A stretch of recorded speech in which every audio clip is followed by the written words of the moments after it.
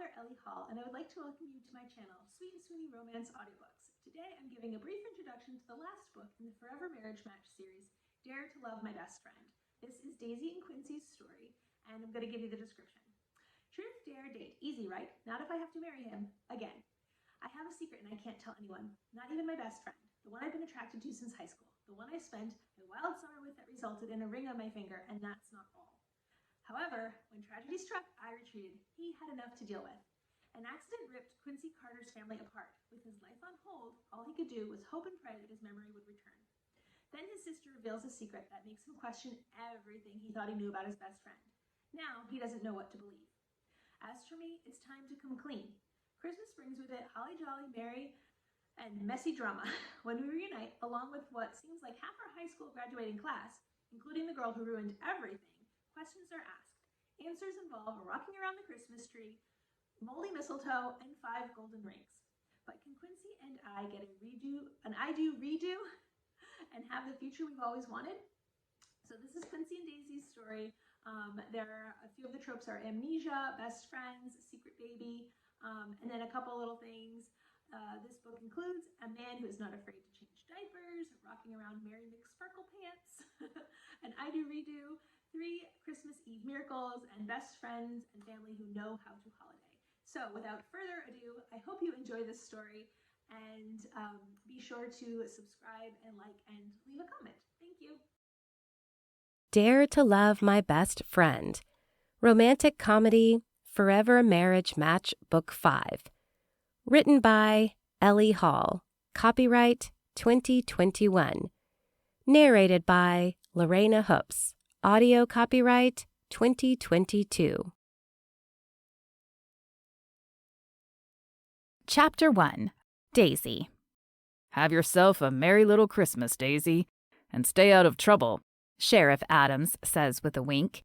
Oh, in that case, I probably shouldn't tinsel the trees along Main Street, huh? I say, with a facetious bite of my lip. He tips his head from side to side. You know me, I love Christmas. Ordinarily, I'd say have at it, but that would probably be a mess for the DPW to clean up. Well, all right, since you suggested I stay out of trouble, I suppose I'll follow orders. I give my superior a playful salute. He chuckles in a way that reminds me of Santa Claus, if the jolly old elf were a 6-foot-plus officer of the law. I've gathered he doesn't use this friendly manner with actual criminals or pranksters, but we'll see about that in 3, 2, 1. I almost forgot. I found these under the station Christmas tree. I thought you might find them interesting. I hold up a baggie filled with Cheerios and labeled Donut Seeds and jiggle it. Sheriff Adams examines the contents like he would evidence from a crime scene. Interesting. He stifles laughter. Considering the often difficult aspects of working in law enforcement, I try to bring as much cheer as possible to everyone employed at our station. Yes, I'm the person with a steady supply of candy on my desk. I pass him an envelope. This was there too. The Christmas card contains a gift certificate to our local donut shop. And no, it's not just a cop thing. Everyone in town loves the homemade old fashions. And the glazed crullers are not to be missed. Patty Cake's Bakery is also amazing if you're looking for cookies and pies. I probably missed my calling as a Lake Winnie tour guide. A warm, cozy feeling fills me with affection for my hometown. I hurry out the door to take it with me and into the early, chilly winter morning. Sheriff Adams calls after me. Thank you, Daisy. You're the best, the sweetest. I take it he read the card. As I hightail it home, bumping over potholes, I'd like to agree with my superior about being the best and the sweetest, but the truth is, I have a secret. I'm not a criminal or even an actual prankster. Well, there was that time in high school when the Fab Five and I... Never mind. I'm not sure we've reached the statute of limitations when it comes to silly string yet. But this secret of mine has been gobbling me up inside. Well, it's the inverse of a secret, or maybe the converse. Don't nominate me for a candidate for homeschooling teacher position because my math skills and my secrecy competency don't go much beyond the basics. However, I can calculate how many years, months, and days it's been since I've seen the source of my secret, as well as how many years, months, and days the result of the secret has been the subject of light and joy in my life. Except when he's fussy. Then we're like starless nights and grouchy grumbles. Lean in close and don't tell anyone. I have a secret, baby. I sigh as Christopher snoozes in his car seat on our way home, from where he spends nights with another family while I work the third shift. Like a member of SWAT, I stealthily sneak into the house with him in my arms. He nestles close, all perfectly sleepy and used to this transition, as we snuggle up in bed so I can get a little shut-eye before the day begins. He's baby powder soft, pudgy fingers, and snuggly warmth. I could just squeeze him and gobble him up. Except I won't, because that's creepy.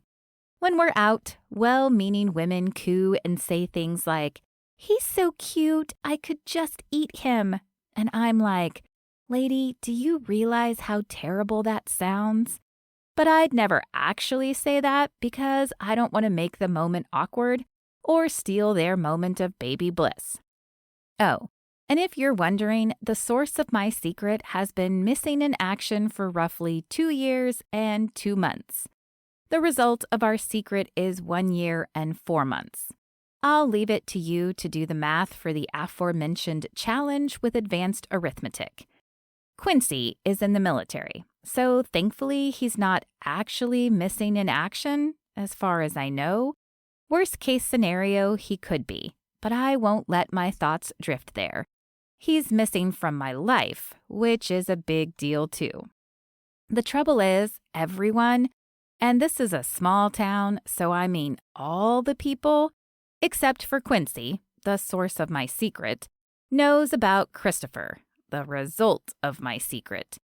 Except the townsfolk don't know the source of my secret. In other words, the daddy doesn't know about the baby, and everyone else knows about the baby, but not about the daddy. My life wasn't supposed to be this complicated or involve secrets at all. Rather, I envisioned contributing to my community. My job at our local police department working dispatch is pretty great, except the hours leave something to be desired since I work the night shift. My local church is amazing. We're close-knit. Getting married and having a family complete with a bunch of rugrats and a sheepdog was the life plan. Yes, I was that specific, and I was well on my way to that goal until it fell apart. Making my little cabin on the lake the perfect cozy little haven, consider it a work in progress. After we secretly got married, I did not consider the possibility that my best friend, Quincy, turned husband, would doubt us being together, then disappear, rendering me a single mom. Nor did I count on having to keep so much inside. When I was a kid, my mother would put the gifts from her and Dad under the tree before Christmas Day. The intense temptation to sneak a peek was what I imagine a dog feels like when it knows a steak is on the grill, but its dinner is merely a bowl of dry kibble. Anyway, one night when I was little and couldn't sleep, I snuck downstairs and found a present under the tree with my name on the tag. I started to peel the tape from the edge of the gift. It seemed as loud as crackling thunder. The paper came up with the tape, so I tried to fix it and doubled back to my room, terrified my parents would find out, landing me on Santa's naughty list. Eventually, I made a full confession to my mother. It's kind of like this with the identity of Christopher's dad. I want to tell my best friends who he is, and my mother, of course. However, there's a risk bigger than the elves not packing my presents in Santa's sack. The weight of this fact deflates me on the bed, and I stare at the ceiling, letting out a long puff of breath. Did I just see a cloud form? It's cold this morning, and I've been keeping the heat low to save money. I make sure Christopher is warm. Then I go back to worrying about what to do, among other things, like about how thin my checkbook is, how fat my expenses and bills are, about how big the secret is. Why not just tell everyone? The diary on my bedside reads like a scandalous celebrity tell-all. Except I'm no one, something Quincy made very clear. The Fab Five, my girl besties, mom, family, and most of the town, definitely gossiped behind my back when they saw my belly growing each month.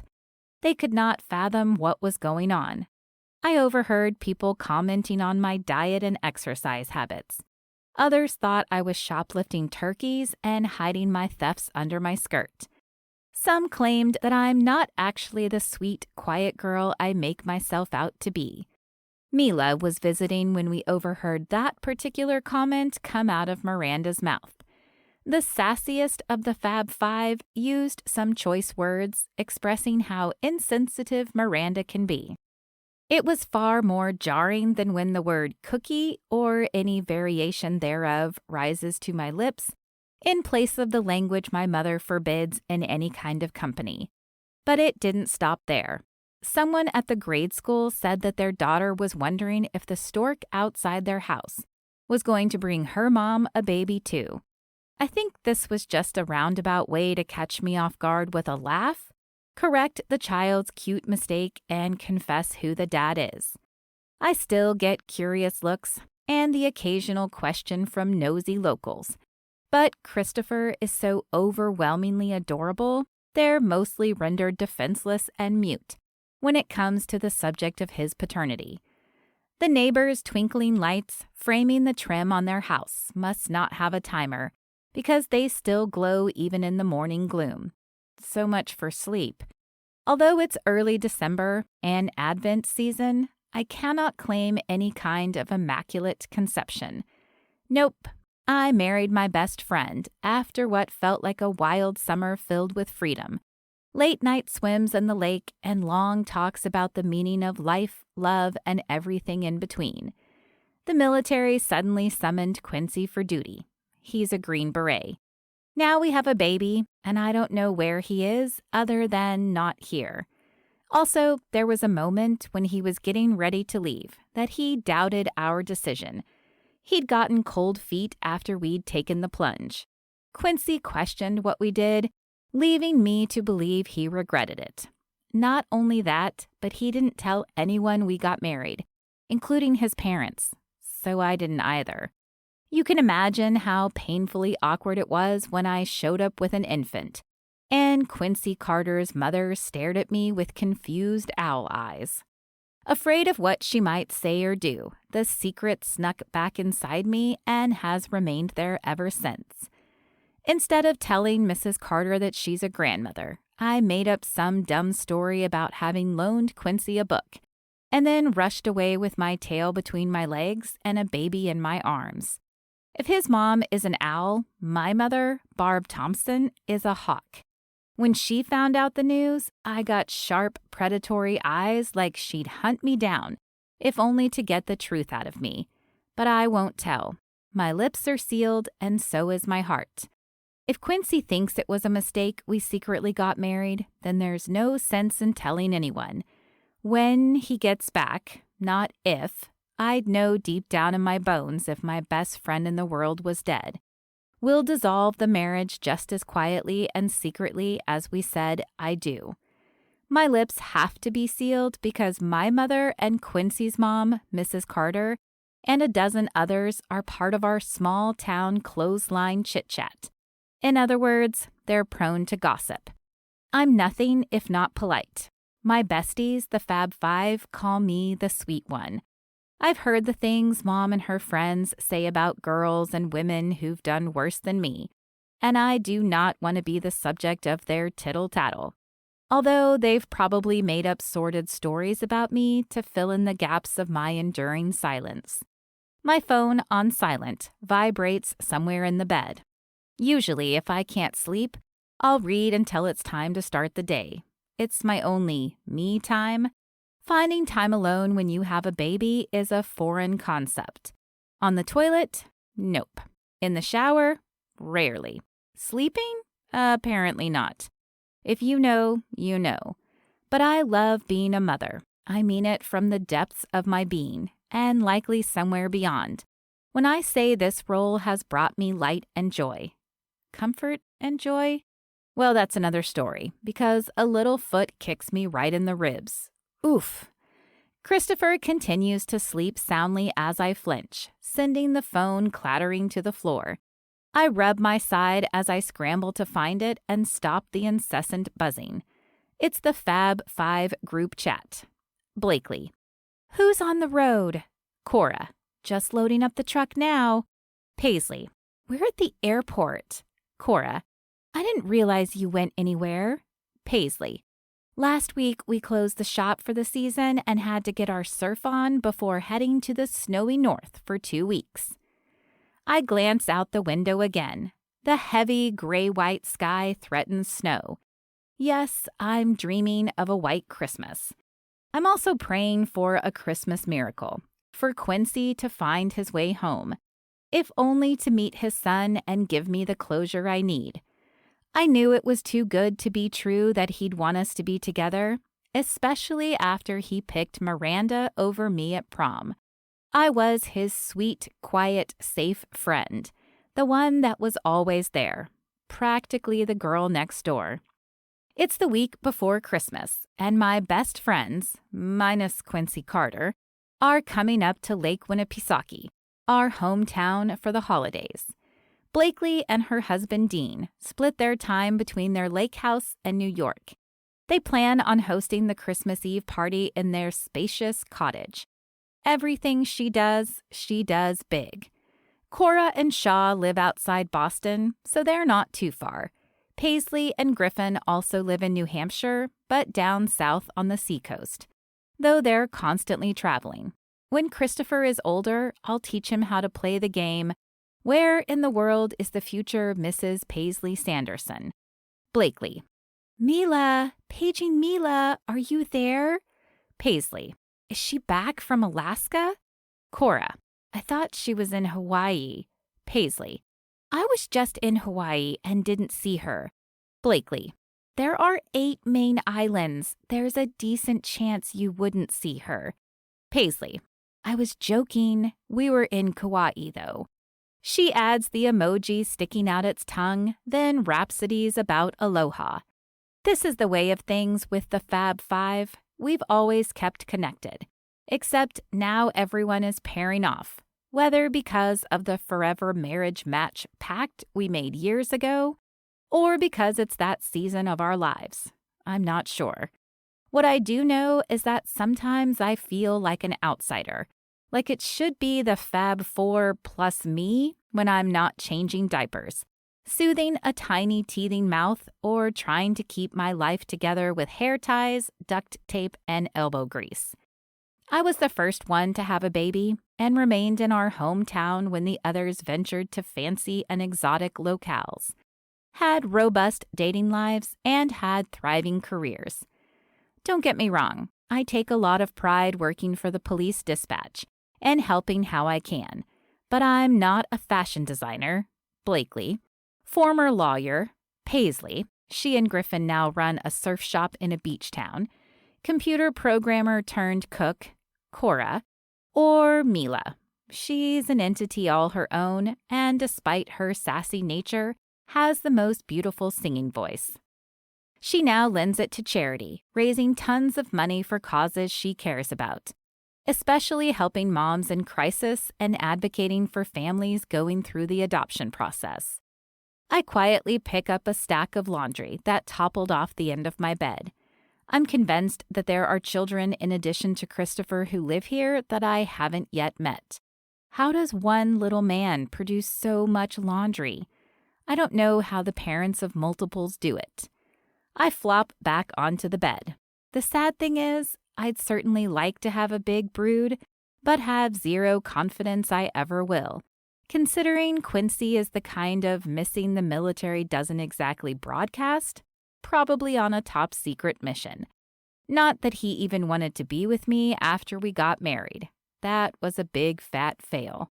My phone beeps with a message from Mila of the lady emoji raising her hand. Blakely. Mila, you're here? Mila. Present. Well, we're still in Tennessee. Got a late start. Cora. Drive safe. Apparently there's a storm coming. Mila. Oh, I'll get there safely, if only to eat a home-cooked meal. We've been living on takeout and pizza for weeks during construction. I'm hoping to stuff myself silly and then not get off the couch for hours. No, scratch that, days. Blakely. Daisy, see you at Patty's at 9. Don't forget. I'm so exhausted, the thought of coffee even before meeting Blakely at the bakery to discuss the Secret Santa screams necessity. But I'm warm in bed and sleepy. I gaze at my little snoozing angel. If only he was capable of resting so peacefully during nap time. On any given day during nap time, I have to tiptoe around the house. Make sure to post the sign on the door for delivery people not to ring the doorbell, and make ritual sacrifices to ensure the neighbor's dog doesn't bark. One of the guys at the station makes amazing beef jerky, and I'd keep it all for myself. But it's the only thing to pacify Rocket, the Doberman Collie mix with a barking problem. My eyes dip as I imagine another Christmas without Quincy. A blue Christmas. The song comes to mind like a lullaby. Chapter 2. Daisy. The next thing I know, someone knocks at the door and the neighbor's dog barks. Hope flurries through me as a dream about the summer Quincy and I spent on the lake dissolves. I glance at the numbers on the digital clock. Oh, snickerdoodles. I must have fallen back asleep. That's what I get for working the night shift and perpetually throwing off my sleep schedule. I took a 2-week vacation, starting earlier this morning, so I'm home. But Emma's kids still have school, which means I'm still on duty. Christopher sleeps at her house nights I have to work. I'm only at the dispatch part-time. Usually she brings him home and drops her 3 kids off with me so I can bring them to school, which starts after she needs to be at work. But this morning I couldn't stay away from him a moment longer and start our Christmas vacay. What can I say? When life gives you lemons, or an adorable baby with big apple cheeks, you have to make arrangements, and apple juice. We drink a lot of that around here. The ringing doorbell also means Emma and the kids are outside waiting. Now, it also means Christopher wakes up crying after being torn abruptly from his sweet slumber. I scoop him up and have no time or free arms to change out of the nightgown I'm wearing with lace hems and plaid fabric, along with the words Mrs. Claus printed across the front. I tug the striped socks I'm wearing up to my knees and stuff my feet into my boots. Good morning, Emma. My usual morning cheer is more of a rusty croak from not using my voice for so long. Her eyes narrow slightly, as if she's studying something on my face. My fingers drift there, and I'm pretty sure a pillow crease runs across my cheek. She shakes her head, as if wondering if there's a prescription to combat my perpetual level of complete frazzlement. That's an official disorder, in case you're wondering. Meanwhile, her hair is blown out to perfection. She wears a pair of stylish sunglasses, even though it's not sunny, and her holiday-inspired outfit coordinates with her furry boots. You look adorable, I say, because yes, I really am that sweet and polite. I wasn't born with the sassy bone like we tease Mila about having. Office party today, and now I'm running late. The words are clipped as she glances at her watch. I wish I always looked as polished and put together as Emma. Instead, I'm hanging on by a thread. Literally. The hem of my nightgown catches on something, and I'm stuck. I won't let her see me struggle. Before I can apologize, Emma leaves in a huff. Christopher quieted down when he saw the other kids, so I take the moment to tug myself free, throw on my jacket, and pull a hat over my head. I wish I could say, messy hair, don't care, but I do care. I care a lot. But there is no time to fix it as I get the baby bundled up and usher the kids out to the car. After dropping them off at school, I cruise back through town. It's bedecked in evergreen swag, twinkly lights, and red bells on all the wrought iron lampposts. If Quincy were to return to Lake Winnie, he'd see nothing has changed. Nothing except me. I pull in front of the hand-painted wooden sign for Patty Cake's Bakery. It swings on its metal hinges in the light wind. Patty is Cora's mom, and this little shop was her dream. Having to wait so long for it to come true gives me hope that mine will someday too. The local farmers predicted that November and December would be mild, and so far they've been right. But the frigid scent in the air promises snow soon. Yes, I'm dreaming of a white Christmas and a Quincy Christmas, but that's probably asking for too much. Through the window, Cora's mom, Patty, smiles at a customer. She's like an auntie and accepts me in ways my own mother doesn't, especially after Christopher was born. I unbuckle and get out of the car. My little man bounces in his car seat, and we hurry inside to escape the cold. The metal bells on the door tinkle when we enter. The warmth instantly defrosts me, and the smells of cinnamon and butter curls into my nose on a deep breath. Patty's booming voice calls excitedly as she wraps us in a hug. You'd think she hasn't seen us in years, when really it was just the other day. I tell her I'm meeting Blakely. Her already beaming smile turns giddy. I've got a treat for you. I just took a rustic tart with Gruyere out of the oven, and guess whose name is on it?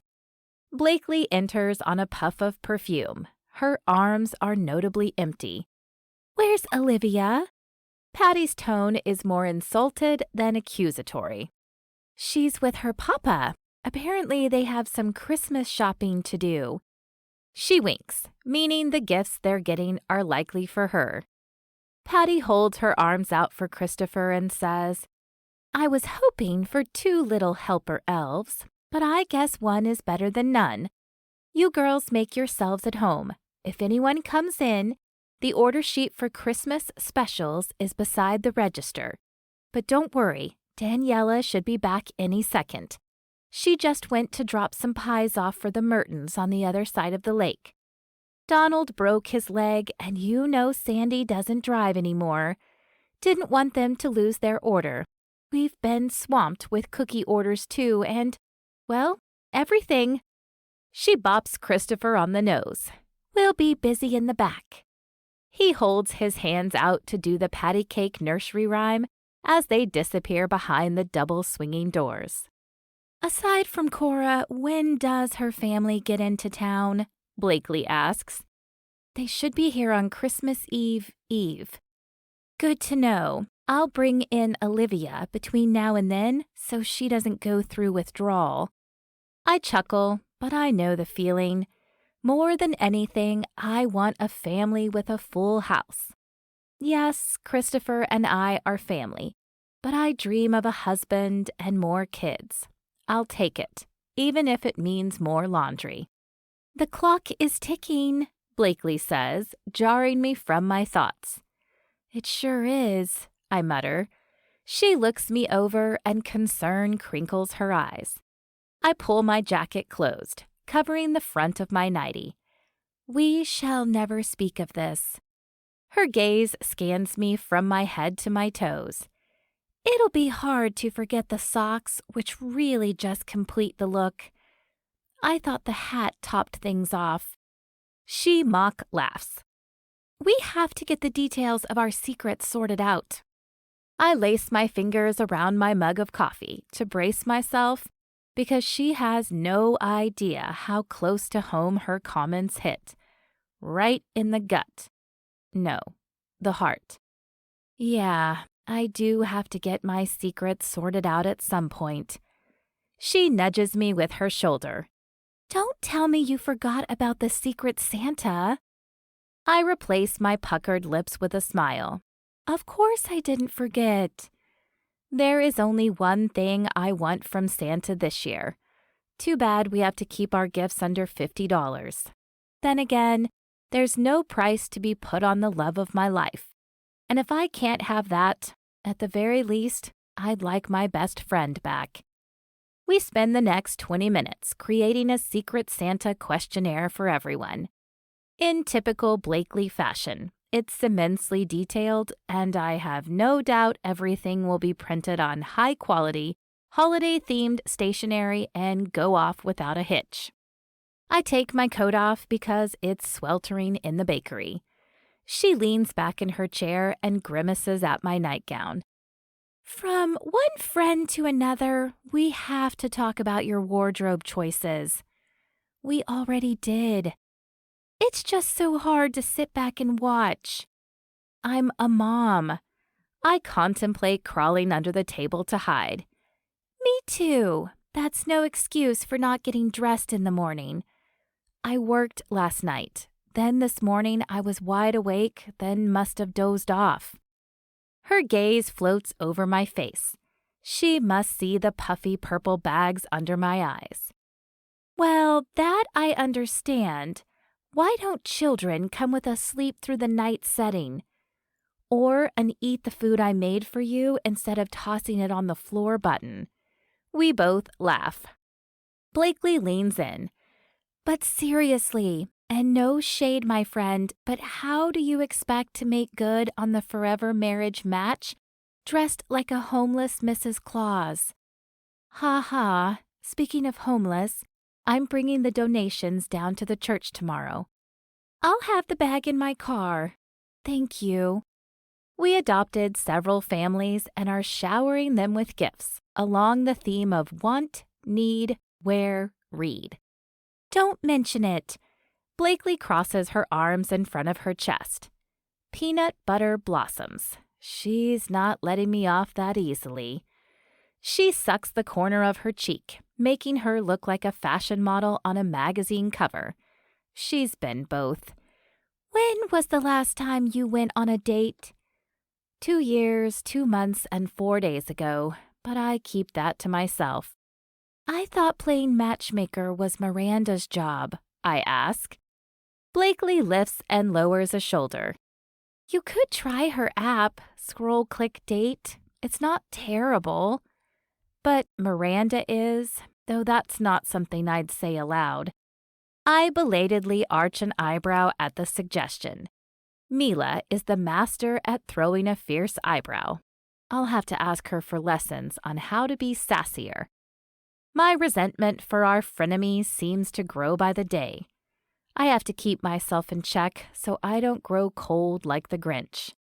Listen, Dean has a friend from New York, Dave Klein. He's looking for a slower pace of life and thinking of moving up here in the new year.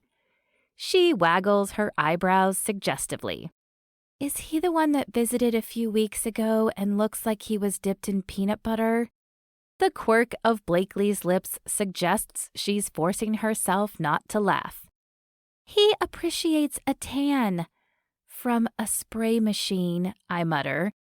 Do you remember my cousin Brent? I wrinkle my nose. His hair was so greasy, and he confessed to wearing the same jeans for 2 weeks. You, of all people, should know that's a fashion and hygiene don't. That was in college. He's older now. More mature. Maybe. She bites her lip, giving me zero confidence in the matter. Blakes, I appreciate you trying to help, but you'll find a reason to object to each guy.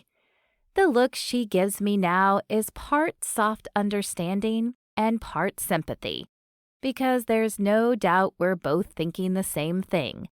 Rather, about the same person. Quincy Christopher Carter. The one who got away with no thanks to Miranda.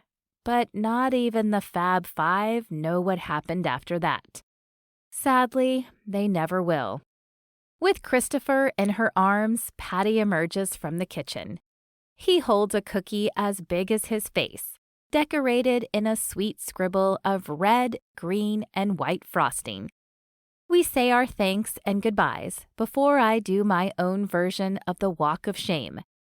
To my car in broad daylight and still in my pajamas. Yeah, maybe I could do better. But most days, I feel like I'm just scraping by while dragging my heart around. The truth is, I miss Quincy. But after our conversation, as he got ready to leave, his silence, and then vanishing from my life, I doubt he misses me. I drive along the familiar road toward my house, the little cabin on the lake. It was my father's before he passed away. He and Mom divorced when I was 10. If only he'd lived long enough to meet Christopher. I always thought it was funny that Dad and Quincy shared the same middle name. The radio croons with the blue Christmas song. I turn it up and belt it out as a couple of tears moisten my eyes. I'm already wearing my pajamas. Who cares if passers-by see me singing and crying? Too late not to be the subject of rumors in this small town. But as I said, I do care. A lot. All of a sudden, a pop sounds and the steering wheel jerks under my hand. The car veers to the right. I bump over some debris on the side of the road as I quickly brake. Thankfully, it's the shoulder and not the barely iced-over lake. Elvis continues to croon, and I turn the music off to catch the tail end of a hissing sound. I'll have to call Matt, Emma's husband, and the owner of the only auto mechanic shop in town. Sliding my hand down my face, I let out a long breath that feels more like a defeat than the release that comes from a sigh. As bad luck would have it, I must have forgotten my phone at Patty Cakes. When I open my eyes, a large white pickup truck pulls up behind my car. In the rearview mirror, I watch as a tall man with broad shoulders gets out. Mila gave me a canister of pepper spray, but it's buried at the bottom of my purse. Plus, I know just about everyone in this town. The guy's dark hair is trim, and he's freshly shaven. The reflection of my eyes in the mirror widens. As he approaches, my entire body goes numb and slack at the same time. The dead leaves dotting the ground fade. The wind ruffling the surface of the lake goes still. The sky and air and everything in between us disappear. It's just him and me on this otherwise empty road. I shuffle out of the car and face him. If only to steady myself, under my breath, I count down his steps until he reaches me. His jaw is as square as ever. His eyes are as deep and blue as the lake in the summer. His lips are full in a way that my own could never forget. Quincy? The name comes out in a jumble. He smiles genially. Hi, I just got back to town. I throw my arms around him, inhaling his distinctly clean scent, with the subtle hint of aftershave. I squeeze tight, desperate to glue myself to him with some kind of industrial adhesive. Quincy draws back, and his expression furrows in confusion. Well, this is a warm welcome. Have we met? The pure look of surprise on his face suggests he's not joking. My stomach dips with dread. Chapter 3. Quincy. The woman on the side of the road, with long black hair and wearing a wool hat topped with a red pom-pom, jerks back. For a moment, my veins buzz with a hot blend of excitement and trepidation at her familiarity. but now go as cold as the ice beginning to creep across the lake as the temperatures dip during this time of year. She rubs her hands up and down her arms, likely chilly too. However, her skin pales and her eyes grow as if she's seen a ghost. I squint, trying to place her, but like with other things, there's just blank space. No, that's not quite right. It's more accurate to say that if my mind and memories were a sensitive document, someone crossed out parts, leaving me with bits and pieces, verbs but no subjects, adjectives and prepositions but no pronouns. Not remembering people, places, and things comes with the territory after the shrapnel from an IED picked me up and spit me out like a fiery tornado. Being sent on a covert mission, getting bombed and apprehended in enemy territory, then rescued and spending the last 6 months in recovery also took its toll. The woman blinks slowly and clears her throat. "Oh, you asked if we've met? I'm Daisy." My mind strains to place her honey-sweet voice. Nothing. "Daisy Thompson," she adds, as if that'll ring a bell. I shake my head. I think I'd remember meeting someone as pretty as you. I stop short of slapping my hand over my mouth. The doc said I might sometimes speak without thinking and engage in other impulsive behaviors while the prefrontal cortex heals. But that's not why I pulled over. It looks like she needed help. I'm Quincy Carter. It's nice to meet you, unless... I'm about to say, unless we've already met, but I want to keep the extent of my injury to myself. It's better no one knows about my memory loss. My family's concern, pity, and attempt to do everything for me, rendering me feeling helpless, is like a slap in the face to my independent, can-do-it-all warrior personality. Her face falls, and she nods slowly. You weren't in an accident, were you? I ask, worried she may be traumatized. From inside the car, someone calls, "Mama!"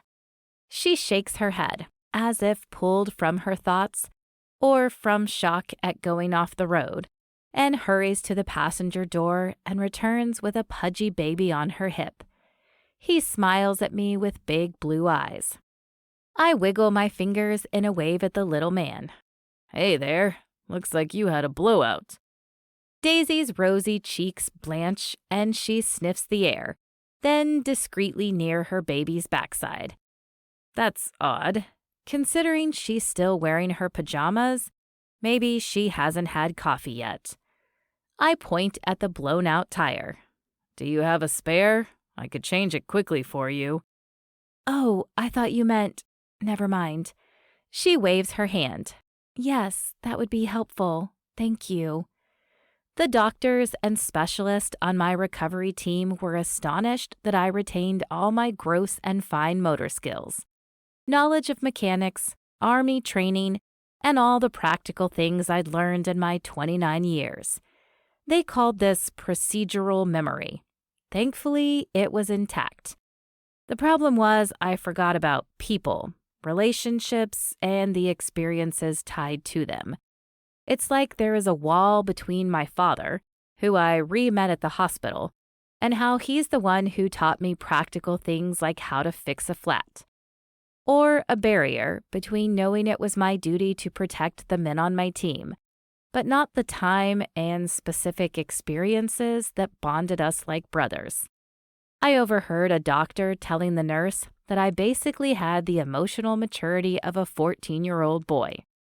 I don't quite remember what it was like being that age, but I'm determined to regain my memories and build new ones. That's why I came home.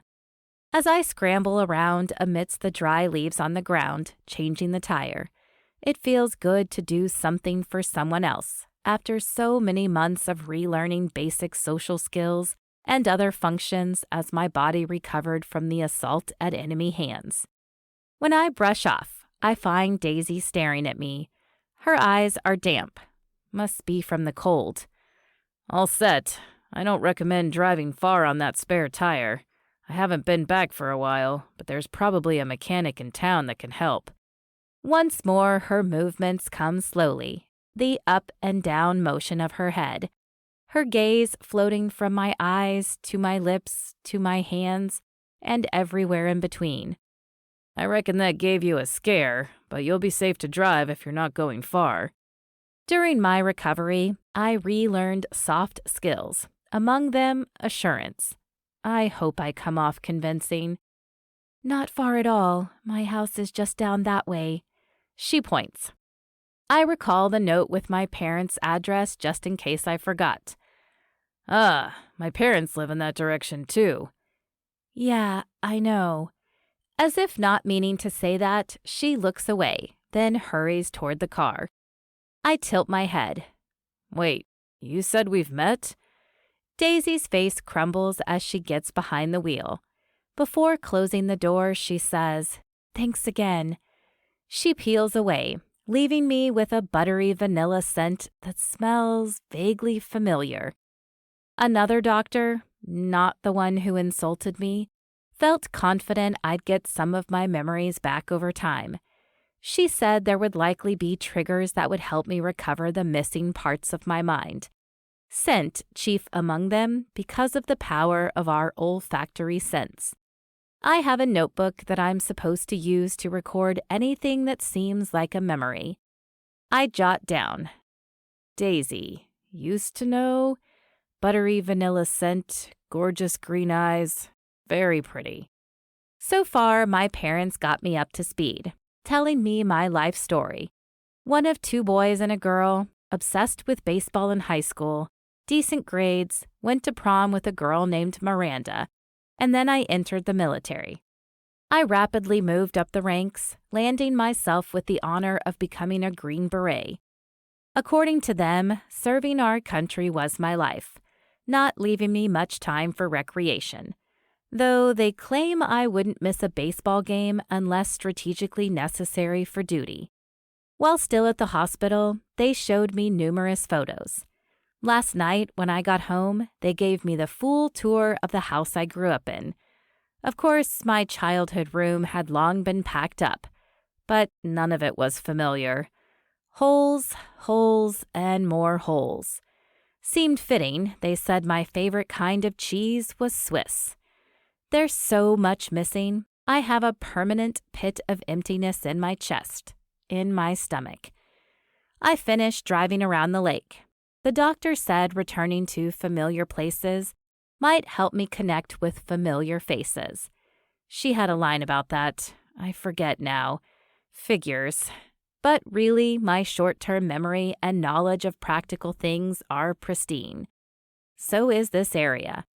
The natural beauty with the stately pines, the silky surface of Lake Winnipesaukee, and the mountains in the distance feel familiar, unlike the people in the house I lived in for nearly half my life.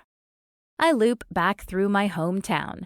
The shops are festive with Christmas decorations. Visitors and shoppers with bags in hand cross at the intersection. Someone sells sweet and spiced nuts on the corner. A star tops the big tree in the town square. It's picture perfect. The only things missing are snow and my memories. I park the white truck in front of a bakery cafe called Patty Cakes. Something about this place kindles warmth inside, a familiarity that would only be better if I could remember the important people in my life. Or maybe it's the comforting scent of cookies that hangs in the air. A bell jingles when I enter. A stout woman wearing an apron looks up at me from behind the counter and cuts herself off mid-greeting. "Well, if you aren't a sight for sore eyes, Quincy, welcome home." She wraps me in a bear hug. When she pulls back, her gaze twinkles with mirth. "You're late, and just in time." I tuck my chin back at the comment. "You're late because you just missed Daisy. She and Blakely were here discussing their secret Santa plans, though I'm guessing you already visited her before coming in here. Welcome to my pride and joy, Patty Cakes Bakery. If only you'd been here for the grand opening. Too bad my recovery process didn't include what to say when I don't know what to say. I slowly digest all the information she shared, trying to piece it together since there's no context, no memories, no Daisy or Patty or Blakely. Patty leans in. Now, just between you and me, I don't think she wore the Mrs. Claus nightie on purpose. That poor thing, she has her hands full, but you'd know that, wouldn't you? Before I can think twice, I blurt, I'm afraid I wouldn't, ma'am. Patty blinks in blank confusion. I'm used to this look now. It's the same one my parents, brother, and the guys on the A-team gave me when I confessed to not remembering them. Ma'am, I was in an accident, and some of my I apologize. It was a long drive. Haven't been back in ages. Double chocolate cookie. I shouldn't have said that. Puzzlement ripples across her forehead before it smooths out. If she knows my secret, I sense it's safe with her. That's right. You haven't been here since I opened the shop. I'm Patty. She points to the mural on the wall that reads Patty Cakes. Blakely did that custom for me. I'm a friend of your mother's. I imagine you know Cora, Paisley, Blakely, Mila, and Daisy for sure. Her eyes twinkle. My shrug comes slowly, apologetically. Patty's expression starts to fall the same way Daisy's did. Haven't had any coffee yet. I was teasing. I just met Daisy on the side of the road, actually. She had a flat tire. Fixed it for her. She'll need a new one, but said she lived nearby, so didn't have to go far. Patty's expression cycles past confusion and lands on consolation. She must have been so happy to see you. All this time, the two of you were like... Again, Patty stops herself. Wait, you remember Daisy Thompson, right? Yeah, of course, I fib. The woman's sad honey-brown eyes come to mind. She looked hollowed out when I dropped away from her embrace on the roadside.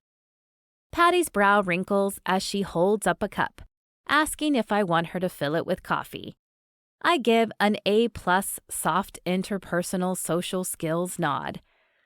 You said I was late and just in time, I say, repeating the peculiar comment from when I'd arrived. Yes, I was going to have you taste test my latest batch of cowboy cookies. They were your favorite. Really? I smile at this information. Then I correct myself, changing the punctuation on the end of the word really to a statement and not a question. Actually, it was Daisy's recipe. I just added a little nutmeg and...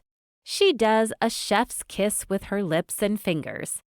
She used to make them to sell at the bake sale for your games. Then I'll take one of those to go, and the coffee for now, please. I force cheer into my voice so I don't betray how, during moments like these, it pains me not to remember big and little details. Daisy acted like she knew me, then withdrew. According to what Patty has said so far, she was an important person in my life. Yet my parents never mentioned her. I sit down next to a display covered in ceramic houses dotted with puffs of cottony drifting snow. It takes a moment to realize the buildings are modeled and arranged after the ones in this town. The church at the end of the street, the resort on the lake complete with ice skaters, the shops, the sandstone library, and the old brick schoolhouse. It even includes a little shop with a sign that says Patty Cakes. The owner appears and joins me at the table with a broken gingerbread reindeer cookie. He lost a leg. Feel free to help me eat it. Her smile is warm and maternal. The whir of the fans overhead, wafting sweet smells, Patty's smiling face, and the laughter from other customers give me a sense of nostalgia I can't place. I take the first deep breath I've drawn since landing in Boston, after leaving the recovery center in El Paso and driving up here. Do you want to talk about it? Patty asks, nudging the cookie toward me. I promised myself to keep my memory loss a secret, but the caffeine must loosen my lips. On an exhale, I tell her about waking up in the hospital about 6 months ago and the fight to get back on my feet. I leave out the part of having my memories robbed. Well, we're sure glad to have you back home. I wish all of me was back, memories included. Have you tried the cowboy cookie? Daisy always says they taste like home. A mother herself, she must sense I haven't told the entire truth. Guilt gobbles me up inside. I couldn't. It's only 10 in the morning. Have to keep fit for fighting. If I can return to the team. Patty's rosy cheeks lift. Think of a cowboy cookie more like a protein biscuit.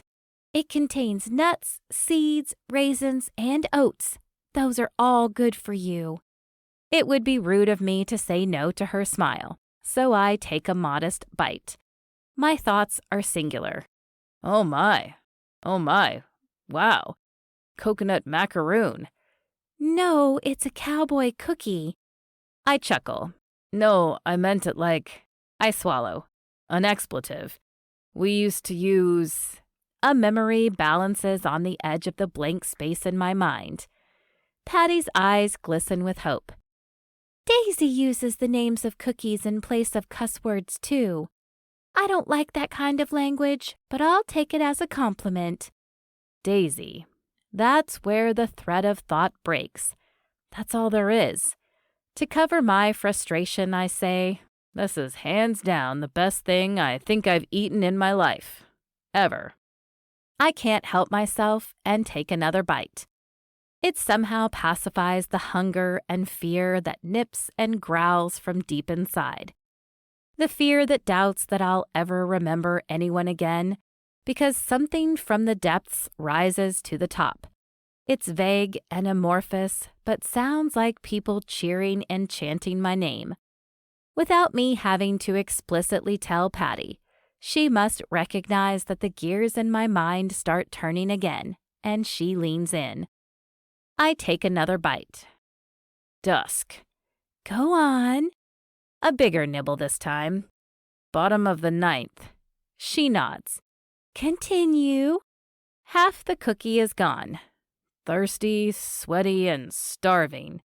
Her chest puffs up as if she holds her breath, waiting to see if the batter makes it around the bases and back to home plate. In this instance, that would be me, running through the recesses of my mind, trying to regain a memory. Not that she knows exactly what's going on in my brain. This cookie won us the game, I say, as if my bat connects with the ball all over again. Yes, Daisy snuck you one of these in the dugout. The coach hollered at her, but she knew you needed a little pick-me-up. She used to make them for you all the time. I sink back into the chair. The cookie is gone, and so is the rest of the memory. Whatever happened before and after that glorious moment of hitting a home run. And that's when you both started using the names of cookies as exclamations, when no other word would do. Also, your coach hollered at you for cursing, so I guess you had to clean up that language of yours. I scrub my hand over my forehead as if that'll help me remember more. Please don't mention any of what I let slip about my, Certainly not. It's your story to tell. However, I want you to promise you'll tell it to Daisy. She deserves that much. A lump rises in my throat. Will do. Eventually. Once I get my bearings. Want seconds? Patty asks. If they work like that, I'll take a dozen, please. She winks. How about a baker's dozen? What's that about a baker's dozen? A sweet voice calls. A petite woman with smooth dark hair and snow-white skin walks over. On her hip, she carries an enormous baby with chubby cheeks. Daisy, you're back, and I see you got dressed. Patty chuckles. I do a double take.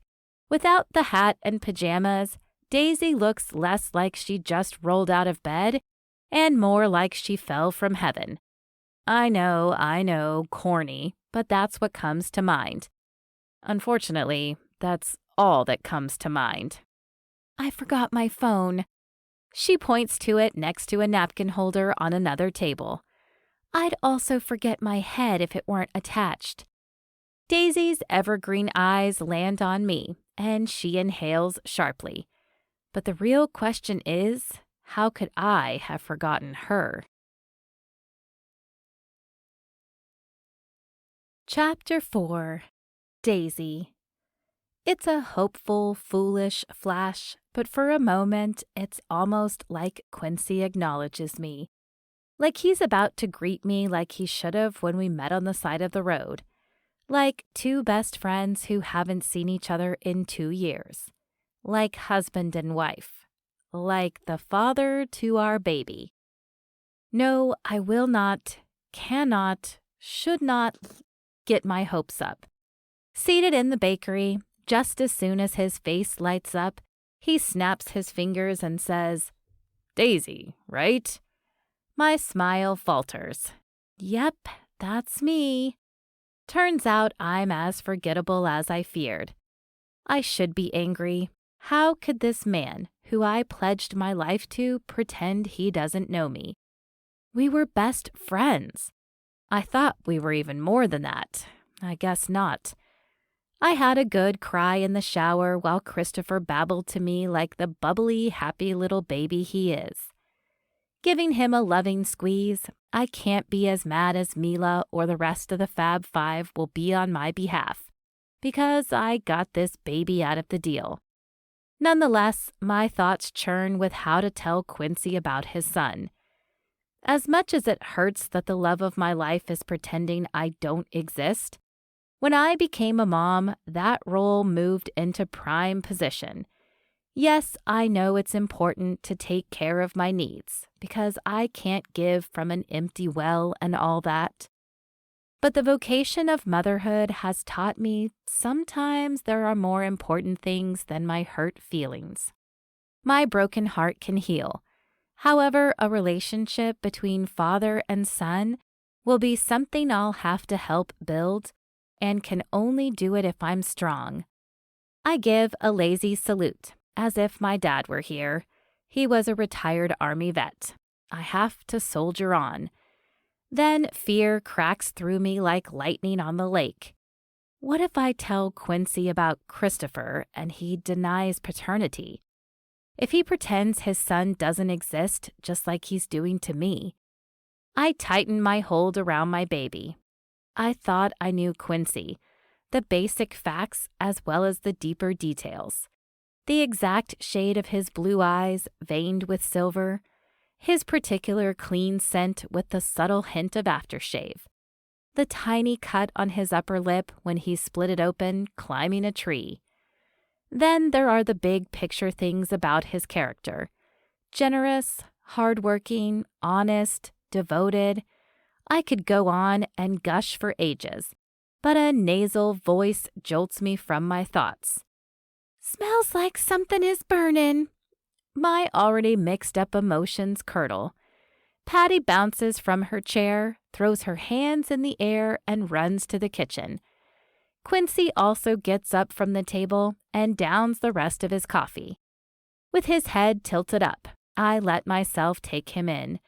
My knees go weak, my pulse races, and my cheeks heat.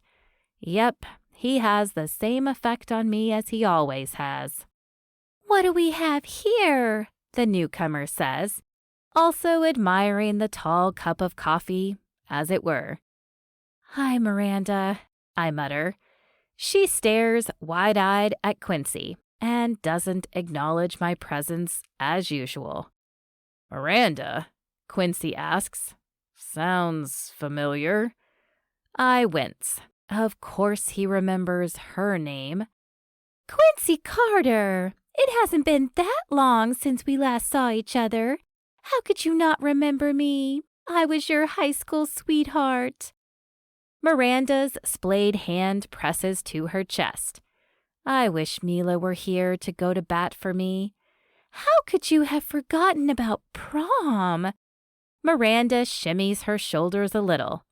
His expression remains blank for a long moment. Hope rises and falls.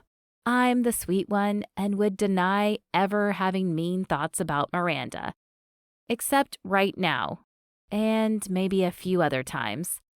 I wrote about the things this girl has done in my diary, and it has the potential to become a screenplay. And that is why it shall never see the light of day. Blakely enters with baby Olivia in her arms and marches over to me. There you are. I tried your phone 13 times at least. A baker's dozen? Quincy asks, eyes flitting between the three of us. I can't help the frown that tugs on my lips. From an objective point of view, Blakely is the prettiest, with Miranda next in line, though she has the ugliest personality of anyone I've ever known. But I keep that to myself, too. They're both off the market, but jealousy swells inside over my friend and frenemy's good looks, and how Quincy might be noticing them and ignoring me. A baker's dozen was our Christmas secret. Well, Quincy, mine, and Patty's. When Patty still worked at the market, we'd order 13 batches of 13 cookies and deliver them to nearby families who might not have the resources or time to make cookies at Christmas. We made stealth deliveries in the cover of darkness. Except one year Quincy's muffler got caught in a snowbank, and we were almost discovered. Thankfully, the snow was fluffy, so we buried the car and made a run for it. The memory almost brings a smile to my lips. Almost. So, it looks like we have a real meeting of the moms here, Miranda says, as if that's the most boring thing she could imagine. Blakely's eyebrows squish together, then she turns to Quincy. He smiles like a person would at a beautiful stranger. Maybe he wasn't in the military all this time, instead taking acting classes and preparing for his big stage debut. How's it going? She asks, as if she sees him all the time. In 50 words or less? He asks. She laughs. I think the expression is in 25 words or less, but it's good to see you. Miranda squawks a laugh and drapes her hand flirtatiously on Quincy's shoulder. The ring on her fourth finger has gone missing. Quinny, you had me going. I thought for a minute there you forgot who I was. His smile sours like he just sipped spoiled milk. Blakely doesn't hide her major eye roll. But you seem to have forgotten his name is Quincy. She emphasizes the last part. Miranda waves her hand and giggles. It's just a little something I used to call him. Sorry, I don't remember that, he says. Relief as strong as the northern winds out of Canada sweep through me. Completely ignoring Miranda, which is a skill that I do not yet possess, Blakely turns to Quincy. Christmas plans are underway and you have to come over on Christmas Eve. Oh, sure, thank you, he says vaguely, like you would reply to an acquaintance's invitation. Miranda simpers for a moment before leaning toward Quincy. How's your sister? Campbell? He lifts and lowers his shoulders. Miranda leans in, and in a soft tone she says, It's so tragic, you being gone so long and her in a coma. Your family has been through so much. Listen, I am here for you, Quinny. Anything that you need, I'm here for you. A tight-fisted mama bear she-wolf suddenly possesses my body, because that's my line. I'm his wife who is here for him, except he doesn't know that. Blakely must glimpse the ferocity on my face, but not for the reasons she thinks. more likely because of the age-old push and pull between Miranda and me over Quincy. But the push and pull comes from her. I'm more of a just stand here and tolerate it kind of person. Daisy was just up at the hospital to visit last weekend. When was the last time you were there, Miranda? Blakely asks pointedly. She steps back and looks away. I've been busy. And how is Campbell? Quincy asks me. I try and fail to channel Emma's composure from earlier this morning. Instead, I stammer. Well, she's Campbell. I want to add that she's no longer the brave, free-climbing, whitewater rafting, independent girl we've known all our lives, but don't want to rub in her comatose status. Growing up, Campbell was standoffish, and I was never close to her, but she was always going on adventures, proving she was a rugged tomboy who could hang with her brothers. Quincy studies me for a long moment, as if trying to read my thoughts. Like he's about to finish my sentence and say what I can't, because not only did we lose him, but their family lost her to a coma after a climbing accident a month ago. I also wonder if he somehow knows I've told Campbell everything. All my secrets. Every single one. Seeing her lying there helpless, and how she and Quincy share a nose, have the same hair color, and that she at least deserves to know her nephew in case she doesn't make it, prompted me to talk to her, to spill my guts 4 hours. She knows about when we got married, every big and little detail about Christopher that I haven't been able to share with his father, and how much I've missed him, how much I love him. I want to click pause on this moment and level with Quincy, or at least talk about why he won't acknowledge me, but like babies, life doesn't come with a pause button. You there? Blakely asks. I give my head a little shake and realize Christopher's fingers are hooking the corners of my mouth, like he's trying to make me smile. Oh, huh? Yeah, I'm sorry, I'm here. I was just thinking. Miranda's sympathetic expression suggests she thinks I'm hopeless. Yes, you were thinking about how exhausted you are. Listen, why don't you bring Christopher over to my house for his nap, so you and Quincy can catch up. I'm sure you have loads to talk about, Blakely offers. Miranda cocks a hip. I was actually just about to ask him out for lunch. That's snake. Blakely's nostrils flare on my behalf. Quincy looks from Miranda to me and then Blakely, as if desperate for her to bail him out. At least I'd like to think and hope so. Well, when does your son nap? He asks me. Doesn't he mean our son? Full stop. I give myself a moment to collect the avalanche of emotions that teeters over my head. He usually goes down at 1:30. Then it sounds like I can do both, Quincy says. Blakely scowls. For once, I do too. I know. I should take the high road. After all, I don't rightfully know the extent of Quincy and Miranda's relationship. But I'd like to think I meant something more. I have the wedding band and baby to prove it. I grab hold of Quincy's gaze as it hovers between Miranda and me. Traces of exhaustion color the skin underneath. He'd been gone so long, likely he endured a lot. I can't fathom what he's been through. For now, compassion wins and I zip my lips. Miranda must say something funny because he laughs. But I hear the same exhaustion in my laughter as is in his. It's like something unnameable saturates him, preoccupies him, composes half his body weight. Likely the ravages of war, of loss and tragedy in the line of duty. Then, on top of that, his sister's accident last month. I'm guessing that's what finally brought him home. Selfishly, I wish it were us, Christopher and me.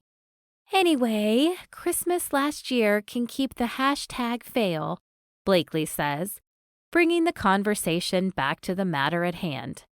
Why was it a fail? Quincy asks. Should I count the reasons? Number 1, him gone from my life. Blakely says, we didn't get together. Usually every year, no matter what, we all gather up here at the lake. One year, we had a pajama party. I cringe, hoping Quincy doesn't recall my attire from earlier. Another year, we had a royal theme. It was very fancy.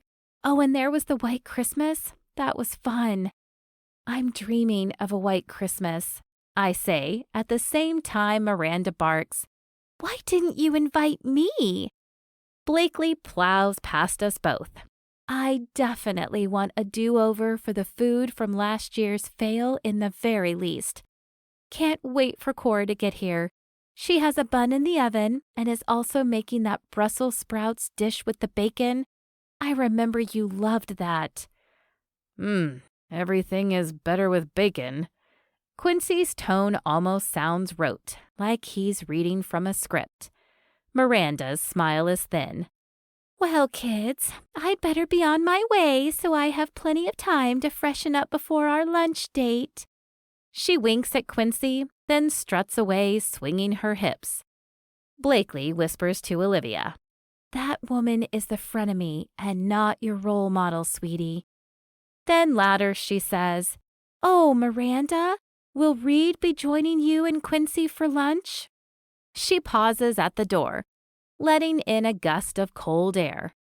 Oh, him? He's, busy at the moment.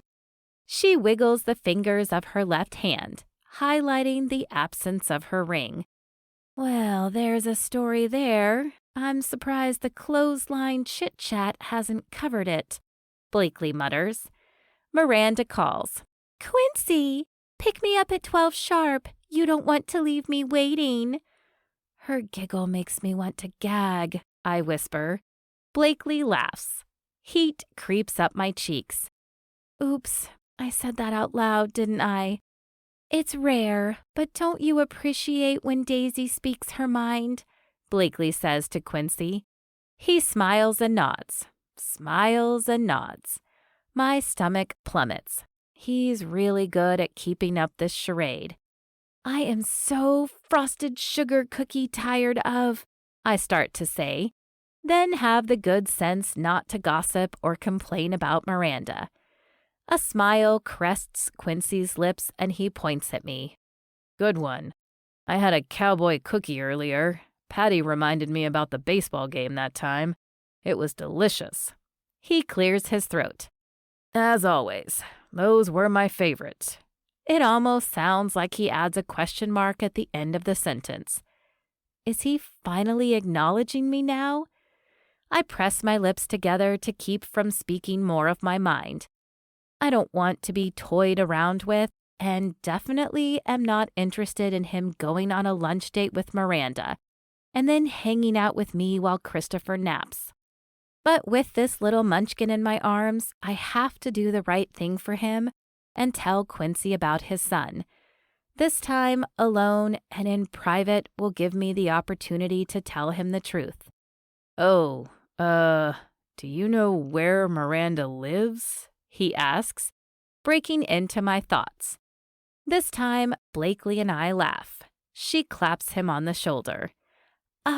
You should know, Mr. TP. TP? He asks. Toilet paper? Blakely hints.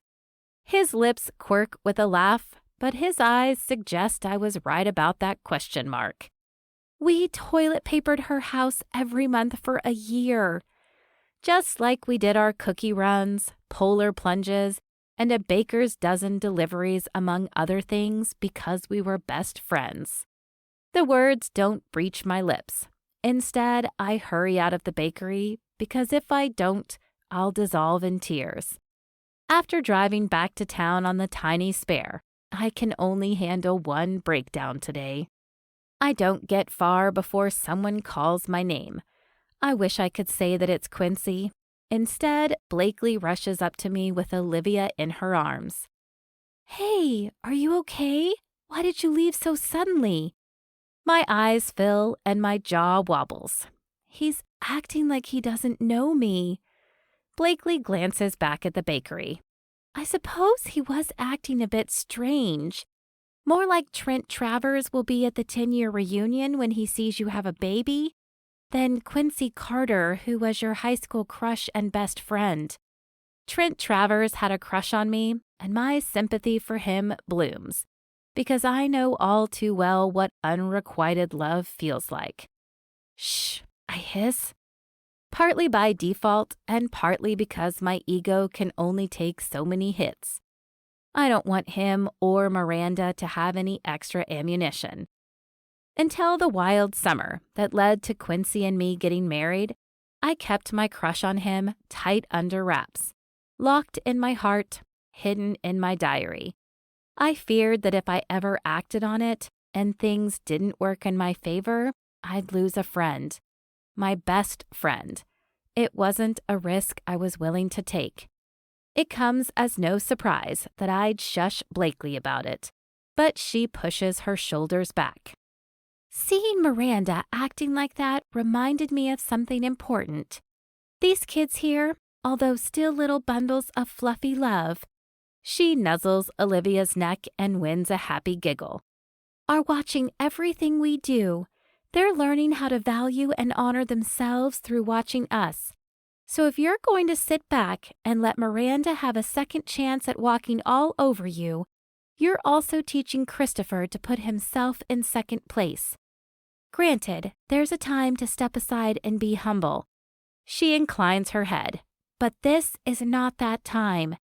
Yeah, but it's obvious Quincy doesn't care. He hasn't reached out in 2 years. He isn't interested in me, not even as a friend, and definitely not as anything more. Mercifully, Blakely skates past my comment. You never know unless you try, Daisy. That's the problem. I have tried, and now here we are, standing outside in the cold. Cold fingers, toes, heart, cold memories of the past that I doubt can ever be stoked to warmth again. Christopher must be picking up on my quickly cascading emotions, because his lip starts to tremble. We should probably head home and have lunch, and prepare to tell Quincy how you feel, Blakely adds. I plaster on a smile, but inside it's a big, fat no. I'm not putting my emotions on the line again. See you later, I say, turning to the car, then pause. Oh, why'd you call me 13 times? Because Cora, well, read your texts, Blakely says. Before I can pull out my phone, Quincy strides toward us. Did you already get your tire fixed, Daisy? No, I haven't had the chance. Couldn't call the repair shop because I forgot this. I give my phone a little shake. You probably shouldn't drive around on the spare. It's probably not all that safe, especially with the fluctuating temperatures up here. I'll go to Matt's garage after Christopher's nap. How about we'll drop your car off now, and then if it's ready, pick it up after his nap? Confusion mashes up against gratitude. Maybe Quincy is coming around and recognizing that he can't just pretend that we don't have a history and a child. But he doesn't know that yet. Blakely nods rapidly like that's a great idea. He can follow you to the garage. It's just down the street. It'll be safer for Christopher to go with him in case you have another blowout on that tiny little tire. Then, with Olivia still in her arms, and with the skill that only mothers possess, she proceeds to remove Christopher's car seat from my vehicle with just one free hand. I attempt to repeat the process in the backseat of Quincy's truck, but he insists I walk him through figuring out the buckles and latch. Blakely waves goodbye, like her work here is done. I still don't know why she called so many times and then tracked me down. Unfortunately, my phone battery is dead. I buckle Christopher in and kiss him. Mommy will see you in a minute. Then I whisper, be good for Daddy.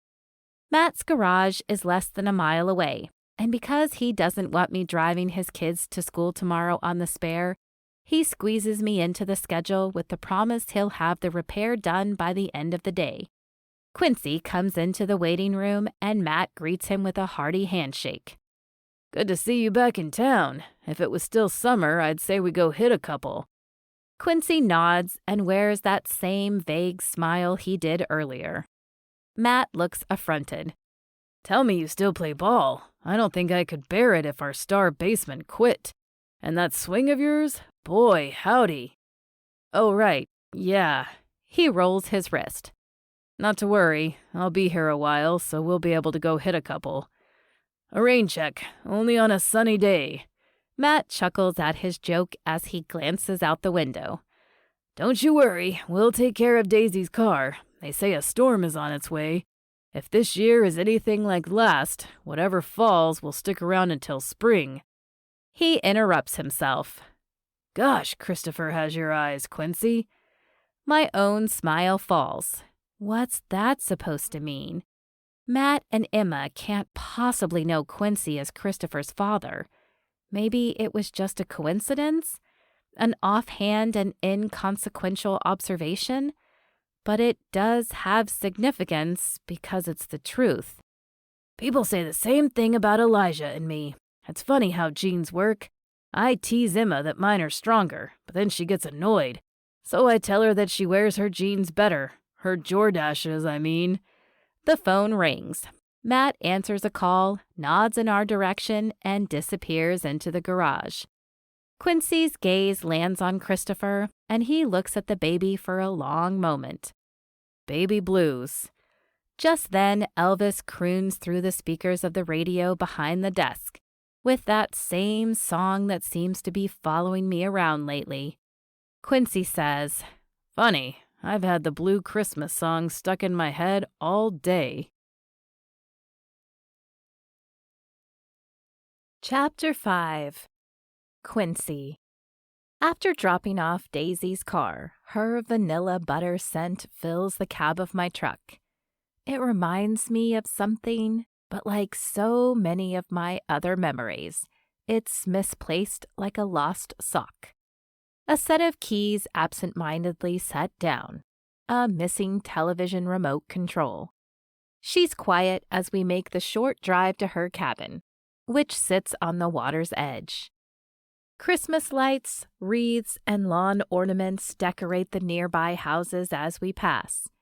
But her modest 2-story log cabin sits plainly, and with what feels like anticipation.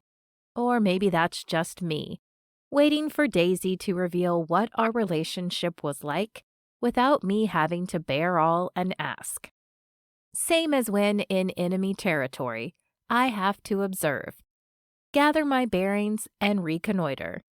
Announcing my vulnerabilities, namely the fact of my memory loss, is not an option. I sort of told Patty and had to backpedal. That was a major mistake, a weak moment.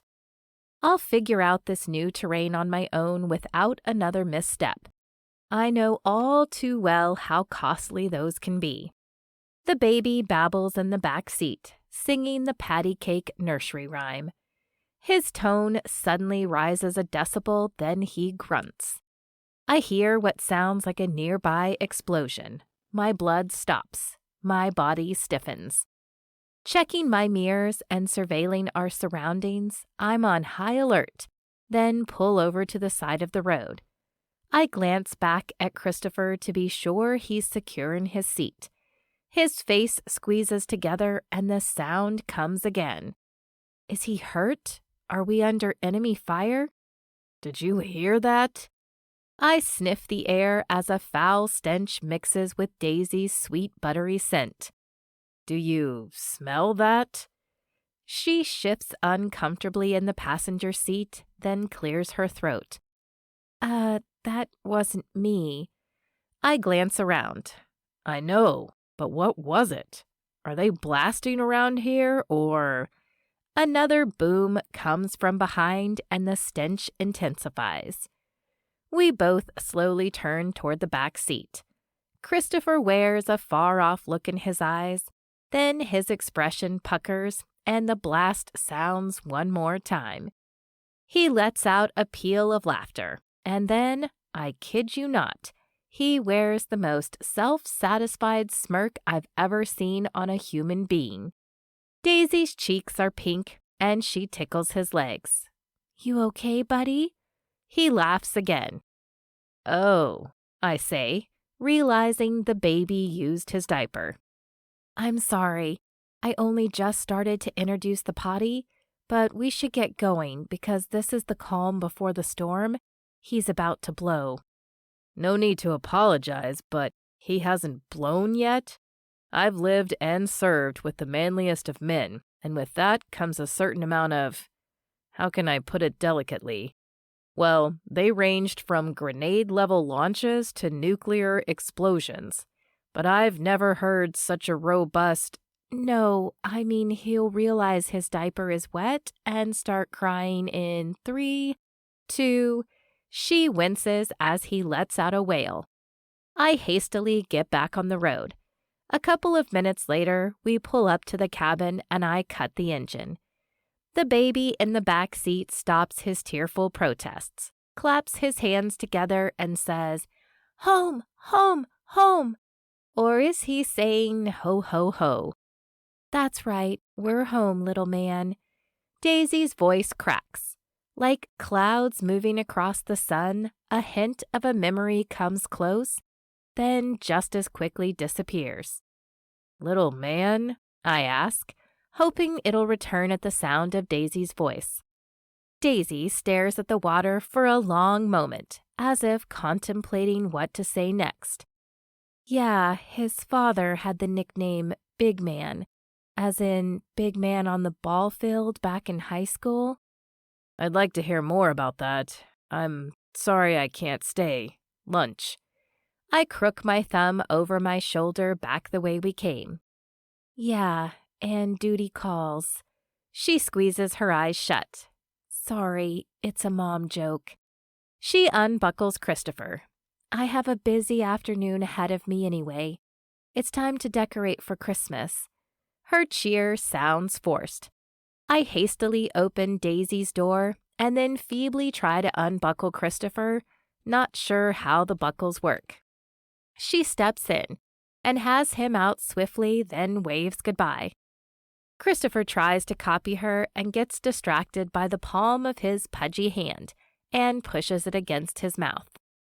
I close the passenger door and round to the driver's side, then pause. "But is it okay if I come back later during nap time like we originally planned?" "Do you want to?"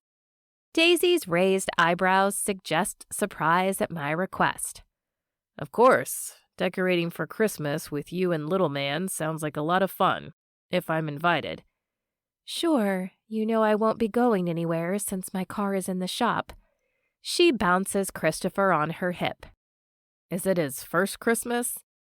"Nope, this will be number 2. She wrinkles her nose. "Sorry, more toilet humor. But last year he was brand new, so I didn't have a chance to get a tree. Hopefully I can swing it this time." Sadness fills her green eyes. Likely because of his diaper, Christopher fusses and Daisy thanks me for the ride before going inside. I sit in the driveway for a long moment, trying to pull at the strings in my mind, like searching for the loose one to untie a knot. The next 2 hours with Miranda are about as pleasant as the emergency root canal I got without the benefit of anesthesia while in rural Iraq. While chowing down on a chicken salad sandwich, I quickly figure out that Miranda runs a covert anti-Daisy campaign. Covert because she smiles and laughs as if Daisy is an adorable but hapless young woman stumbling through life. Auntie, because she spends our entire lunch telling embarrassing stories of silly things that happened in high school, including when Daisy asked me to winter formal, but I'd already said yes to her. Unfortunately, I can't remember the details, but neither can I imagine choosing Miranda over Daisy. She was always so desperate. She followed you around like a sad little puppy. I guess, looking back, I feel really bad for her. She just didn't understand that you and I were meant to be, Quinny." Miranda pouts, as if pitying Daisy. This is a time when my memory would really come in handy. "I guess she was so desperate that she made a big mistake and went ahead and had that baby with some stranger.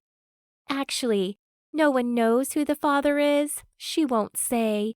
Probably some deadbeat, and she's embarrassed." Did I really ask this girl to prom? I find it hard to believe Miranda and I were high school sweethearts, like she insists we were. I practically choke on a bite of my pickle spear.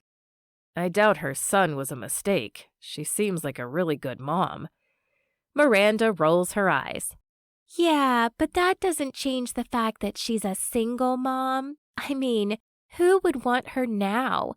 Who'd want to take on that burden?" I don't need any memories intact to see how Miranda is trying to insult and disparage Daisy. My jaw twitches with irritation.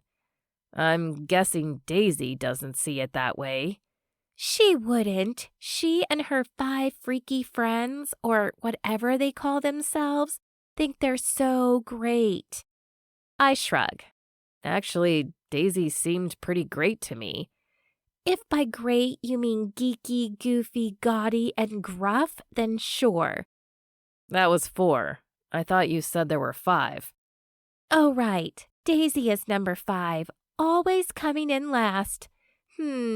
She's the gossipy one. You can't trust anything she says," Miranda says boldly. I'm starting to think everything Miranda said could also apply to her. Daisy's subtle vanilla butter scent sticks with me, as if trying to lead me toward a pie or some other delicious treat cooling on the windowsill. If Miranda's intention is for me to dislike or distrust Daisy, she fails, because I can't stop thinking about the woman with the dark hair and green eyes. There's something agonizingly familiar, but I'm not sure if it's simply due to the power of suggestion after Patty mentioned we were good friends, or because we really were. Does it even make a difference? I'm not sure. But this quest to reclaim my life has to be done in the most honest way possible. I couldn't bear it if someone deceived me or took advantage of my absentee memories. Why do I think someone would do such a despicable thing? 7 years on the ground in the military taught me that everyone is guilty of something until proven innocent. 1 o'clock doesn't come quickly enough when I politely pay the bill at the sandwich shop and make my way over to Daisy's house to get to know her again while her son naps. As I drive through town, I pass a Christmas tree stand. Daisy mentioned she didn't have a tree last year, and she'd like to get one this year. My previous Christmases are little more than blank calendar days, but the scent of pine and the silhouette evergreens feels like it could be a start, an entryway into reclaiming my memories. My parents already got their tree, but one would look nice in front of the window at the log cabin. I make a U-turn and pick out a medium-sized blue spruce. As already has happened to me a few times today, the guy collecting the money and strapping the trees to roofs of cars does a double take when I hold out a stack of bills to pay for the blue spruce. "That mentioned the big man is back in town. How about that? How you been?" It takes me a moment to register who he means. Then I snap my fingers. "Mechanic Matt." "Fast catch, Quincy. Boy, those were the days. Playing baseball until dusk, littering the ground with sunflower seed shells, and bringing all the dirt from the field into Pizza Shack afterward." I'm beginning to think I was pretty good at baseball. I'll have to test the theory. I wonder if little man is too small to play catch. I don't know a thing about babies. I'm not even sure I ever wanted a family. The idea takes shape and settles inside. Yeah, I probably did. but serving as a Green Beret must have taken priority. Have you moved back to town? The Little League could use some coaching help next spring. I'm not sure how long I'll be here, but you could say that I'm just visiting for now. The tree farmer scratches his head. Funny, your parents were already in here a few weeks ago to get their tree. Where will this one call home? Are you staying at their place, or... I was bringing it over to Daisy's house. The guy's expression softens. Cody and Snowflake just had a litter. I know Daisy had her eyes on one of the puppies, but I don't reckon she can handle a baby and a puppy at this point. I'm guessing she'll be awfully happy to have you bring her this tree. God love her, she does the best she can. He leans in. And just between you and me, I know she missed you something awful. The corners of my lips drop. I'm sorry to hear that. Well, the two of you always had something special. Little known fact, I always admired that. With each step I take and stop I make, I collect a new piece of the puzzle of my life. But I still don't have any clue what it's going to end up looking like. Make it make sense. I throw the tree in the back of the truck and can't get over to Daisy's quickly enough, eager to gather more pieces of my life. The silvery sun hovers over the pine trees in the distance when I pull into the driveway. I haul out the tree and lean it on the front porch, then knock. The house is quiet, and I worry about waking Christopher, although maybe he's at Blakely's for his nap. I knock softer this time and listen for a long moment. The dog next door barks. I try one more time, then hear the faint call of a muffled voice. I strain my ears, listening. The doorknob turns, meaning Daisy must not have locked it. I push open the door and rap one more time, not wanting to intrude, but my watchful and careful training urges me to make sure she's safe. Daisy, are you home? Not wanting to alarm her or invade, I don't cross the threshold. Her voice is louder this time, but muffled. Yes, and I'm stuck in the attic. I step inside, glancing up at the ceiling and in the direction of her voice. Help! The pull-down hatch sprang back up and sealed me in. Her tone is desperate, but not in the same way Miranda described. Don't worry, I'll get you out. I pull on the rope to the ceiling hatch, but it won't budge. Chapter 6. Daisy. It was bad enough that the drop-down ladder sprang up and closed me inside the attic, but the old metal coils startled me with a creaking sound like out of a horror movie, and I stumbled backward into a rubbery and stinky old tire. Why my father stored it up here is beyond me. I would have called for help, but my phone is plugged into the wall recharging, I holler. There's no electricity in this cramped storage space above the log cabin, so the only light was from the opening in the floor and my flashlight. Unfortunately, it flew out of my hand when I fell and landed in a box, turning itself off. So now I'm folded in half in the tire and in the dark. I manage to tip myself forward and crawl/roll to the hatch, but it won't open from the inside. So now I'm lying on the floor in the most awkward position imaginable, with my butt poking through the tire and a rapidly moistening sweat mustache. And great, just great, my forever crush, aka my husband, who is pretending he hardly knows me, is my knight in shining armor. Daisy, don't worry. I'm gonna get you out of there. I just need a few tools. After his deliberate denial of our previous relationship, I want to hate the deep baritone of his voice and the fact that he has a solution. Forget about it. I'm probably better off staying up here so I don't have to face more mortification, I mutter. Of course, he can't hear me. Louder, I say, if you can get around all the old junk in the garage, you'll probably find what you need. My dad was in the process of restoring an old red Chevy step-side truck. He dreamed of fixing it up, dressing it in Christmas lights, and entering it into the annual Lake Winnie Christmas Parade.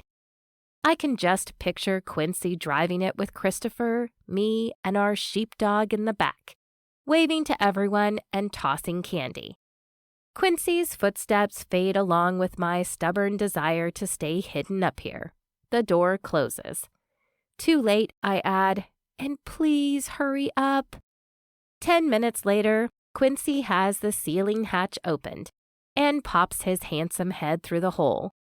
The dim lighting highlights his masculine features. If I hadn't already lost circulation, my knees would go weak. This would be a good time to write Santa a letter. It would go like this. Dear Santa Claus, I promise that I've been a good girl all year long. I've stayed up late soothing a fussy baby, changed an obscene number of diaper blowouts. In case you're wondering, my New Year's resolution is potty training the little guy, and lost approximately all the sleep. On top of that, I've served my community, those in need, and work hard to be the voice between people in trouble and the first responders who are sent to help. All in a day's work, you know. However, I have a little ask. Okay, it's a big one, but I'd like Quincy Carter to decide if he loves me or loves me not once and for all. A patty cake's cookie-sized thank you and Merry Christmas. Love, Daisy. P.S. I misplaced my wedding ring, which is no big deal because obviously my husband doesn't want to be married to me, but I'm guessing I could get enough money from selling it to pay for a month's worth of diapers, at least until we get the toileting situation figured out. I've never been so relieved to see Quincy, except earlier when he came to my rescue on the side of the road. You're running up a tab with me coming to your aid, he jokes, while holding out a hand to help me down the stairs. The touch of his skin against mine may as well throw me backward all over again. I flinch and try to cover it with a laugh. No need for him to see me helpless again. Ha ha, and thank you. What forms of payment do you take? It would sound flirty if he hadn't decided I'm not the woman for him. Let's see. Something smells good downstairs. How about dinner?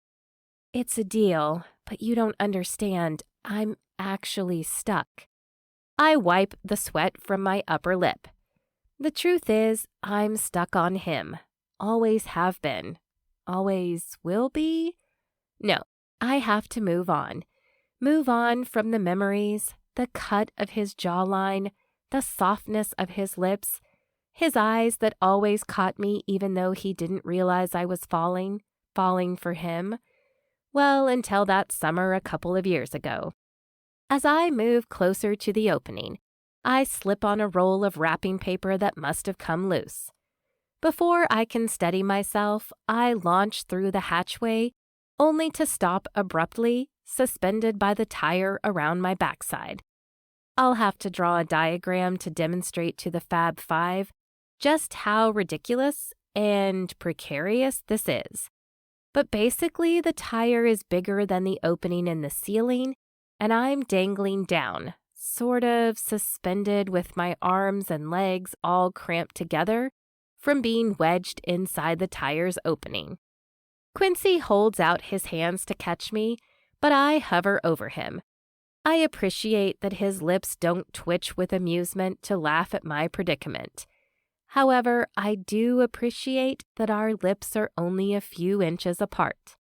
His gaze takes on a serious focus, as if he tries to make sense of what happened. I try to explain about the tire, but I'm all kinds of,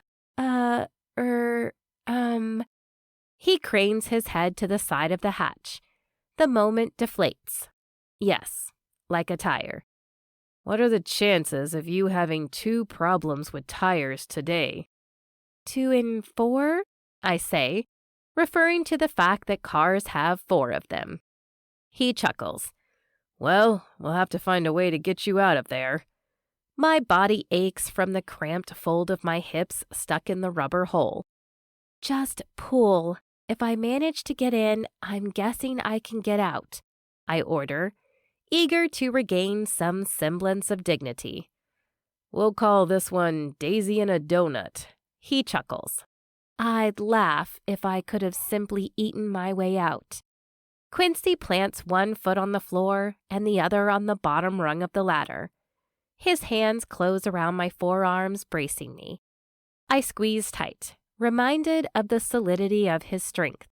He was always my rock, the guy I could count on, the one I ultimately counted as my own. And the way his touch sends a zing through me suggests that hasn't changed a bit. On the count of 3, I'm going to pull. You push, he says, taking charge. It takes a few tries, but I pop through the hole like a cork out of a champagne bottle. It all happens so fast, and I land squarely in Quincy's arms. He shuffles back, but doesn't falter or fall. He cradles me in his arms, and both of us remain there, catching our breath. If only his eyes could tell me what he's thinking. If he actually fell for me, like he said before we got married, or if he dropped out of my life because it was all a mistake, as he also said. Are you okay? He asks. Yeah, thanks. I didn't crush you, did I? He's a wall of pure muscle, so it's doubtful, but I have to say something other than choices A or B. Choice A. I thought you loved me. What happened? Choice B. I still love you. Why can't I stop? During the past 2 years, I've realized that when you love someone, it can't be turned off like a light switch. Yes, with the way he's acting, Mila would likely knock his lights out. But we're married, for goodness sake. I've loved Quincy all my life practically, so what gives? Heat creeps up his neck. A crush? Yeah, like your leg, your back, your abdominal area. I kind of propelled out of the attic and into your arms. Oh, right. That kind of crush. No, I'm fine. I can take a few knocks and stay on my feet. His smile is pure confidence. What did you think I meant? I ask. Because I'm not clever or a girl with any flirting game whatsoever. Blakely would be lounging in her man's arms as if she orchestrated the whole thing for their amusement, and say something like, So tell me why you love me.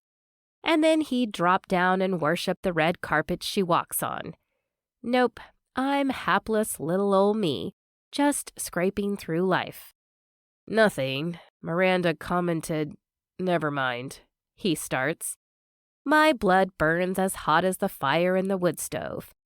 Yeah, I'm sure she had a lot to say about me. He tilts his head side to side as if to say I'm not wrong. This would be the moment to wrench myself out of his arms. But the truth is, I like it here. A lot. Yet my face stings with anger and embarrassment. Anger, because Miranda has done enough meddling in my love life, or lack thereof, to earn the wrath of the Fab Five. Embarrassment, because it's always at my expense. I've always been in second, if not last, place. The corner of Quincy's lips wiggle toward a grin. I didn't listen to a word of what she said. No, but he heard it, and that's uncomfortable enough. Tears that are about a decade old, circa high school, fill my eyes. I blink them away and use the confidence-boosting mantra Paisley taught me about being like a pineapple. They're strong, sweet, and wear crowns. Did she really call me Quinny? His nose wrinkles with disgust.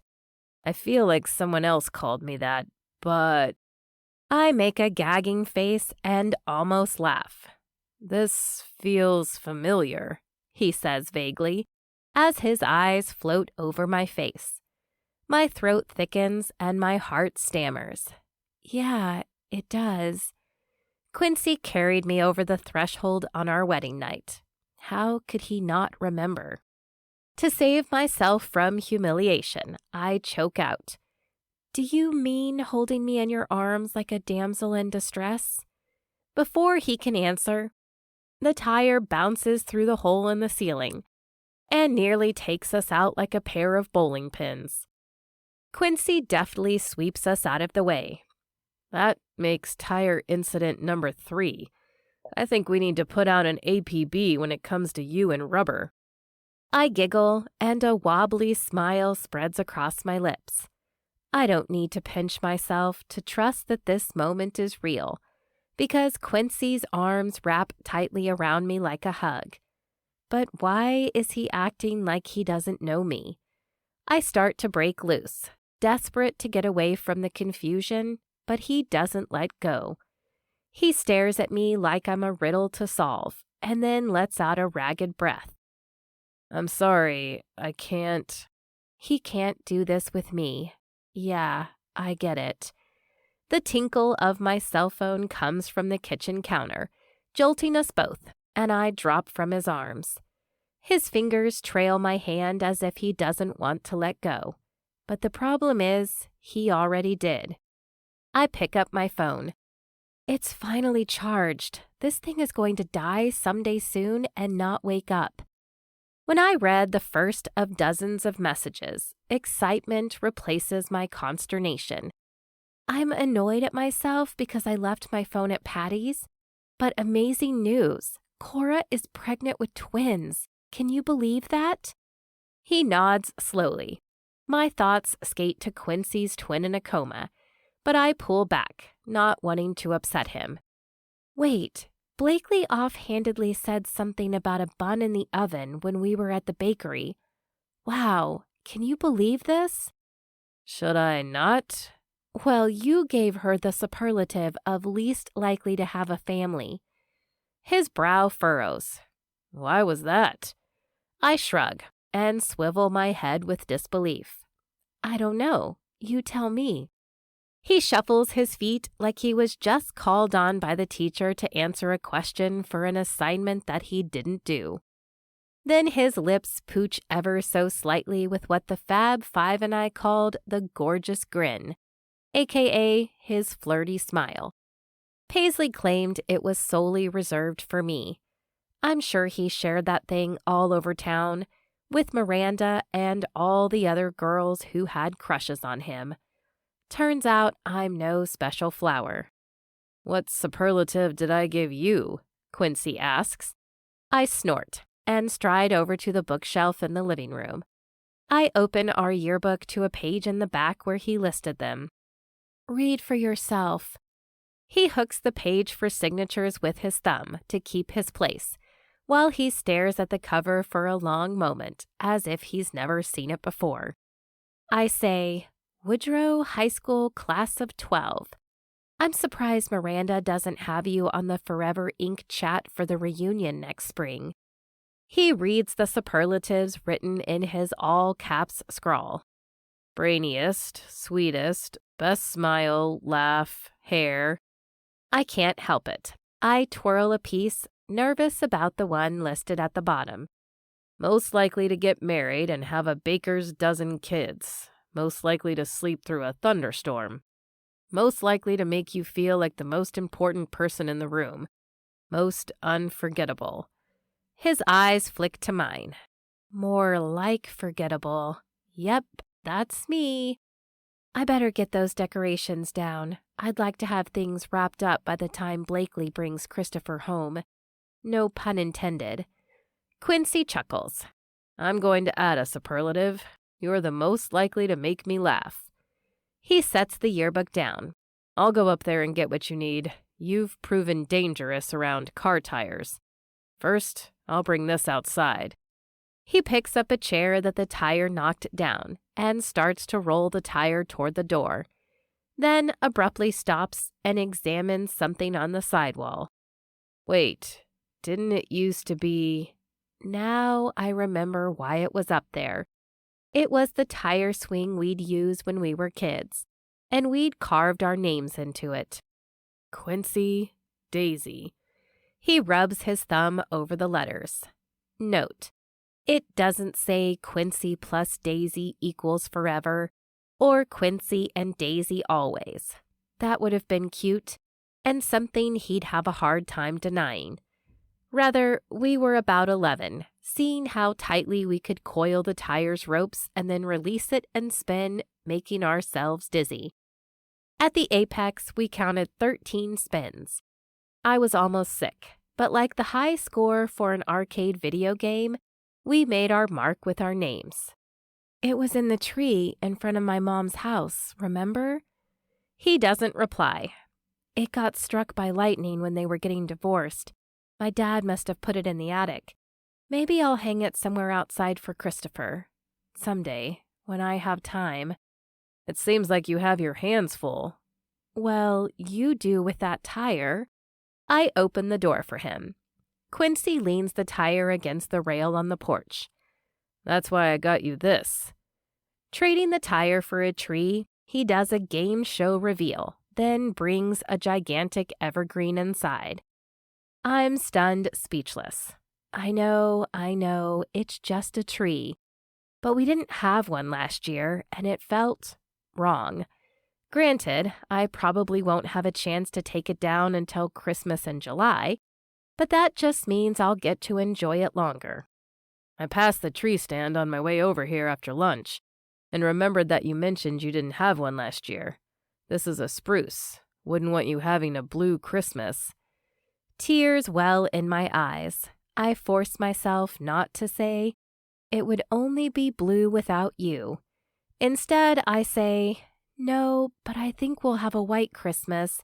Those clouds have been hovering overhead all day, and I'm guessing it'll start snowing overnight. In that case, let's get the tree decorated. He starts up the stairs to the attic. From below, I give instructions for which boxes to retrieve, and turn on some carols, then stir the baked beans I put in the crock pot this morning.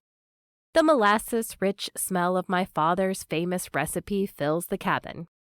Quincy sets down the last box and closes the hatch. Between the tree and those beans, it smells like home.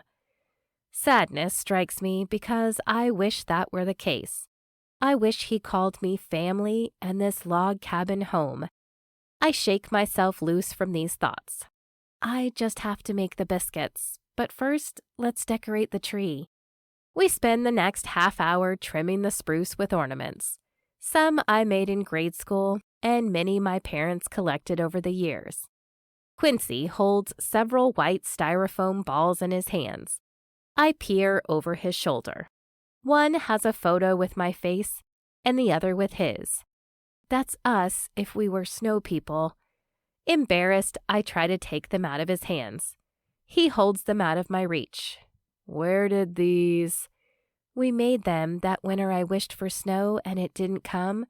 You decorated my entire room with paper snowflakes. He squints, like he's trying to peer back in time. That's odd. Why wouldn't he remember that?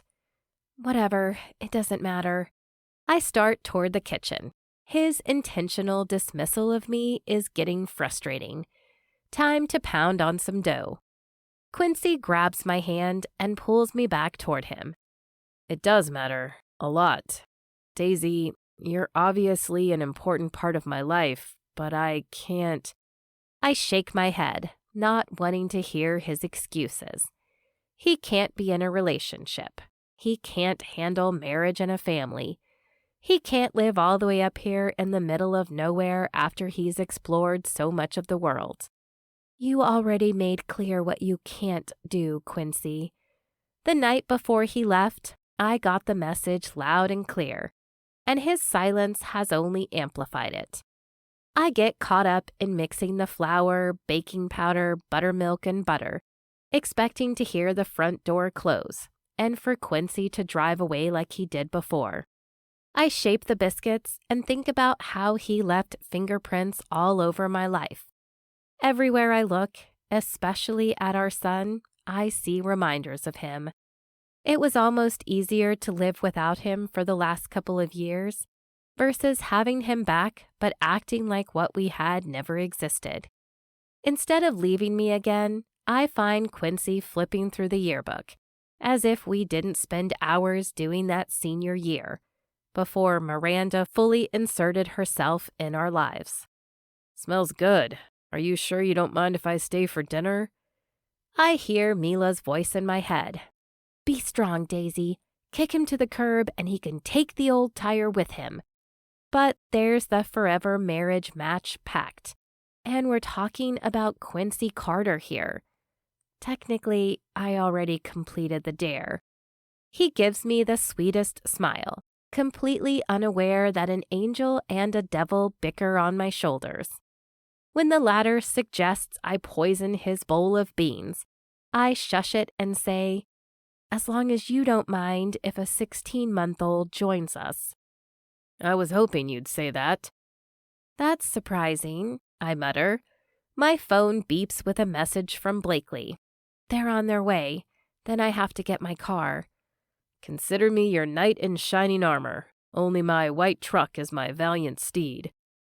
Ignoring this semi-flirtatious comment, I turn my attention back to priority one, my beloved son, and making this the best Christmas ever. I open a box containing more Christmas decor. In that case, we have about 15 minutes to get this room looking like Santa's workshop before a very important elf arrives. Quincy laughs. We string up garlands as well as arrange miniature reindeer, a nutcracker collection, and lots of gaudy garlands. He pulls out something green tied with a red ribbon. He turns it over a few times and sniffs. What's this plant thing?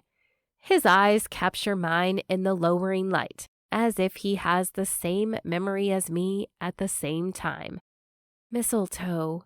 My voice is all crackly. He dangles it over our heads. I bite my lip, torn between protecting my fragile heart and leaning in to reenact the night he brought it over a little more than 2 years ago. It was the kiss that unlocked our feelings for each other, even though we didn't fully act on them until 6 months later during the summer.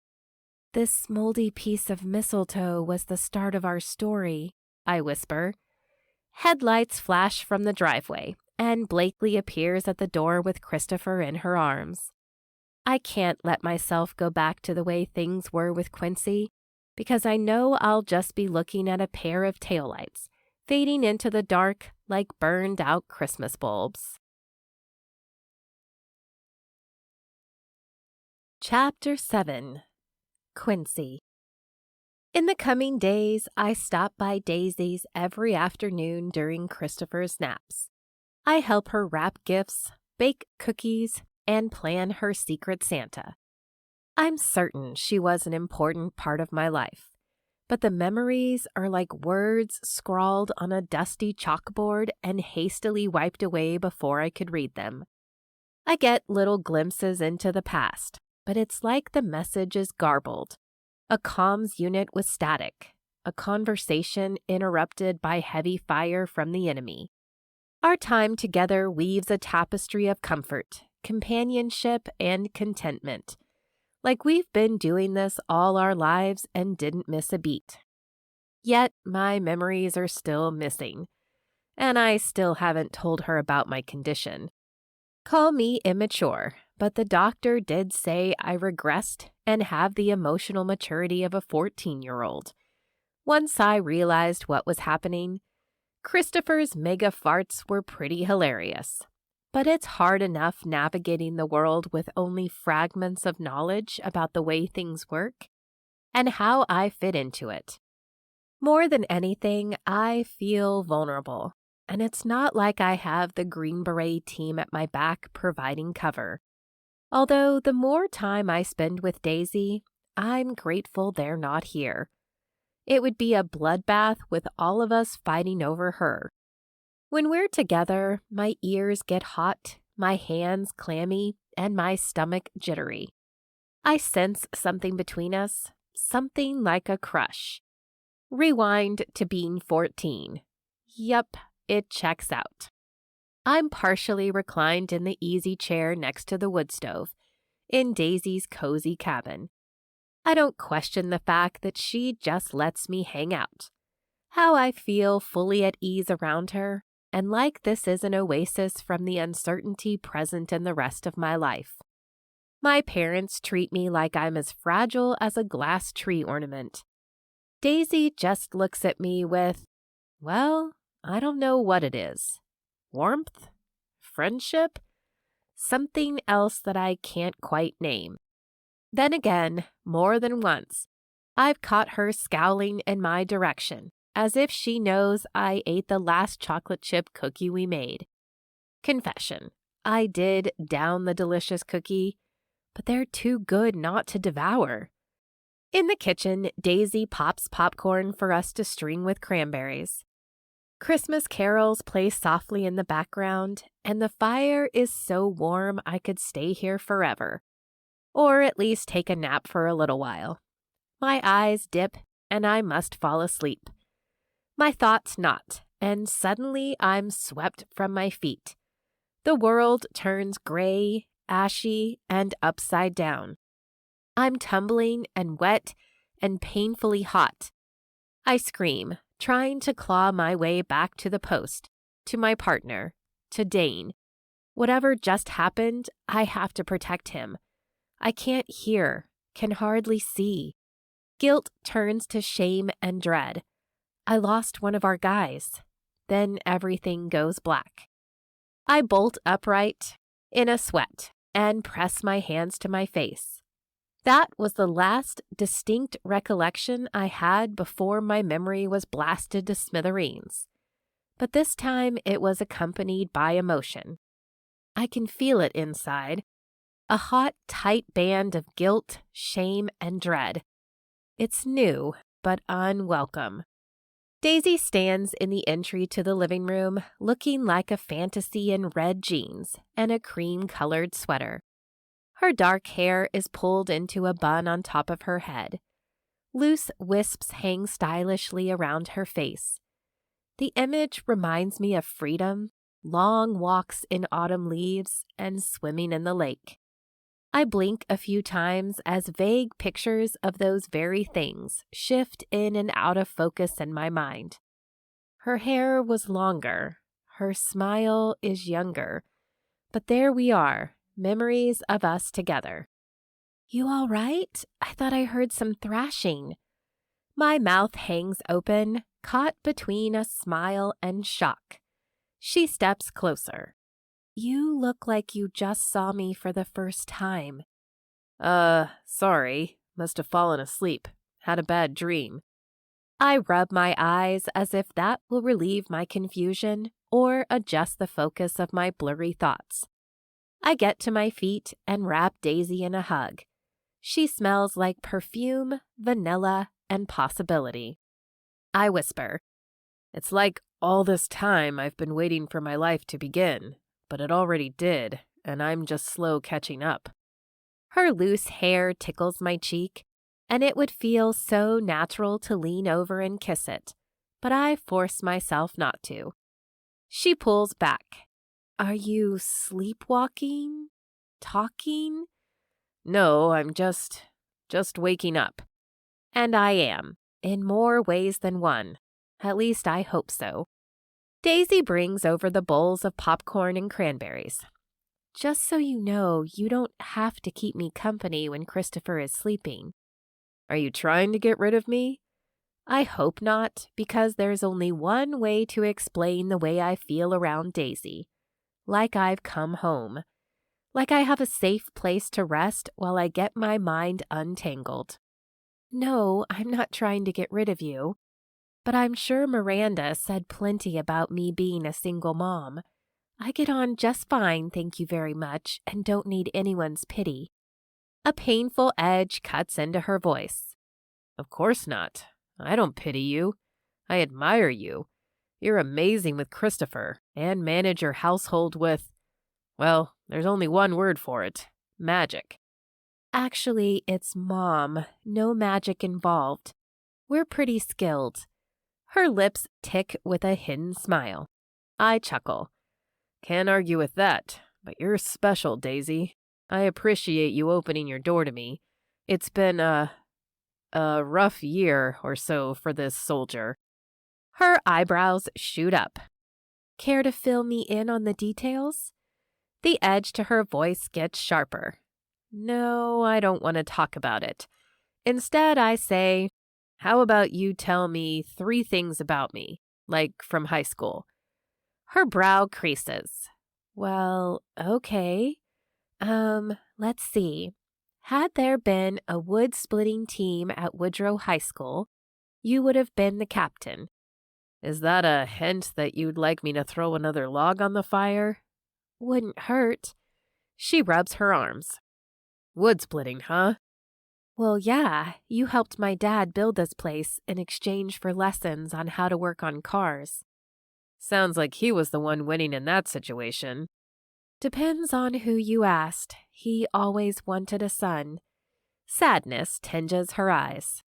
I'd say a daisy is the better bet. She bites her lip. What else? I want to know more about the guy who voted you the brainiest. The girl with the best smile, laugh, hair. She twirls a loose piece by the nape of her neck. Even though you were the big man on the baseball field, you had a sensitive side, knew how to listen, and knit. Knit? She points to the stockings hanging on the mantel. Yeah, of course. You made that for me one year. I gaze at the red, white, and gold stocking knit with her name and a daisy flower. I think you're teasing me. Her brow forms a deep V as her gaze narrows. Quincy, I'm certain you've been teasing me for the past week. Half the time you act like you don't know me, and the other half? She pauses and blows the loose strand from in front of her face. She's adorable, even though she's mad. The other half? I ask. And the other half, it's like you're taking notes. Well, I am. Trying to make sense of my past, of myself.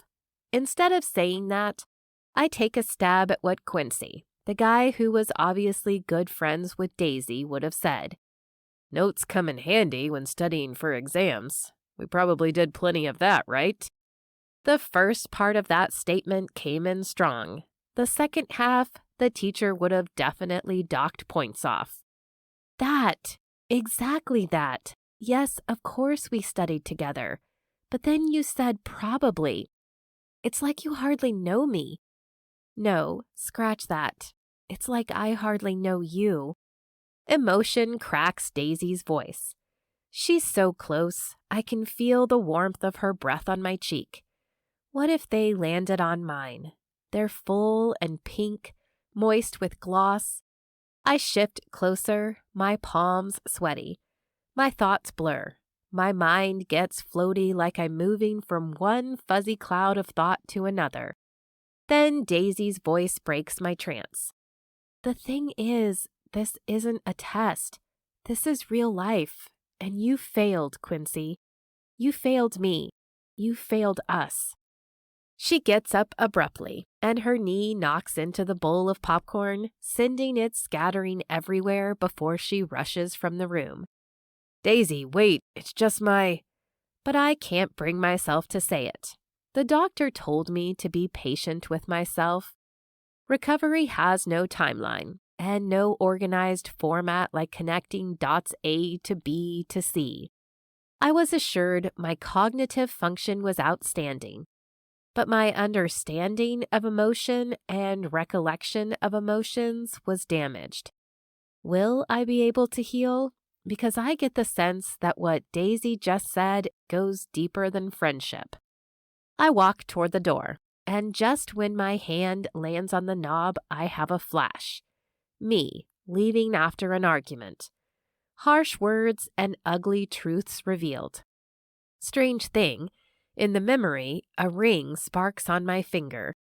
My stomach clenches, a warning to go back, to make things right. Only, in the hazy memory, I left without looking back.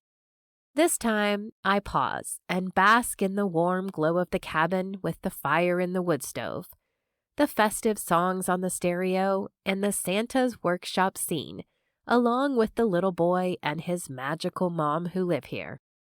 A deep breath fills my lungs, and when I exhale, the niggling fear that I'll never recover my memories disappears up the chimney flue. Instead of leaving, I return to the living room, pick up the popcorn, and add more cranberries to the garland. Daisy probably needs a few moments, but when she comes out, I'll still be here, because it feels like I wasn't when she needed me most, and I don't want to fail her again. Chapter 8. Daisy. The last days with Quincy have been like the 12 days of Christmas condensed to 5. I can't turn him away because I want him to get to know Christopher, to see how amazing his son is, and for my little boy to have a daddy, even if the situation is unconventional. Giving him the boot from our lives would make me like the Grinch, and the only big, green, prickly thing in this house is the blue spruce Christmas tree. It's ginormous and gorgeous, and I named her Mary McSparklepants. Christopher got a little carried away when I brought out the tinsel and put gobs of it on the lower branches. Also, there's a reason Quincy and I were best friends. Okay, lots of reasons. Here's a top 10 list for starters. 1. He was always up for an adventure. We called them whimsies. We'd go wherever our feet took us. 2. He'd break into dance with me whenever a good song came on. 3. We laugh at the same weird or wacky things. 4. Related to number 3, his laugh was contagious. 5. His hands are perfect. That might sound weird, but his hands can do anything. Change a tire, for instance, or remove me from a tire. 6. We like the same junk food, Skittles, root beer, and all the Oreo special edition flavors. I'm not sharing my gingerbread Oreos, mister. 7. He'd always give me his hat if I was having a bad hair day. 8. He let me in. A lot of people, guys especially in my limited experience, are closed off. But Quincy was open with what he was thinking and feeling, even during tough times. 9. We could talk for hours or just be quiet together. 10. Whenever he got a home run or had exciting news, I'd be the first person he'd look at with a big, proud smile, aka the gorgeous grin. I used the past tense in this list because it's clear we're no longer best friends.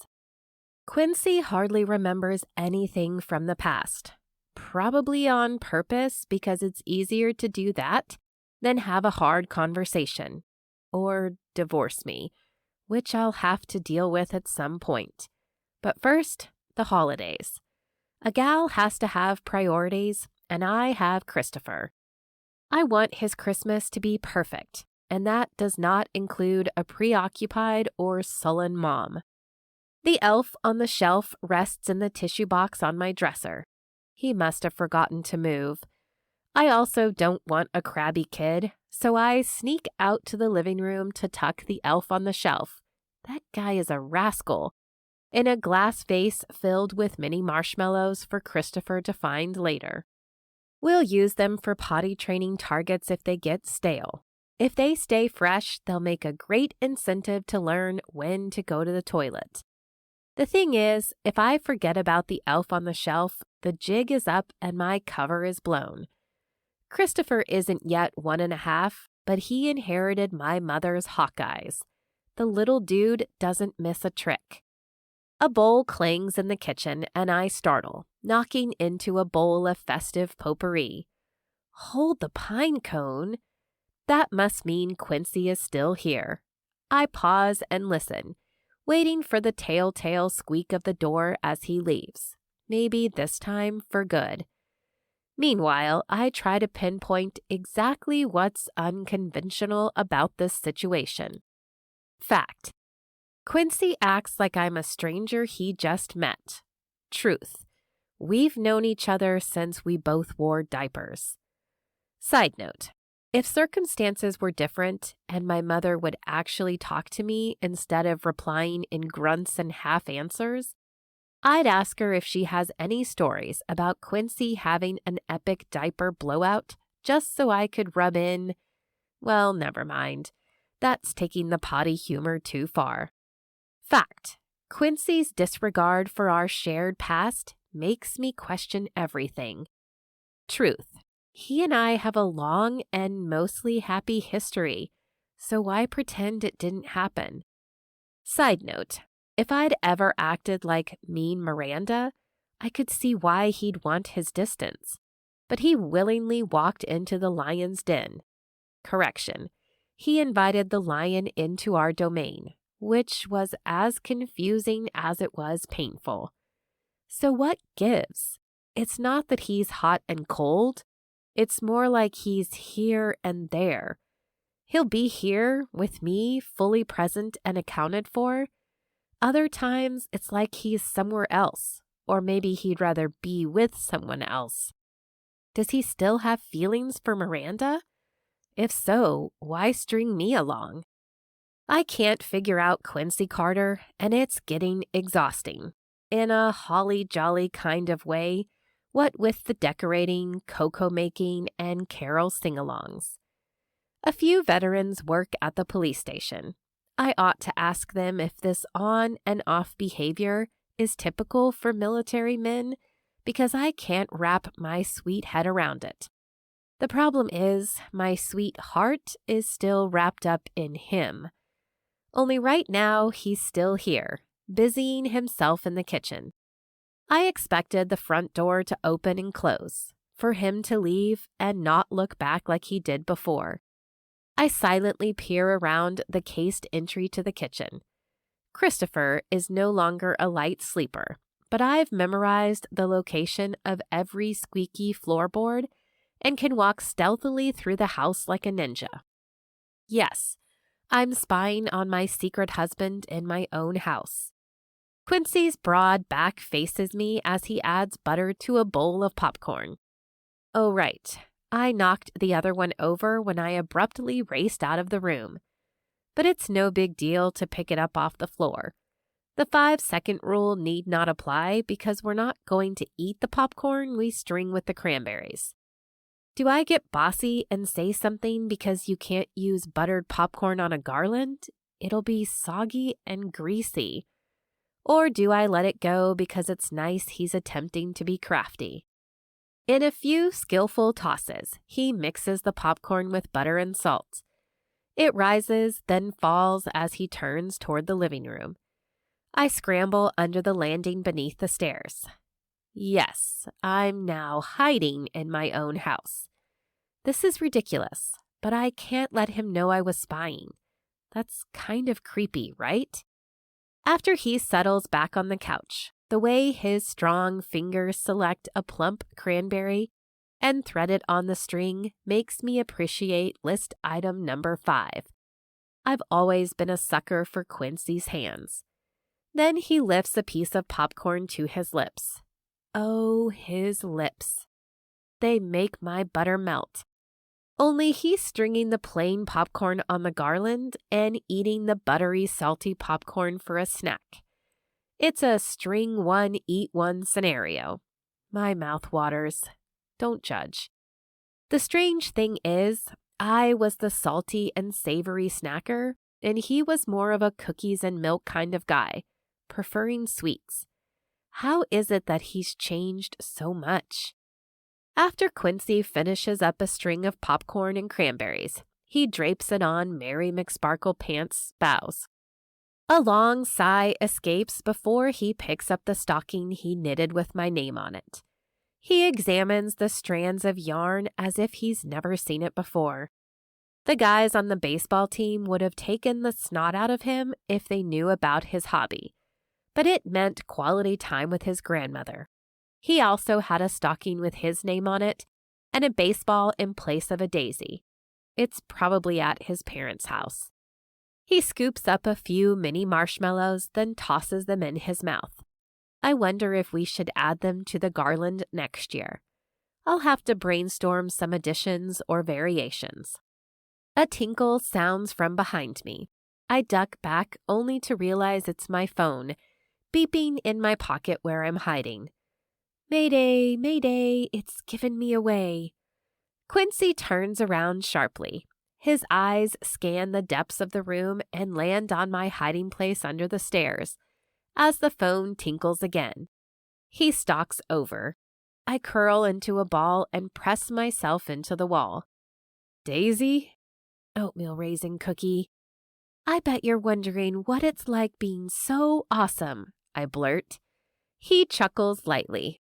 I was going to ask what you're doing down there. It looks like there are some cobwebs, which means... I shriek and throw myself into his arms. Yes, dramatic, but my fear of spiders rivals Cora's.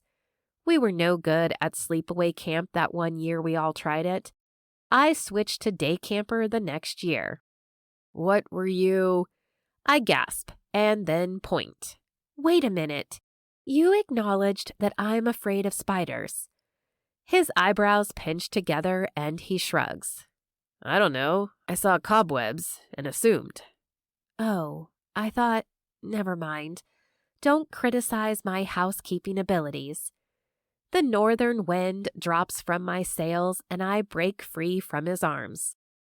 What did you think I meant? Quincy's eyes are all soft innocence and concern. About my fear of spiders?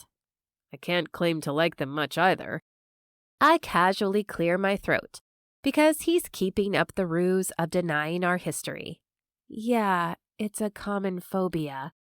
Christopher cries from his crib. I'd better... I thumb over my shoulder, indicating the baby's room. Thanks for stringing the cranberries and popcorn, I say, expecting him to leave this time. I'm halfway down the hall when Quincy calls. I made some with extra butter and salt, too. It's not quite movie theater quality, but... He leaves off. The words don't reach me until Christopher falls silent in my arms. I poke my head out the door, partly anticipating an empty room. What did you say? He holds up a bowl. I made some popcorn to eat, with extra butter and salt. It's your favorite, right? My eyes narrow. Have I mentioned that to you recently? I ask, hoping to catch him in a lie. Quincy frowns. No, I just... We both must realize his blunder at the same time, because we wear matching expressions of surprise. I knew it! You've been acting like you don't remember me. My voice shakes as I confront him. I'm like a turtle and try to avoid conflict at all costs. If I had a shell, I'd be in it right now. The rest of his expression crumbles into his deepening frown. No, He tugs on his jacket. I should go. Right on cue. It was bad enough he took off 2 years ago. My butter burns at how he resorts to taking the easy way out and leaving again. There's more at stake than my own broken heart. We have a son.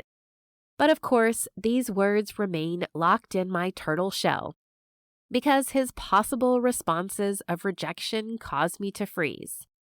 Christopher whines in my arms. My mama bear strength fortifies me to speak up for my little guy who can't. You should go? How convenient, taking the easy way out again, huh? Tension grows inside of me and builds toward what could only be described as a growl.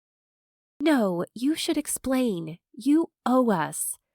He backs toward the door. I can't. I can. I will. But not today. It's complicated. That's not a me problem. It's a you problem. Because trust me, I can handle complicated.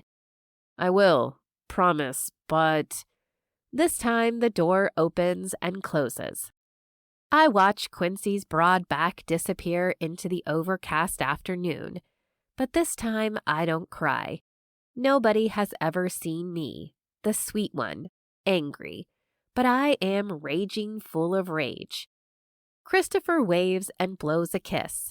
I want to correct him because Quincy is the enemy, but he's also his father. Little bubbles form on Christopher's tiny lips, and he puffs them to make them pop. I go from grizzly bear to Teddy in less than 60 seconds flat as I look at my sweet little boy.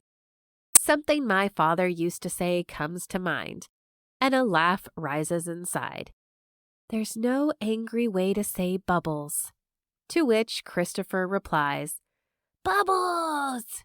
So we go inside and blow some with the liquid we got from a recent birthday party. Yep, life is complicated, and it's all Quincy's fault. Chapter 9. Quincy. I loop the lake 3 times. When I pass a couple inflating a giant Santa Claus lawn ornament, I decide it's probably time for me to pull over or go to my parents' house so the residents don't call the police for suspicious activity. The report would go like this. Adult male, approximately 6'3", brown hair, white pickup truck, spotted driving in circles. Motive, trying to find his way home. Like ripples in the lake, home comes in concentric circles. The first one is Lake Winnipesaukee, which feels distinct even though my memories are foggy. The second ring is where my parents live. That has a sort of familiar nostalgia to it. I sense an inner ring, and it has more to do with a person than a place. I think it has to do with Daisy. But this kind of thing is difficult to tell. I've been through so much. I'll admit that I'm afraid to trust. I'm afraid to let anyone in and see my weakness. Although my emotional experiences are limited because of memory loss, I was always the strong guy. Heck, look at my job. A Green Beret isn't made overnight. If Daisy meant more to me than a simple high school friendship, what would she think of me now?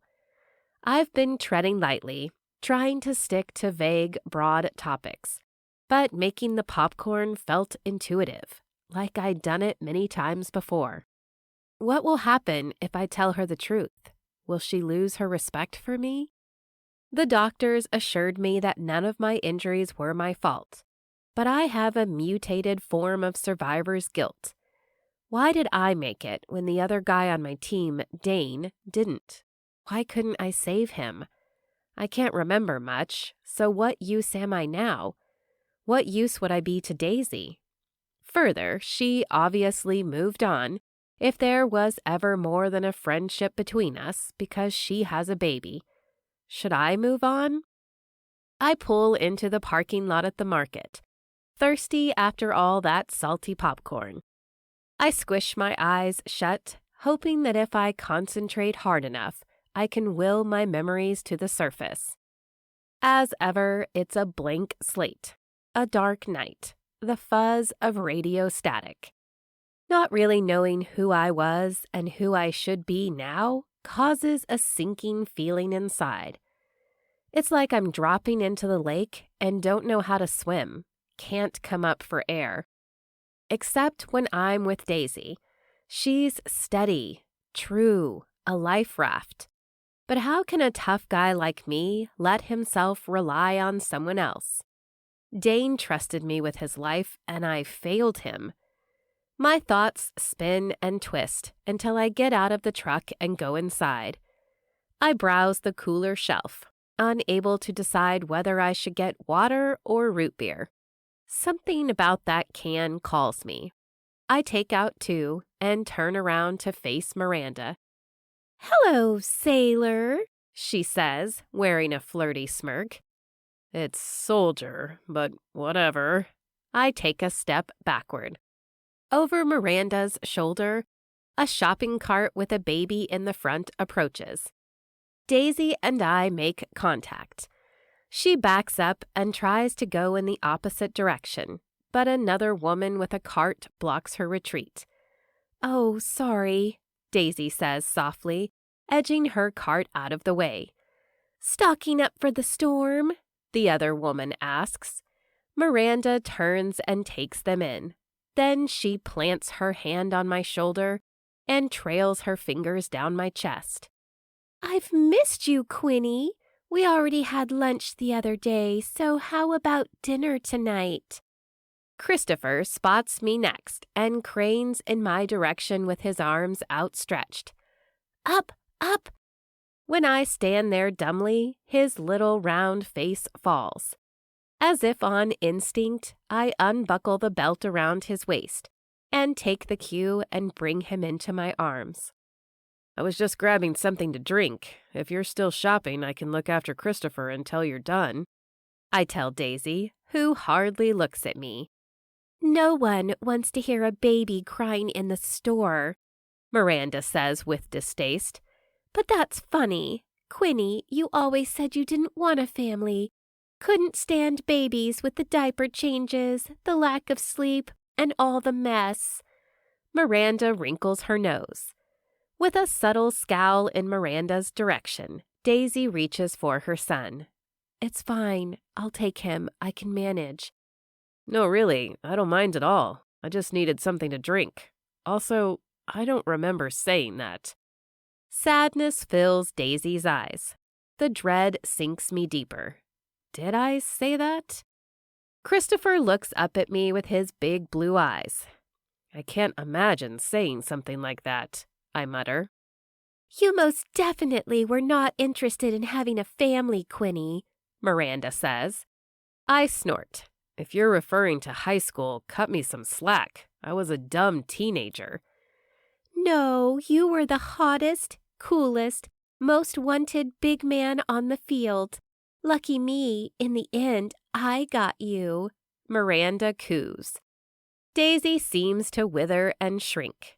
Christopher babbles and squeezes my cheeks. I blow a raspberry on his arm. His giggle fills me with a kind of happiness I've never really experienced and tells me one thing loud and clear. Whatever the truth is about who I was in the past, changed the minute I met this little man. I blow another raspberry and am rewarded with another giggle. I think his diaper is dirty. You should give him back to his mother. Miranda pouts.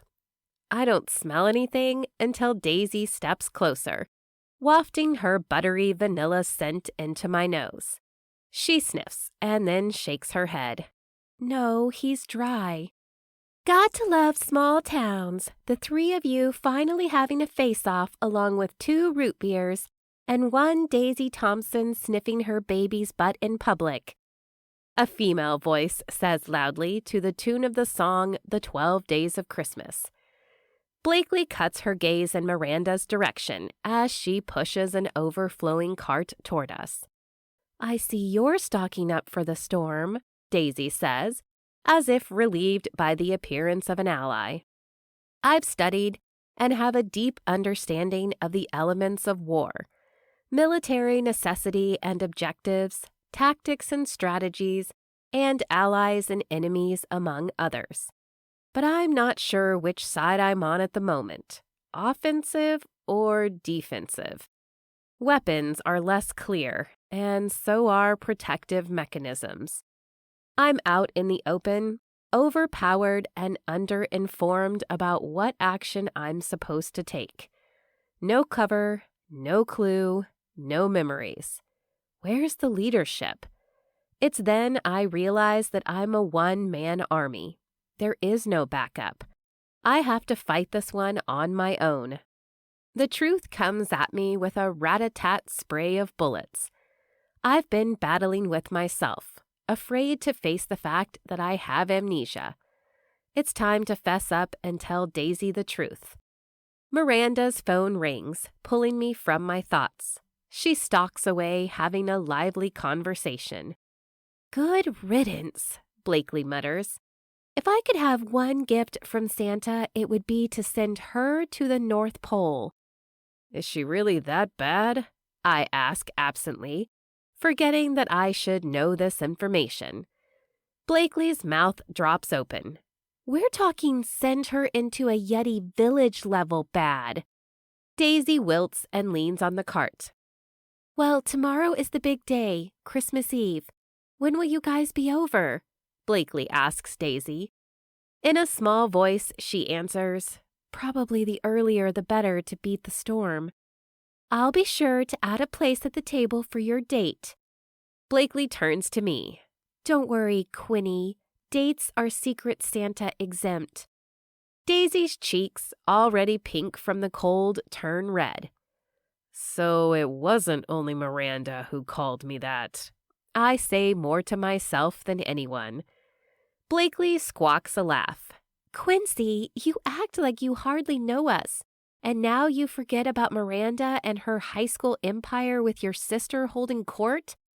I will not be saving you a seat at the high school reunion. And no, none of us ever called you that. Only your sister. It's complicated, Daisy mutters. Exactly, I say, repeating my comment from earlier. Oh, you guys, get on with it already. Daisy is the only one not married, and you guys have always had this thing or whatever, so just ask her already. I look around dumbly as if Blakely is talking to someone else. Her gaze could bore holes in metal. Daisy finds sudden interest in a shelf containing salt. I point to myself. Ask her to what? Blakely shakes her head slowly. You really are clueless. You have no idea, I mumble. Let me explain it this way, Blakely starts. Christopher continues to be entertained by Daisy's keyring, which interestingly has a 6-inch rubber giraffe attached to it. Motion catches the corner of my eye.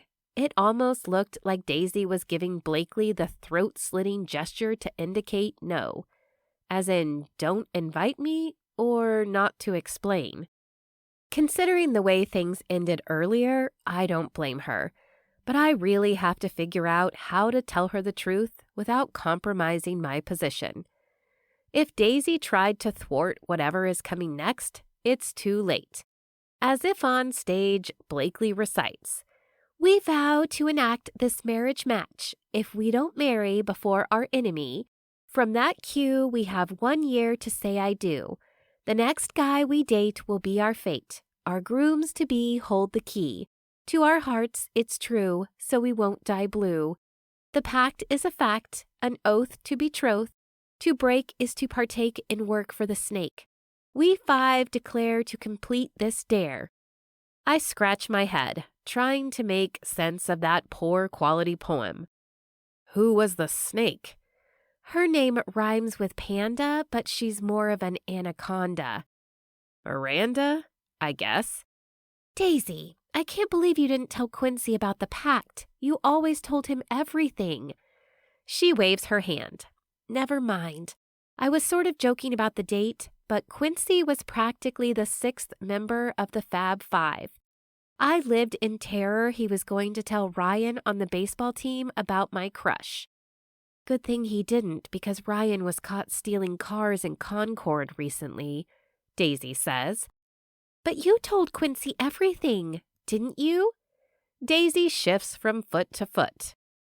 Oh, wow. Well, maybe not everything. It's a pact, not a poem, by the way. I hope to see you both tomorrow. We're going to get fancy. And Paisley, our party planner extraordinaire, has outdone herself with decorations and other fun stuff. Are we talking games? Daisy asks, as if she'd rather stay home. Oh, there will be games, reindeer games. But why are you suddenly acting like a Mila? I could always count on you to be a good sport and play games like Pin the Carrot on the Snowman, Valentine's Day bingo, and 4th of July relay races. Daisy scoffs. What do you mean? I'm not acting like Mila. Are you feeling grinchy? Got a little Scrooge in you this year? Blakely juts her elbow at her friend. Daisy cuts a quick glance in my direction and then takes Christopher from my arms. We'd better get going. See you tomorrow. Don't forget your Secret Santa or your date, Blakely calls, struggling to push the overflowing cart toward the checkout lane. I catch up to Daisy, who takes off toward the door. Hey, You forgot your groceries. She doesn't even glance over her shoulder. I quickly pay for her items and then hustle to the parking lot. I spot her buckling Christopher into his car seat. Can we talk? My breath puffs in the air. It's too cold out. We can go to Patty's across the street, or I can come over during Christopher's nap. I have something important to tell you. I have cookies to bake, presents to wrap, and a heart to mend. My eyebrows shoot up. Was Christopher's father a jerk? A loser? Did he break her heart? Well, in that case, you shouldn't be alone on Christmas Eve. Won't be the first time, she says. Despite the clouds overhead and the wind whipping off the lake, warmth fills me. I want to make it the last time. Do you have all the ingredients that you need? I pass her the bag. Now I do. You're a really good baker. Remember, I'm the sweet one. As Blakely said, you were practically the sixth member of the Fab Five. You gave us each names. She was the stylish one, Cora was the smart one, Paisley was the silly one, and Mila was the sassy one. You two were like oil and water. She snorts a laugh. I lower my gaze, trying to glimpse the past. My mind is as stark as the surrounding landscape. Funny that you don't remember. Thankfully, I've never encountered a brown bear when hiking, but something about the set of Daisy's jaw and the flare of her nostrils tells me to run. But I stand my ground. She was right. As difficult as this may be, at least according to the intel I've gathered about our past friendship, I do owe her. My inhale fills my chest. No, Daisy, it's not funny at all. Chapter 10. Daisy. Just as I know the precise number of years, months, and days Quincy was gone, I know that exactly 4 minutes have passed since we agreed to meet back at my house. The grave expression on his face when he replied to my comment about it being funny that he didn't remember anything broke through my tough mama bear hide. I'd also be a liar if I didn't admit that I'm curious about why he's kept up this ruse all week. If my mother and I said more than a few words to each other, I'd have her brief me with a report from the clothesline chit-chat, or at least have her ask Mrs. Carter why her son has been acting like he's afraid Santa is going to leave coal in his stocking. Christopher fell asleep in his car seat and mercifully remains conked out when I put him in his crib. I glance out the window of the log cabin. The faintest snowflakes started to fall on the ride home. My dad had an expression about big snowflakes means it will only snow a little bit, and little snowflakes indicate we're getting dumped on. So far, the theory has never been wrong. Hopefully, my car with its new tires will make it over to Blakely's house tomorrow for Christmas Eve. I plug in Mary McSparklepants lights, casting the room in a cozy glow. The bowl in the kitchen and my rolling pin call me to get started on the sugar cookies we're going to decorate at Blakely's. We all have to contribute a different kind of cookie. I think Christopher will like these best. But, exhausted, I slouch onto the couch. My eyes dip closed, and the next thing I know, I open them to find a fire crackling in the wood stove, and the smell of something burning that isn't kindling. I launch from the couch, confused and disoriented. In the kitchen, I find a tall man with brown hair and an apologetic smile wearing my apron. Like my nightgown, it says, Mrs. Claus. "What are you doing?" I ask. He pulls a tray of charred blobs of sugar cookies out of the oven. You should probably keep your front door locked. You probably shouldn't break, enter, and bake. I came by about a half hour ago and saw through the window that you were asleep. I tried the door, it was open, and so I came in. And decided to set my kitchen on fire? Well, I stoked the fire in the wood stove to keep it warm in here, but I didn't mean to overbake these. Since when do you know how to bake? I just followed your recipe. Clearly, you didn't read the part here at the bottom where it says, check every 2 minutes until lightly browned and not glossy in the middle. I tilt my head, hardly able to read my own handwriting. I have plenty more dough. Quincy pulls out a hunk and drops it on the counter. First, you need to put down flour so they don't stick. He clicks his tongue. So that's why they wouldn't peel off after I cut them out. If you can see here, this bell-shaped cookie looks more like a baseball bat. I do have a baseball cookie cutter somewhere, but that's not the point. What are you doing here? We were going to talk, and I took the long way here to give you a chance to get Christopher down for his nap. On my way, I pulled into Crandall's Landing. I saw something interesting. My stomach lurches. I know exactly what he saw. An old guy was building an ice house. Confusion pinches my brain. Maybe I was wrong. That wise old man is Mr. Crandall, our high school shop teacher. But go on. Don't remember him. Then again, he didn't seem to recognize me either. You were the one who started him building those ice houses each winter. He's late because it hasn't been cold enough this year. Quincy scratches his head. Well, that's just it. I toss my hands in the air. I don't understand. I'm trying to tell you that I don't remember. I stare up at the ceiling, begging for patience. I thought getting a colicky baby to calm down was a test of my patience, but you're killing me here.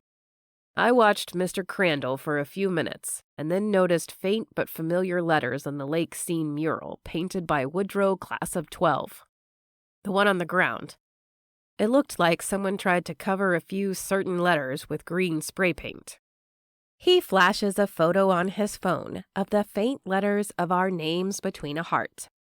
I cross my arms in front of my chest. My assumption was right to begin with. Yes, of course, I know about that. I was the one who almost got caught botching the cover-up job. Well, I don't. He must remember something for having noticed it.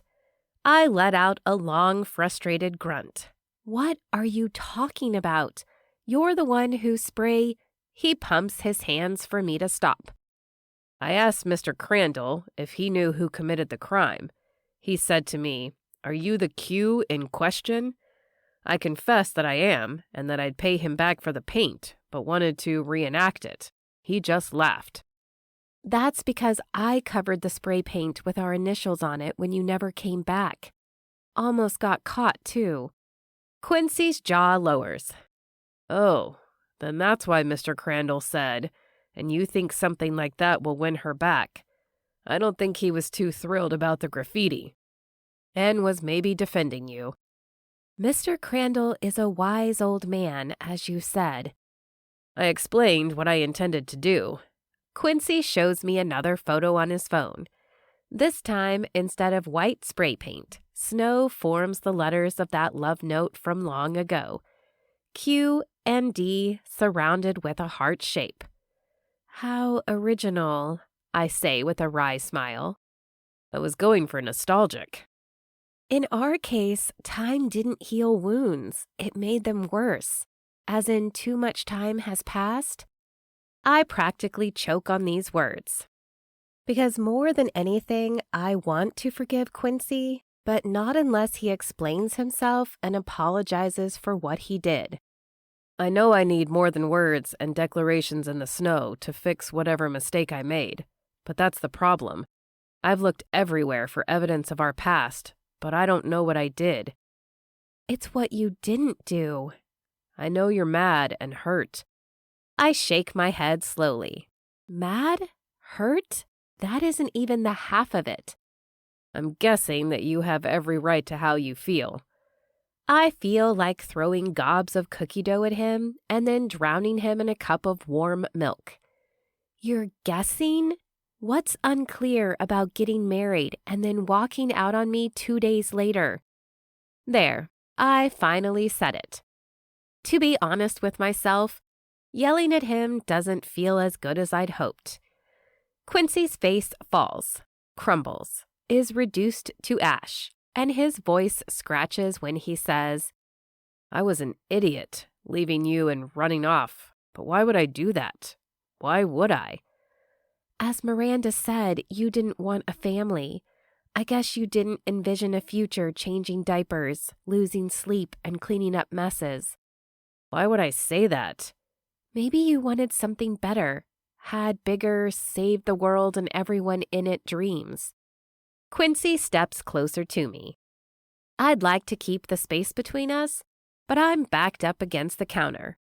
Once a dream is lived, you're only left with memories. They don't get you out of bed in the morning, keep you warm at night, and help you make new ones, he says. I glance toward the other room where Christopher sleeps. I disagree. My dream was to be a mother, a wife, and create a loving home.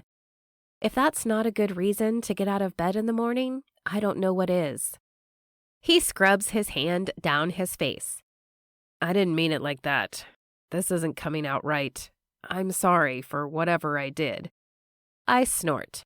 You surfaced after years of being absent. You come here full of swagger and apologies and think that's going to change things? You broke my heart, Quincy Carter. You walked all over it. You altered the course of my future. A simple, sorry, I don't know what I did, won't fix that. I've changed, and I want to prove it to you.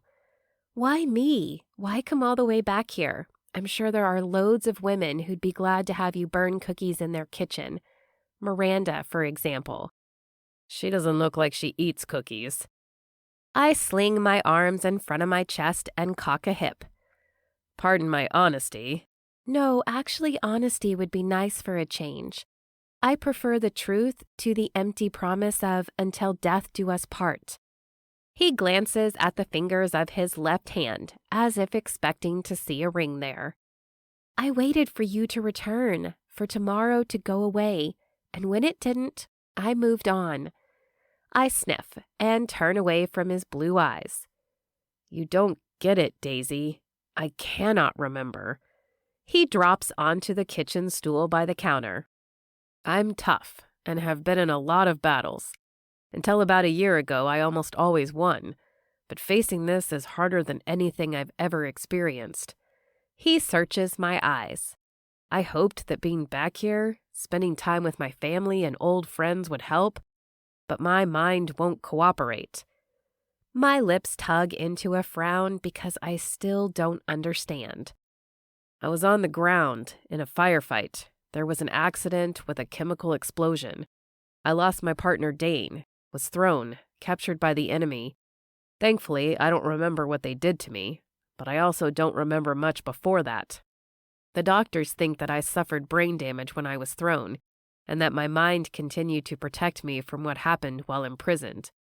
I blink rapidly, trying to take this all in. Wait, are you saying you actually don't remember? I'm saying I was diagnosed with what the doctors call retrograde amnesia. It's a memory impairment of events and experiences that happened before a traumatic event, in this case being in the hands of the enemy, but I lost much more than that. His broken expression comes into focus. The way he's been acting starts to make sense. My own mind goes blank, and all I can do is draw Quincy into my arms and into a mama bear best friend hug. Oh, Quincy, I am so sorry. His massive arms wrap around me.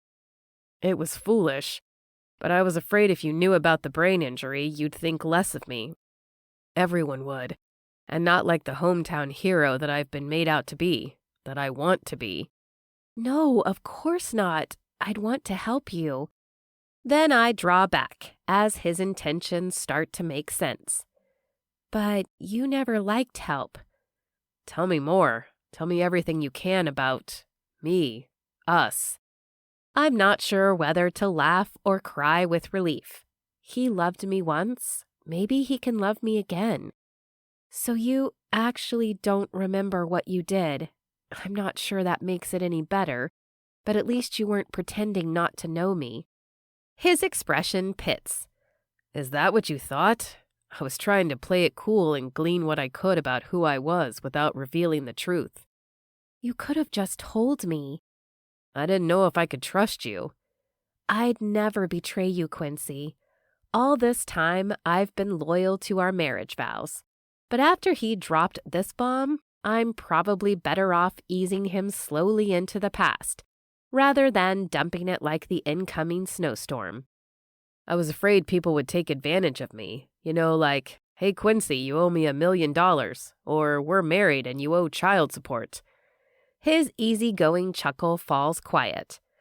There's a lot wrapped up in having my past stolen. Trust, my identity, love.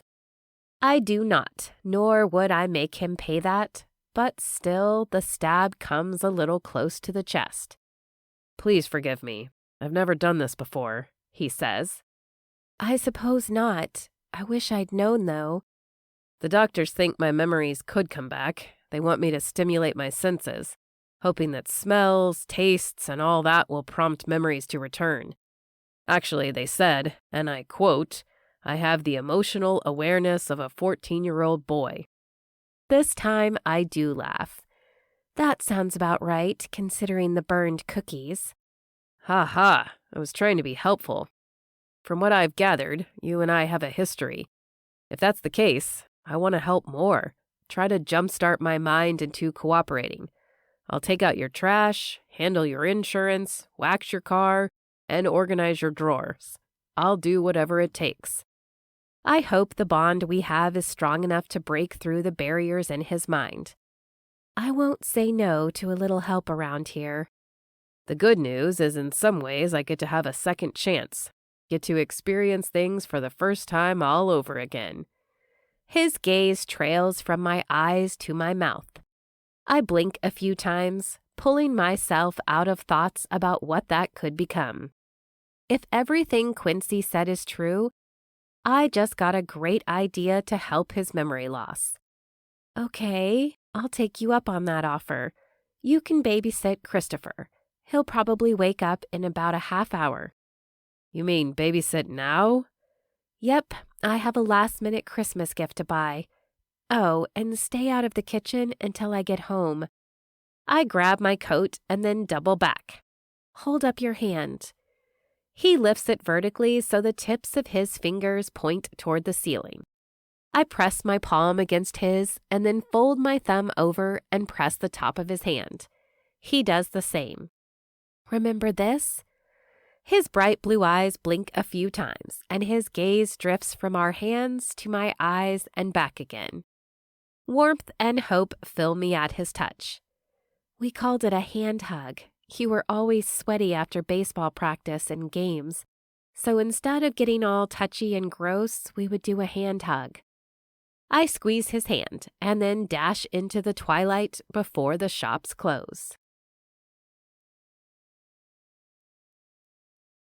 Chapter 11. Quincy. I cup my hands over my mouth and call, Aren't you supposed to leave a babysitter with a list? Allergies? Fears? Emergency contacts? But Daisy doesn't hear me as she pulls away. Left alone in the cabin with the crackling fire, the glow of the Christmas tree, and a sleeping baby brings comfort and a certain amount of trepidation. What if I need to change Christopher's diaper? I envision another blowout like he had in the truck, but what if it ends up on the wall, the ceiling, or me? What if he wants his mom and won't stop crying? What if I don't know what to do? In my military circle, I was always prepared with the right tools and a plan A, B, and C, contingencies for the unexpected. How can I do the same now? Standing in the exact spot Daisy left me after giving me what she called a hand hug, it's almost as if I can still feel her palm pressed against mine. Then, like an instant photograph slowly coming into focus, the hand hug appears in my mind. Only instead of standing in the kitchen, we're outside a baseball dugout, in front of a brick building, sitting in a car. Like a flip book, dozens of instances of us sharing a hand hug appear in my mind. Only we're younger versions of ourselves. Daisy's hair is most often pulled back in a ponytail, and mine is a floppy mop that gets in my eyes. At least, that's what it feels like. I stagger back as memories and emotions twine together. Before I can sit too long with this discovery, a little cry comes from the other room. "I'm coming, little man," I call. Christopher stands on the side of the crib, holding the rail, and smiles wide when I enter. "Up, up!" "I'll pick you up. Mommy went to the store and she'll be right back." I have no idea if he understands me. I should tell you up front that I don't know a thing about babies. Something soggy presses against my arm. But I think I'm about to get a crash course. Christopher giggles. "If I didn't know better, I'd say your mom put you up to this. Now, do you have an owner's manual?" Changing the poopy diaper is one thing I wish I didn't have to remember. But after 4 tries getting the tape tab thingies sealed correctly, I feel like a pro. "Achievement unlocked. We did it," I say, bouncing Christopher in the air. He squeals with delight and says, "Again!" "Where's your daddy? Why isn't he doing this?" I ask, wondering who left Daisy and this adorable little guy high and dry. Correction, I left him dry after changing that deuce. I laugh at my humor. After a while, I say, "All right, little man, I just got my arm workout in for the day. How much do you weigh?" I hold him up, legs dangling. I'd say about 25 pounds. I flex and then laugh at myself again. I don't know what Miranda was talking about. I like this gig so far. Christopher chews on his hand. "Hungry?" "Num, num, num." "Yeah, me too. Let's see. I just burned a batch of cookies, so maybe we shouldn't try that again." I browse through the kitchen and find a Christmas candy stash.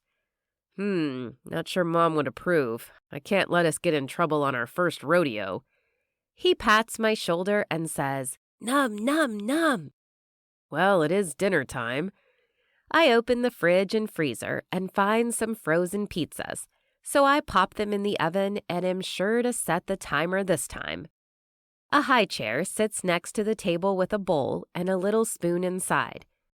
Am I supposed to make your pizza into a smoothie? That doesn't seem right and would probably be gross. I tap my chin, thinking, "Num, num, num." Half of a banana sits on the counter. This looks like baby food. I slice it up and head to the living room where I set Christopher on the ground. "What do you want Santa to bring you this year?" I ask vaguely, knowing Christopher hasn't quite mastered English. "I'm hoping the rest of my memories return. Here's to wishing." I hold up a piece of banana. "Come and get it." Christopher claps his pudgy hands together, then pulls himself up using the coffee table. He cruises along on wobbly legs without letting go, then drops to his tush when he reaches for the banana. His little face wrinkles like he's going to cry. "Oh, right, you can't walk. I'm such a doofus." I hold out the banana. "When do babies start walking? I guess I have some research to do." I smile because despite what Miranda said about me not being interested in family life or kids, I kind of like the beautiful simplicity of this project. I don't have to do therapy or try to regain my memories, process post-trauma, or relearn my emotional vocabulary. Nope, it's just me, a baby, and a banana. Despite the burned cookies, life is pretty sweet. Christopher gets to his feet and pulls himself up again.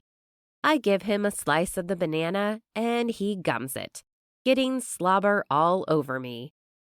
I chuckle with delight at this unexpected interlude to my life and wonder about how some jerk could have left this family.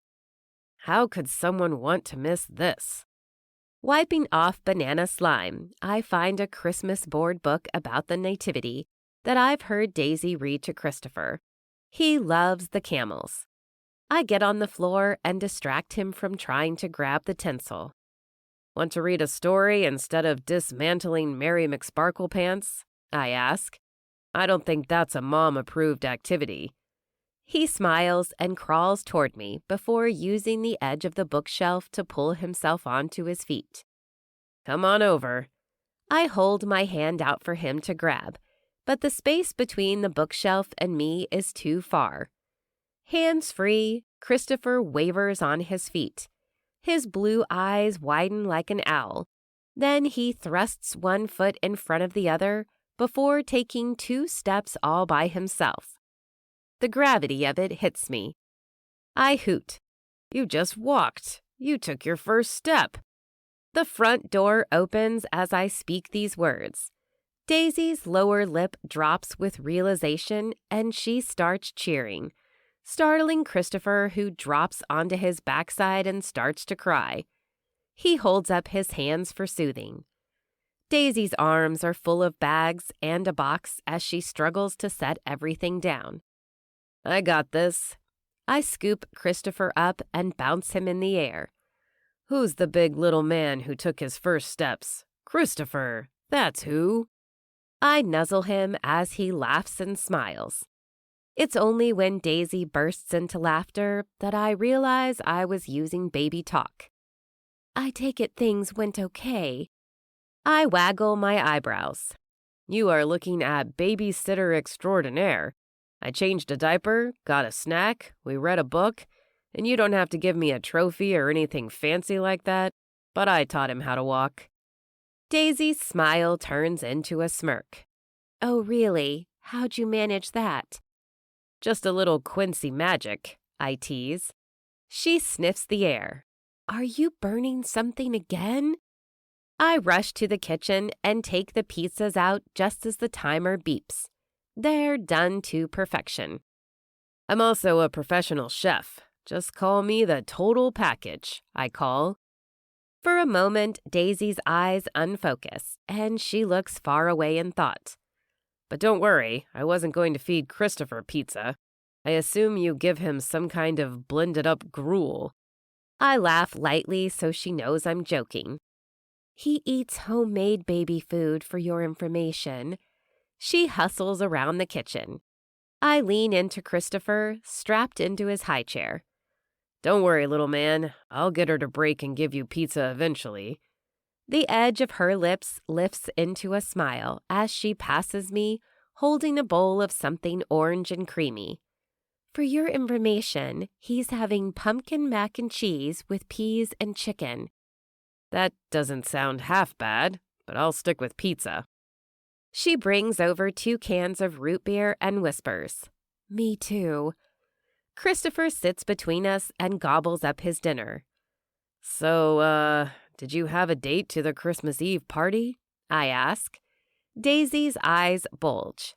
Quincy, I haven't gone on a date in more than 2 years, 2 months, and...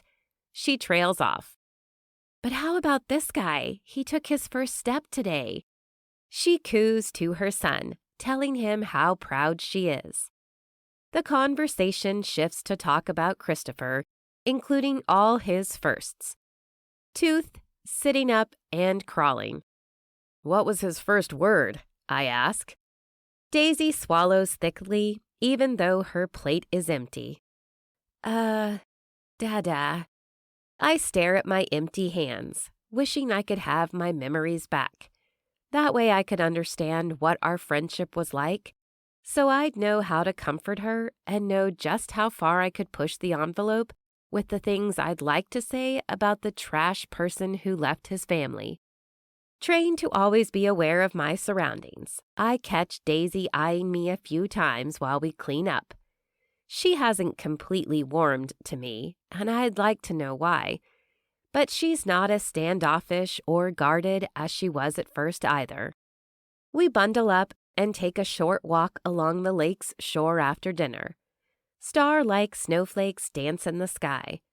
Christopher holds out his mittened hand to catch them, while Daisy spins in a slow circle. I feel like an outsider looking in, but something deep inside tugs me like a current pulling on an anchored ship. I'd give almost anything to be a bigger part of their lives. Back at the cabin, Daisy gets Christopher ready for bed, while I take notes on how footy pajamas work. You can, go watch TV or something if you wanted to stick around, she tells me. Nah, I'd rather observe, see how things are done around here. Am I going to be assessed and graded? No, I'm the student. She breathes a laugh. Well, that's a first, Mr. Know-It-All. Gaping, I point to myself. What do you mean, Mr. Know-It-All? I mean the Quincy Carter I knew and loved always claimed to know how to do anything and everything, even when he didn't. She claps her hand over her mouth as her cheeks darken. You know, back when we were younger. I knew how to do everything, huh? Well, I guess I failed in the friendship department. Feel free to fill me in whenever you're ready. Daisy's eyes tighten and her lips purse, as if she's about to give me a lecture. Thankfully, Christopher bails me out. He reaches for me and repeats, "Book, book, book." He wants you to tell him a story. And I'd like you to tell me one later, I say, as we head to the living room to get the board book. Snuggled on the couch, I read the nativity story 3 times before Christopher's eyes droop. He whispers, "Again." I think you're about to conk out. Another time, buddy. Promise. I bring him to his crib and set him down. He looks up at me with those blue eyes, and my heart has never felt so big. When I return to the living room, Daisy stands with her arms across her chest. Don't promise him something you can't keep. I'm pretty sure I can tell that story again, I say, unsure why she had a sudden change of mood. Listen, I've carefully crafted a life for him and me. You can't come here and just... Wait, you asked me to babysit. For a first-timer, I think I did all right. A+ work, in fact. Tell me where I went wrong. I list off my successes. As if deflated, she drops onto the couch. I sit beside her and plant my palm on her back, rubbing small circles. I can't pretend to know what you've been through. I don't know what happened between you and his dad, but I'm not that guy. I'm here to help. Trust me, I won't let you down. Daisy stiffens. A few days together doesn't give you permission to make that claim. She's cautious, protective. If you'll give me a chance. I unfurl her hand from its tight fist and wrap mine around it in a hand hug. Do you remember doing this? Her voice is whisper soft, and she hesitantly meets my eyes. Bit by bit, I'm starting to. The hand hug triggered some memories. In one, you had a mood ring on your finger. In another, a gold band. I bunch up her hair. And usually you wore a ponytail. But I like your hair down, too. I twist a strand around my finger like I've seen her do countless times. It's as soft as Christopher's downy fuzz. Her lips twist flirtatiously. You used to always tug on it to tease me. What else did I do? We return to the couch and end up talking well past what Daisy says is her bedtime. Chapter 12. Daisy. I bounce out of bed on Christmas Eve morning like I'm the one expecting presents under the tree, instead of being the one who now puts them there. Up late last night, Quincy and I talked about everything from bagels to bowling to Mr. Brown's history class when we had to reenact the Wild West and Gold Rush period with staged gunfights, duels, and sluicing. At Blakely's insistence, I dig through my closet to find something fancy to wear to the Christmas Eve party. All I have is my prom dress, which still fits. I send the Fab Five group text thread a photo. Me. Remember this? Paisley. Circa prom night 2012. Blakely, will your date be joining us? Me, I think we're making progress. Mila, who? What date? Tell all. Cora, who do you think?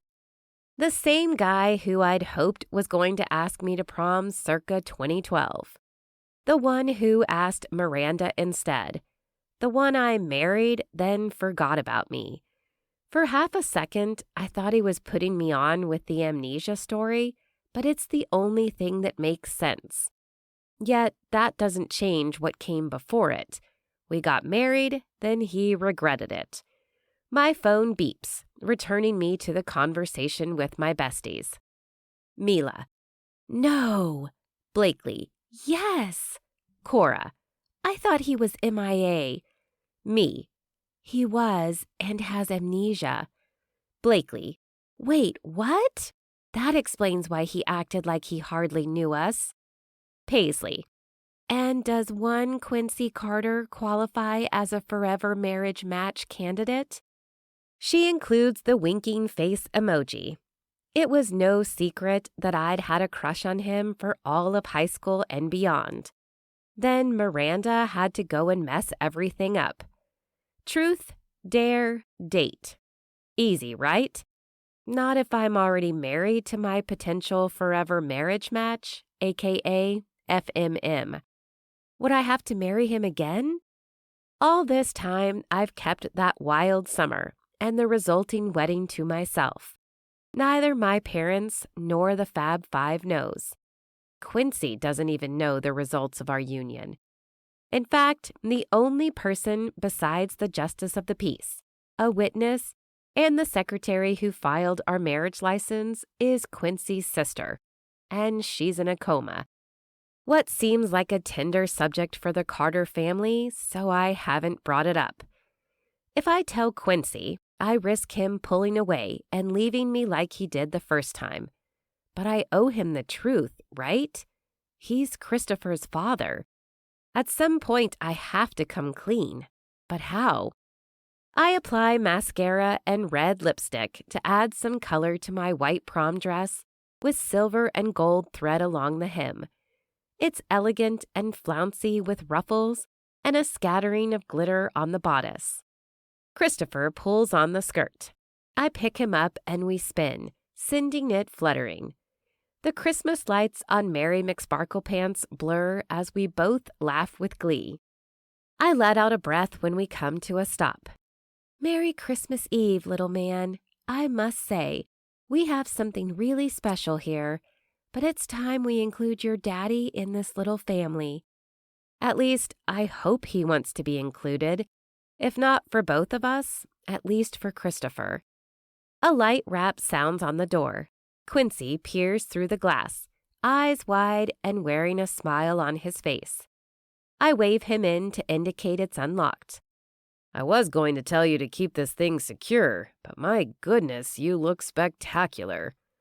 A blush rises to my cheeks as he checks me out from head to toe. You don't look so bad yourself. He looks the opposite of bad. In fact, Quincy looks exceptional in a fitted slate gray suit with a red silk tie. Christopher, your mom is a knockout. We better keep the best-kept secret in Lake Winnie to ourselves. Wouldn't want anyone banging the door down. Ha ha, I haven't had any gentleman callers in a long time.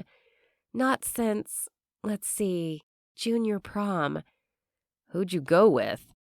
I stick out my tongue slightly. Ross Wilson. Don't remember him.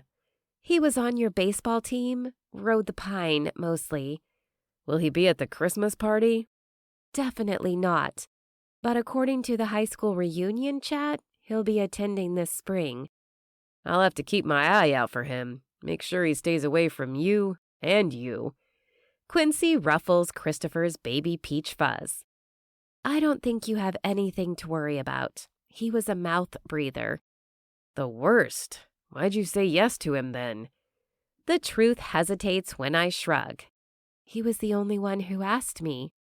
Quincy points at himself. What about me? Do you mean to say that I didn't ask you? I tuck my chin. No offense, but it sucks you don't remember, and no, you most certainly did not. What about senior prom? Wait, don't tell me Miranda and I were actually high school sweethearts. He shivers.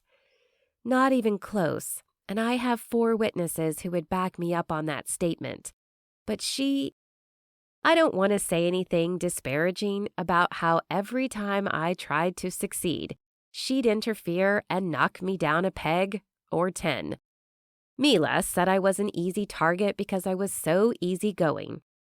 Miranda asked you to winter formal, and in return, I guess you wanted to take her to prom. I hesitate, not sure how much I should reveal. Sadly, I didn't end up going to winter formal because I came down with the flu. I find that hard to believe, especially when you wear this dress so well. Quincy pauses in thought, as if racking his brain for the memory. When it doesn't come, his blue eyes lock on mine. If I could go back, I'd ask you to prom, Daisy. Seeing as life doesn't give us do-overs, I guess we can start this evening.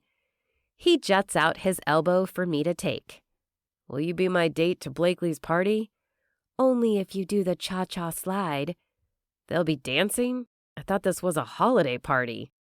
It's the Christmas-ified version. Is that a word?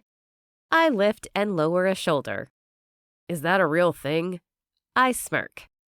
You drive a hard bargain, Daisy Thompson, but you have a deal.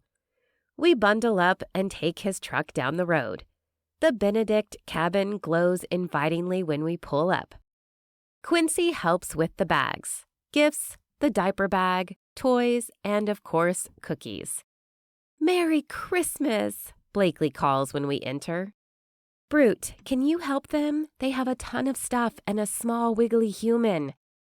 Of course, brat, Dean says, kissing his wife on the cheek before taking Christopher from my arms. Back to that again? I ask with a laugh. Take it as a sign that things are perfect in paradise, Paisley says, giving me a big hug. That dress looks as gorgeous as it did on prom night. How you still fit into it is an accomplishment. Griffin hugs me. Paige was just saying the other day that one of the things she loves about you is how consistent and reliable you are. She chimes. He left out the part about how I was lamenting how flaky I am. But you know I love croissants. Griffin tugs her close. They go on to talk about the coffee, baked goods, smoothie sandwich section of their surf shop when Paisley stops abruptly. I can't believe I didn't introduce you to my fiancé. Griffin, meet Quincy. He's an old high school friend. Then she whispers something in his ear. What was that? I ask. She waves her hand dismissively. Just FMM info. I give her a look that says to zip her lips while the guys exchange pleasantries. Oh, and the guy Blakely called Brute is her husband, Dean. The gang is almost all here, Blakely calls. What about Cora and Shaw? They're in the kitchen. You know Cora. She's putting the final touches on what's sure to be the ultimate in charcuterie boards. Christopher and Olivia are on the living room floor in a sea of baby toys by the enormous Christmas tree, bedecked in white lights. It nearly reaches the vaulted ceiling. Candles glow from every corner of the spacious and luxurious cabin. Frank Sinatra croons about being home for Christmas, and a toasty fire crackles in the stone hearth. The warmth in the room from being with my best friends and having Quincy back stretches across the void of uncertainty and fatigue constantly plaguing me. For the first time in a long time, I feel like I can relax and let my guard down. The scent of rosemary and buttery roasted potatoes leads me toward the kitchen. Quincy places his hand on my low back, like we're weaving through the sitting area at prom, or at least what I imagine that would have been like. Cora chops olives with precision and stops mid-cleave when Quincy and I walk into the room. She comes out from behind the cutting board wielding the knife. Quincy Carter, you're a bold man to show your face around here. If you ever so much as hurt our Daisy again. Shaw, a brawny man with a beard, gently lowers the kitchen utensil from her hand. Isn't making threats Mila's job? I ask. Then to Quincy I say, sorry about that. Where is Mila anyway? Cora asks, as if she didn't just wield a knife at my date. Blakely comes in and pops an olive in her mouth, just barely missing a slice from the knife. Ladies, the holidays are the busiest time at the dispatch because of dumb accidents. Please, please watch your fingers and no pointing sharp knives at people, I advise. Cora glances at Quincy. Sorry, that had been building up for a while. 10 years, right? Shaw asks. Great. Everyone knows about my high school humiliation, but they don't know that Quincy and I reunited years later. I never told them about the Christmas flirtation that led to the summer fling that resulted in us getting married. Why? Because pointy objects in the hands of my girl gang could result in major injuries. Blakely bravely helps herself to another olive. Mila and Elliot should be here any minute. They got slowed down by the storm. 7 inches and counting. I hear it's going to get worse tonight, Dean says. We have the spare rooms in the basement if anyone would like to stay over. What about the mushroom farm? I ask. Blakely laughs. The harvest is complete, and we repaired and renovated the entire space. I wrinkle my nose at Blakely's story of the basement fungi infestation. As for the snow, at least we'll have a white Christmas. That would make one wish granted. As for the other, Cora brings the charcuterie board to the living room, where we all gather around.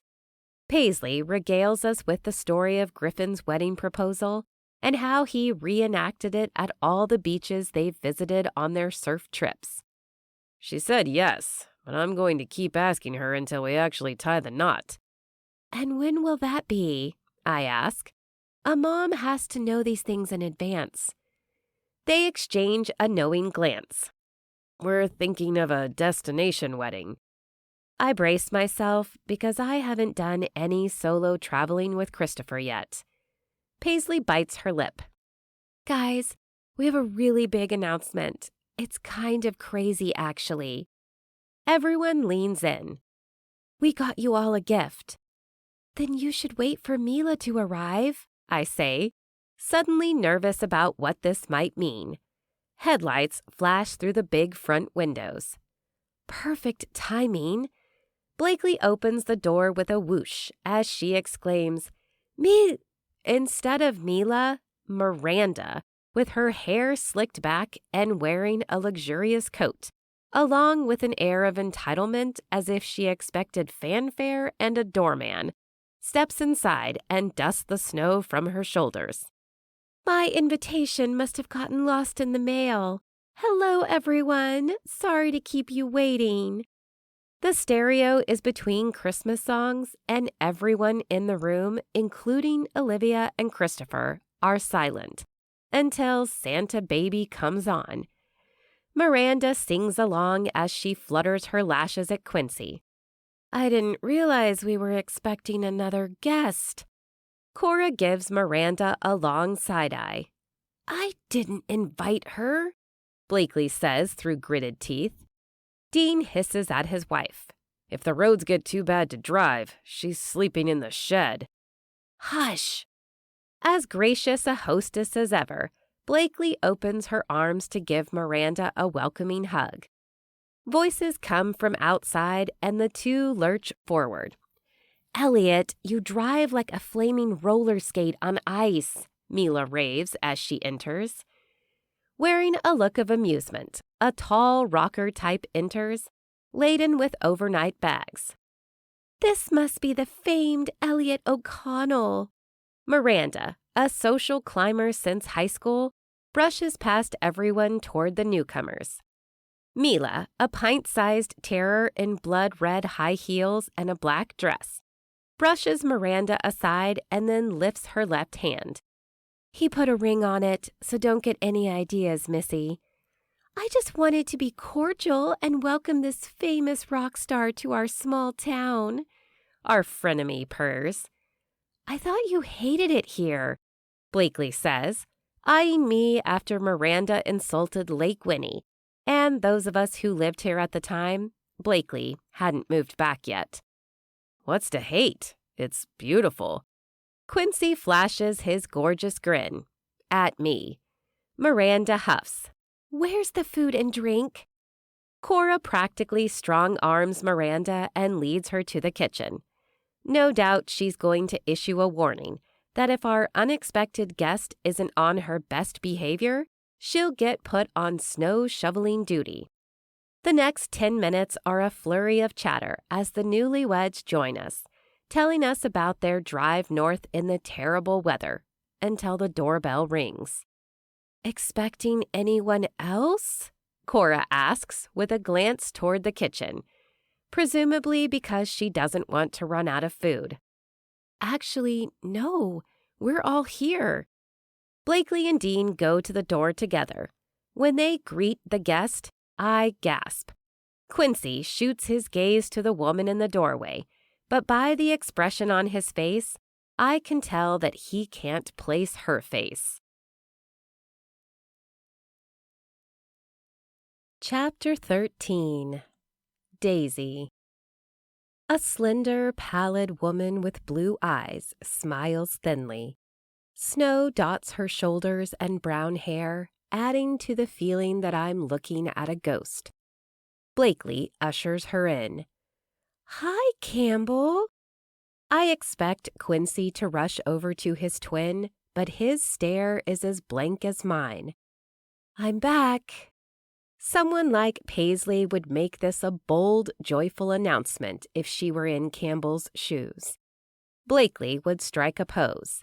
Heck, even Miranda would make a to-do. However, Campbell's tone is pointed, accusatory. Years ago, Quincy was obsessed with the Terminator movies. We watched each one 3 times at least. The titular character made the phrase, "I'll be back," famous. Of course, it struck fear into the minds of his enemies. Right now, I get major "he's back" vibes, or rather, she. As in, watch out, I'm about to take out the Christmas tree with my laser gun and anyone else who gets in my way. But why? What does she want? Campbell moves slowly, reminding us all she's been through a lot since the climbing accident. However, as she surveys each one of us, goosebumps creep across my arms. Her eyes flash when they land on me, and I get the distinct sense that this ghost from the not-so-distant past is looking for a victim. Instantly, the things I told her haunt me. Granted, being in a coma, it seemed like she was asleep, but you can never be too sure what people in comas experience.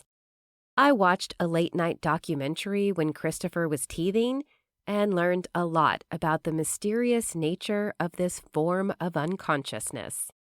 We're so glad you're okay, Cora says carefully. Doctors said it was a Christmas miracle that I woke up the other day.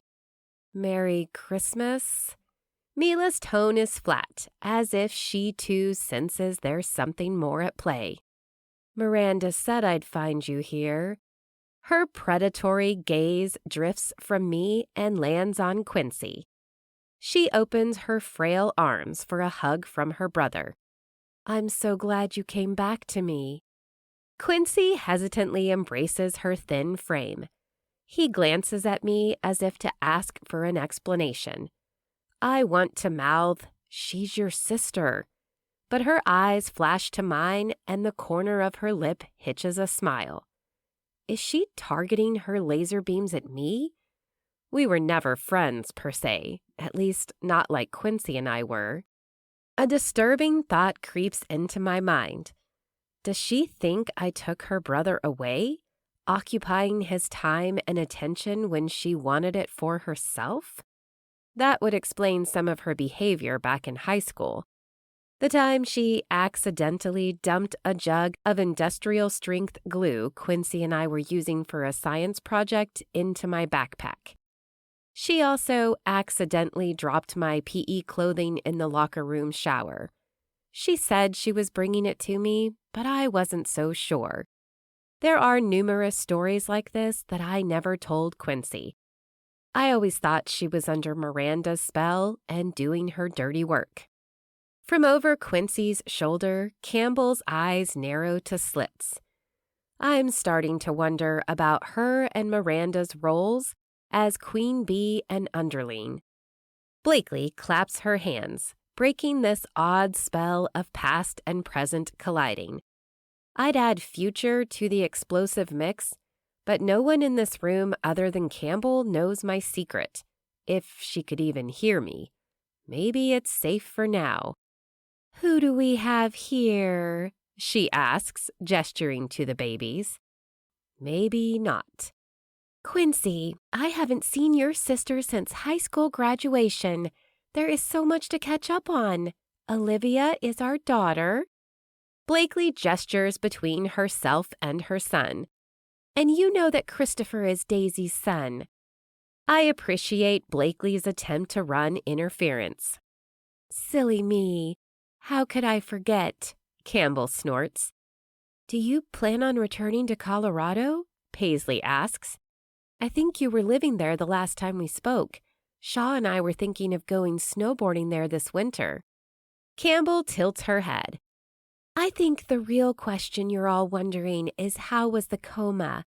In a word, it was like sleeping. In 10 words, you could say my time in the coma was very illuminating. I learned a lot." I'm mentally counting how many words that was when I feel Campbell's hollow gaze on me.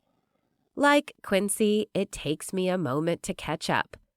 What does she mean by illuminating and that she learned a lot? My stomach clenches, and it's not because I've been hitting the cheese platter hard.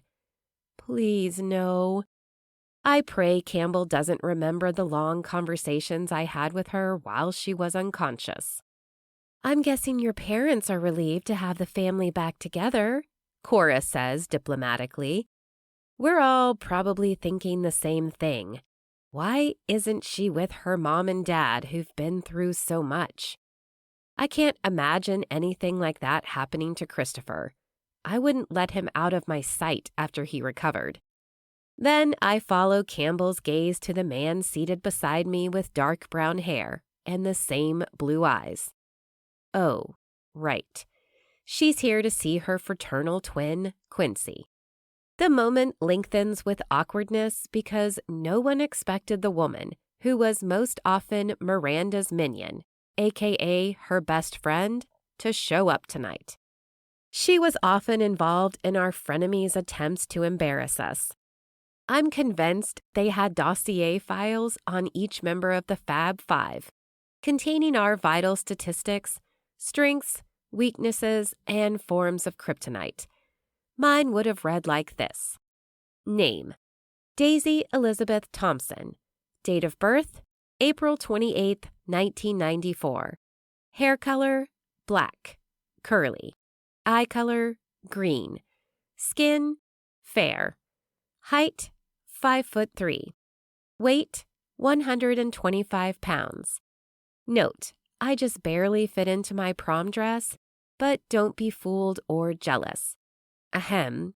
Everything has redistributed, and my high school curves are fluffier than they used to be. So this is more like a sausage in a casing situation than me looking like I did when I was 18. Identifiable markings: kidney bean-shaped birthmark on the back of the left arm.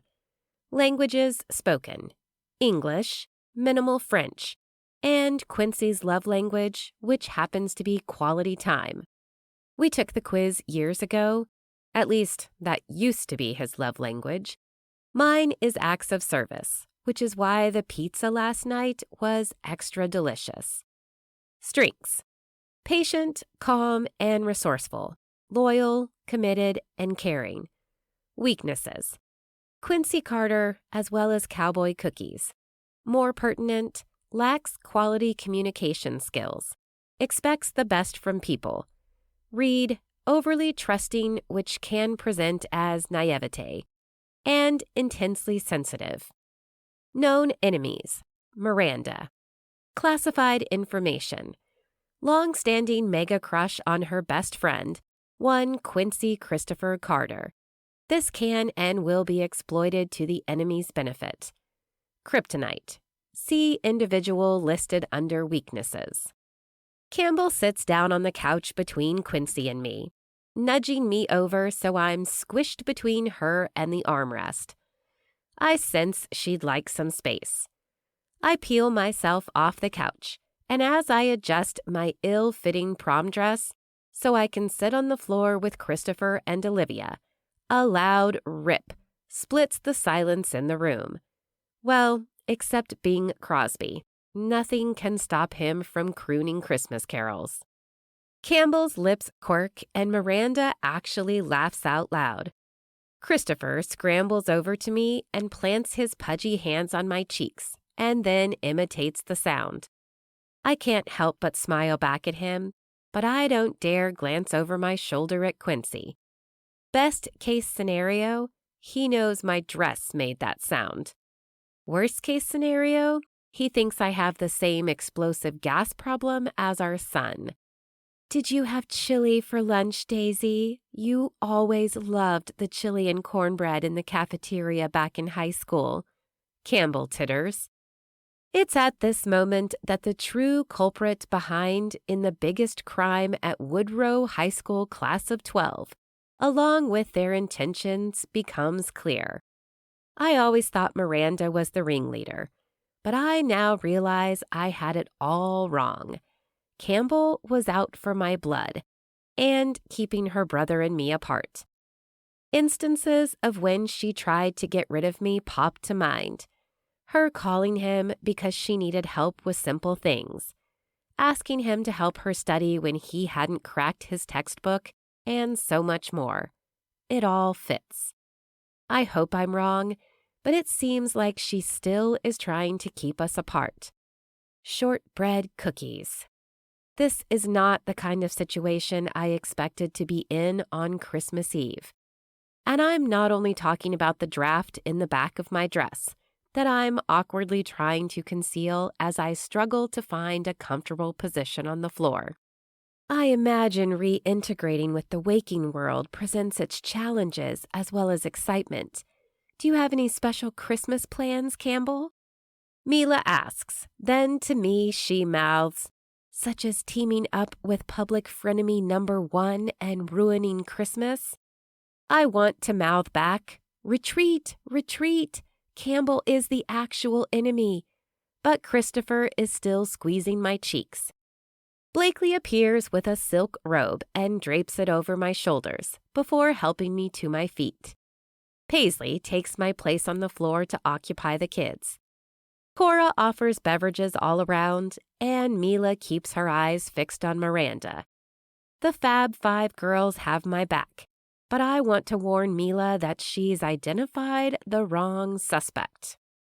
I have to admit, you still look great in that dress, but I'm sure I have something even better, Blakely says, bringing me into her spacious closet that's roughly the size of my bedroom. Let's see here. What to wear when you want to wow your date? About that, I start. Blakely is completely in her element, focused on her zone of genius as she pulls out several dresses, looks from them to me and back again, before landing on a gold knee-length dress and a fitted black shrug with a furry collar. This will knock his socks off. My cheeks puff with an exhale. The problem is I did knock his socks off, but he doesn't remember. I quickly change, but am not eager to go back out there. Blakely fixes my hair and then starts to freshen my lipstick before halting abruptly. Wait, you didn't protest or ask for something more understated like usual when we play dress up. I'm afraid to look in the mirror because this dress will draw more attention to me. All I want to do is shrink into the corner, hide behind the tree, or simply not come out, wallflower style. Cora can bring my meal in here. Paisley can keep things light. Mila can cut a few cynical jokes, and Blakely can shine like she usually does when in a group. If you're worried that the sound your dress made when it ripped could have been mistaken for a fart, not to worry. I press my lips together, unsure whether to tell her the whole story or wait until the Fab Five are all together. We have rules about this kind of thing. Reading my expression, Blakely shakes her head. No, that's not what has you stiffer and colder than an icicle. What's going on? I bite the inside corner of my lip. Code word. It's a kind of soup. Campbell. It was a surprise to see her, bold showing up here uninvited. Usually that's Miranda's move. I've come to expect her to rain on my parades and parties. This is exactly what brought me up here to begin with. So maybe it'll work out fine. Campbell is just her accessory. I'm not so sure about that, I mutter, nodding vaguely as the knots in my stomach tighten. Eventually, I'll tell Quincy about Christopher and the fact that we were married, but now isn't the time. Blakely starts toward the door. I don't move. Come on, the brie is going to harden. I'll be along in a minute. Blakely arches an eyebrow. I know you, Daisy. No, you won't be along in a minute. If I let you, you'll hide away in here. Don't let Miranda intimidate you.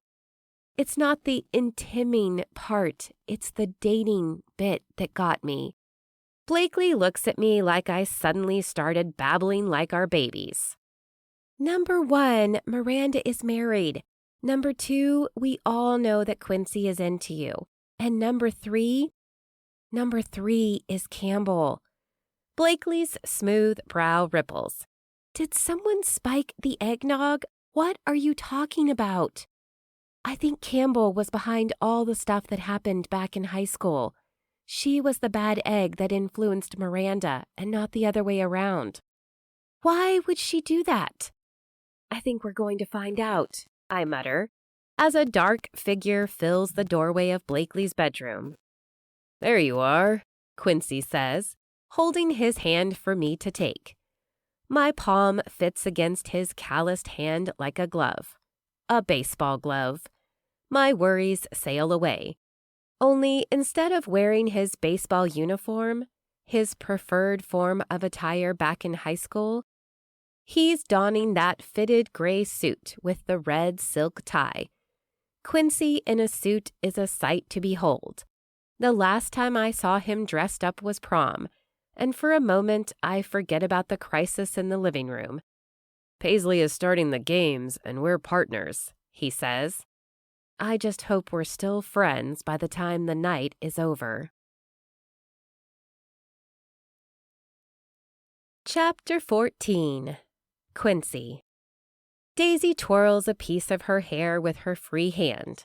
I'm holding her other one, and I don't want to let go.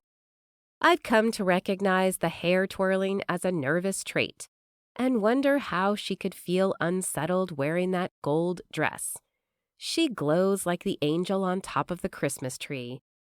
You look beautiful, but Paisley should have suggested we all bring sportswear, because it looks like the games she has lined up require some athleticism. I playfully flex my arm. Figures, they're always doing extreme sports. Her eyes sparkle in the low light of the hallway, and she smooths my tie. I forgot to mention, you look rather dapper yourself, Mr. Carter. I get warm all over at the sound of her voice. If only I could call her Mrs. Carter. For the record, I liked your other dress, but know that the tear was a result of poor stitching and had nothing to do with the sounds Christopher thinks are so funny. She winces. I promise I didn't toot. I know. Her shoulders drop. I wish Miranda knew that. That woman's cackle echoes in my ears. Why do you care what she thinks? Daisy's chin lifts slightly. That's a really good question. Can I get back to you on that? You can, or not. I guess it only matters if you think it matters. From the living room, Paisley counts down the start of what she's calling reindeer games. Come on, forget about that. This'll be fun. It takes a light tug, but I get Daisy to follow me. Still holding hands as we enter the living room, Campbell's eyes dart in our direction and she glares. Maybe my sister and Daisy don't get along. However, I can't imagine anyone not liking Daisy. She's sweet, polite, kind, beautiful, smart, sensible. Ripples move through me, distracting me from the instructions for the first game. But when Daisy puts a pair of blow-up reindeer antlers onto her head and passes me a set of rings, the game becomes obvious. Get as many rings around the tines as possible. We come in second place. The next game is a Santa's cookie beanbag toss, which Daisy says are repurposed cornhole sets. We're in third place this time. Are there prizes? Cora asks. Whoever wins overall gets to go first in the Secret Santa gift swap. Blakely calls as she spins in a circle and attempts to pin the carrot on the snowman. Instead, she sticks it to Mila's face. They're both blindfolded, and for a second I swear Mila was going to body slam her friend. Thankfully, she peeked first. I wouldn't have let you get away with that if your name was Miranda May. Meanwhile, seated on the couch, Miranda and Campbell sit the games out. Mila leans into Daisy and says, I think Maleficent and her clingy sidekick are conspiring. Daisy pales. I think you're right, except... Mila interrupts.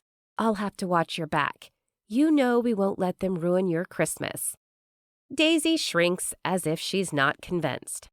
I frown, wondering what happened between them and wishing I could remember anything about my relationship with Campbell. But my memory is as barren as the snow-covered lawn. We come in first place for the snowman game, and Daisy pops the paper carrot on Christopher's nose to his delight. Cora and Shaw win overall and actually have a choreographed victory dance. Meanwhile, Campbell and Miranda brood on the couch, speaking in low tones. My sister's scornful gaze hardly leaves Daisy, at least not until Paisley takes Christopher to play with Olivia, and Daisy exits to help out in the kitchen. Blakely calls, Dinner in 30 minutes. I hope everyone worked up their appetite. I sit on a leather chair across from Campbell and Miranda.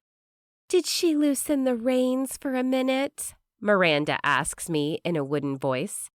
They both chuckle. What reins? Who do you mean? My sister elbows Miranda. Oh, right. Ever since you've been back, Daisy hasn't let you out of her sight. It's like high school all over again. Miranda crosses her legs and jitters her foot.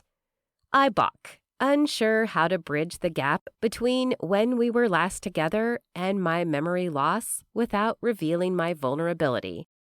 Daisy the dork was always so clingy and needy.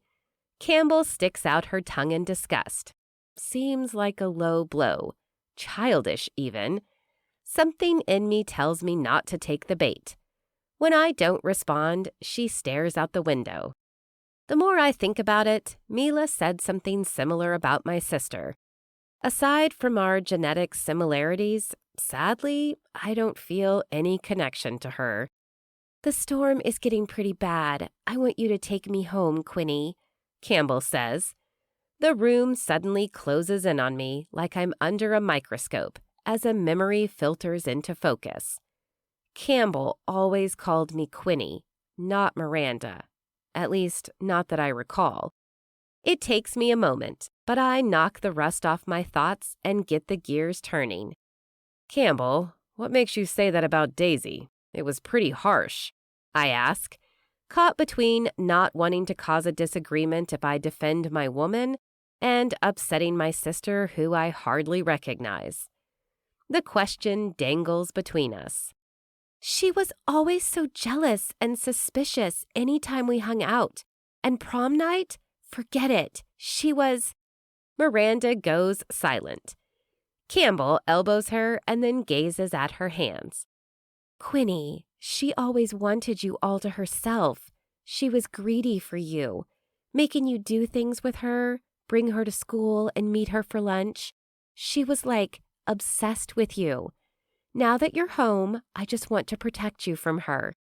If I weren't seated, I'd fall out of my chair. I find it hard to believe that was the case, but am not exactly sure what to think given my limited memory. At no point since our reunion have I gotten the sense that Daisy was obsessed, or any of the other nonsense Campbell just said. But how can I actually be sure? Coconut macaroons. Campbell's stare bores into me. Quinny, it's hard for me to say this, but there are things about Daisy that you don't know. Yeah, I'm well aware, and I have amnesia to thank. But does she know that? I'm guessing my parents told her. Something about the cut of her gaze has me on edge. Of course, Mom and Dad were very careful when I came home. It was as if they worried about saying or doing the wrong thing in case it upset or confused me. In fact, Campbell's recovery is a surprise. What are they trying to protect me from? Whereas, compared to Daisy, something calculated in Campbell's tone and posture suggests she knows exactly what she's doing. Something about her makes me wary. Perhaps it's that she's reintegrating with the waking world. #relatable. Or maybe it's something else. Listen, Quinny, please believe me when I tell you she's not at all who you think she is, Campbell adds. Miranda watches the babies for a moment and then shifts uncomfortably and moves a measure away from my sister. I'm a mountain man, born and bred, a soldier by training, a victor by nature. Very rarely does a situation put me out of my rugged, I-can-handle-anything comfort zone. However, these two women have me on guard. Campbell eyes Miranda, then nudges her. Listen, we know that Daisy is a handful, but you're not obligated to her in any way. Miranda clears her throat. No, Quinny, you and I, are family. I'm your sister. If you're smart, you'll stick with me. I lean forward, resting my elbows on my knees and scrub my hands down my face. Am I supposed to choose? Can't I have family and friends? That's the problem. From the beginning, Daisy has wanted to be more than friends with you. Campbell's eyes narrow accusingly. I'm about to object because I have no problem with that whatsoever. In fact, I'd like to be more than friends. Campbell leans forward. Listen, before you know it, she'll be calling you dozens of times a day, asking for your help to look after her kid, take out the trash, and do chores. I shrug. I don't mind helping her out. Those aren't your burdens, Campbell says. Miranda sneers. You should see how she takes advantage of her so-called friends. She uses the men in her life much the same way. Before you know it, you'll be babysitting. Last night comes to mind. Truly, I didn't mind. But where did she go when she left? Is she seeing someone else? I blink the thought away. No, Daisy wouldn't do that. Not only because of her character, but I've seen her daily life. She hardly has time for romance. Trust me, it'll get tiresome. Her trying to take over my life was one of the reasons I left town. Miranda adds, then clears her throat. Campbell casts her gaze to the floor and sighs. Although, imagine being in her shoes. A single mom, down on her luck. I mean, you really can't blame her. But it's no surprise the father of her baby left. My frown deepens. Who was the father? And why'd he leave? How could he have done something like that? Daisy stands in the kitchen, giving Cora a high five with a red oven mitt, and all I want is her hand in mine. Campbell lets out a low grunt. Just don't say that I didn't warn you. I gaze at the ceiling, half hoping answers will float down in big fluffy flakes like the snow outside. Then I say, "Thanks for your concern, but I think I can take care of myself." Quinny, I'm just trying to be a good sister. I'm trying to help you. It was really hard on all of us when you left and then went missing. Yeah, I bet. My soft skills training tells me that I ought to say something agreeable, but Campbell got my hackles up. I need to know the truth. I get to my feet. Daisy and I have to talk, but it's not going to be easy because the lost pieces of my memory are the hardest of all. This is what I was afraid of, not being sure who to trust and being taken advantage of. Has Daisy done that? Not yet, but I suppose I have to be careful. I'm in uncharted territory and have to remain vigilant. Paisley and Griffin's dog, Sandy, scratches at the door, and I step outside with her to get a breath of fresh air and to clear my head. For a moment, my thoughts go as quiet as the falling snow. Usually, Daisy consumes most of my thoughts. We have a history, a serious one, but I can't grasp what it meant.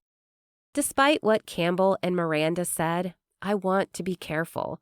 But the truth is, I'm crazy about Daisy. If there were any single guys at the Christmas party, I'd be the one to act jealous or suspicious. It would be me, not her.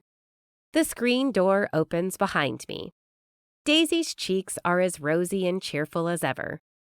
This time I was looking for you. She grabs a jacket from the coat tree and drapes it over her shoulders. It's so pretty out here. I turn to face her. So are you. She fights a smile. In the yard, Sandy, more accustomed to sand than snow, prances through the fluffy white stuff and snaps at the flakes. She then runs off down the driveway. I jut my elbow for Daisy to take, and we trail the animal as the snow continues to fall. Following the dog's tracks, the flakes get lighter, catching in the bare branches of the trees. It's been a while since I've taken a hike. As the noble pines and oaks enclose around us, in the kind of quiet particular to winter nights, peace settles over me. Despite what Miranda and Campbell said, being with Daisy feels right. The frosty air burns when I draw a deep breath. I've been thinking about us and how I lack the full picture. That's understandable, considering what you've been through, she replies. I want you to know that I'm here for you. Her breath puffs from the cold. I wish you could remember us, but what you said about the full picture, I have something important to tell you. We pause under the canopy of white frosted trees. Her grip around my arm tightens as she turns to face me. I've been nervous to say this because I'm afraid if I tell you and you remember, you'll leave again. I shake my head. As I said, I'm not going anywhere. I'm here for you. Her hand moves to her hair and she twirls a piece as she swallows hard. You left before. You mentioned. I apologize, but it's weird because I'm no longer that guy. I don't really know who I am. What if you remember and take his side? So much talk of taking sides tonight. I shake my head at Campbell's comments and wrap my arms around her low back. Nope, it's just you and me. Okay, well, here goes. She bites her lip. It was one of those hot summer days that blended into a summer night. You and I had spent hours cleaning out the old playhouse at Camp Crombie across the lake. I squeeze my eyes shut, trying to picture it. The lake comes into focus. I add in summer weather, in contrast to the snowy landscape. Other than that, I've got nothing. We were hot and sweaty and had almost polished off a 6-pack of root beer over the course of the afternoon. A breeze blew as we sat on the edge of the stage. You brought up a play we were in one summer. You played the role of a knight. Your shining armor was made of tinfoil. I chuckle, wishing I could recall. Sounds fun. Let me guess, you were the princess. No, I was a tree. Not very exciting, except since you always loved climbing trees, you attempted to… Tell me I didn't try to climb your tree costume. How would that even work? Sort of. Mostly you held on to my trunk during rehearsals and wielded your sword in my defense, defying anyone to chop me down. Seriously? Disbelief colors my question. Amusement plays in Daisy's gorgeous green eyes. Some people said we lived in our own little world with inside jokes, and if one of us showed up alone at an event or party, everyone would inevitably ask where the other one was. Then why didn't I ask her to prom? Why weren't we together? Then again, if what Campbell said was true, maybe I was stuck in a tough situation. But holding her close right now, that doesn't feel accurate, doesn't feel true. Back to that summer night, we reenacted the scene, only this time I was the princess. Then there was a moment when time sort of went still. The wind, too. You had your arms around me, kind of like this. Let me guess what happened next. I don't wait for the memory to return. I just go for it and do the thing I've wanted to do for days. My lips press firmly against Daisy's. Hers soften beneath mine, and I feel her smile. The snow may as well melt around us. Her arms loop my neck, and her fingers are cold against my skin. But I don't mind because I'm on fire, powered by adrenaline like so many times when I practiced parachuting. I feel as hot as the plane burning fuel as it reaches altitude. I'm on the edge as the door opens. The only thing between me and freefall is a split decision. I take the leap as the kiss deepens. Daisy is the woman I want. She's beautiful and sweet and feels like she's mine in a way that I cannot explain. As I make the proverbial leap, the air is loud in my ears, buffeting my skin. It's a dive into the unknown, into trust, and into our shared future. But then, the moment I pull the ripcord and the chute opens, I'm floating like the surrounding snowflakes. Everything goes quiet.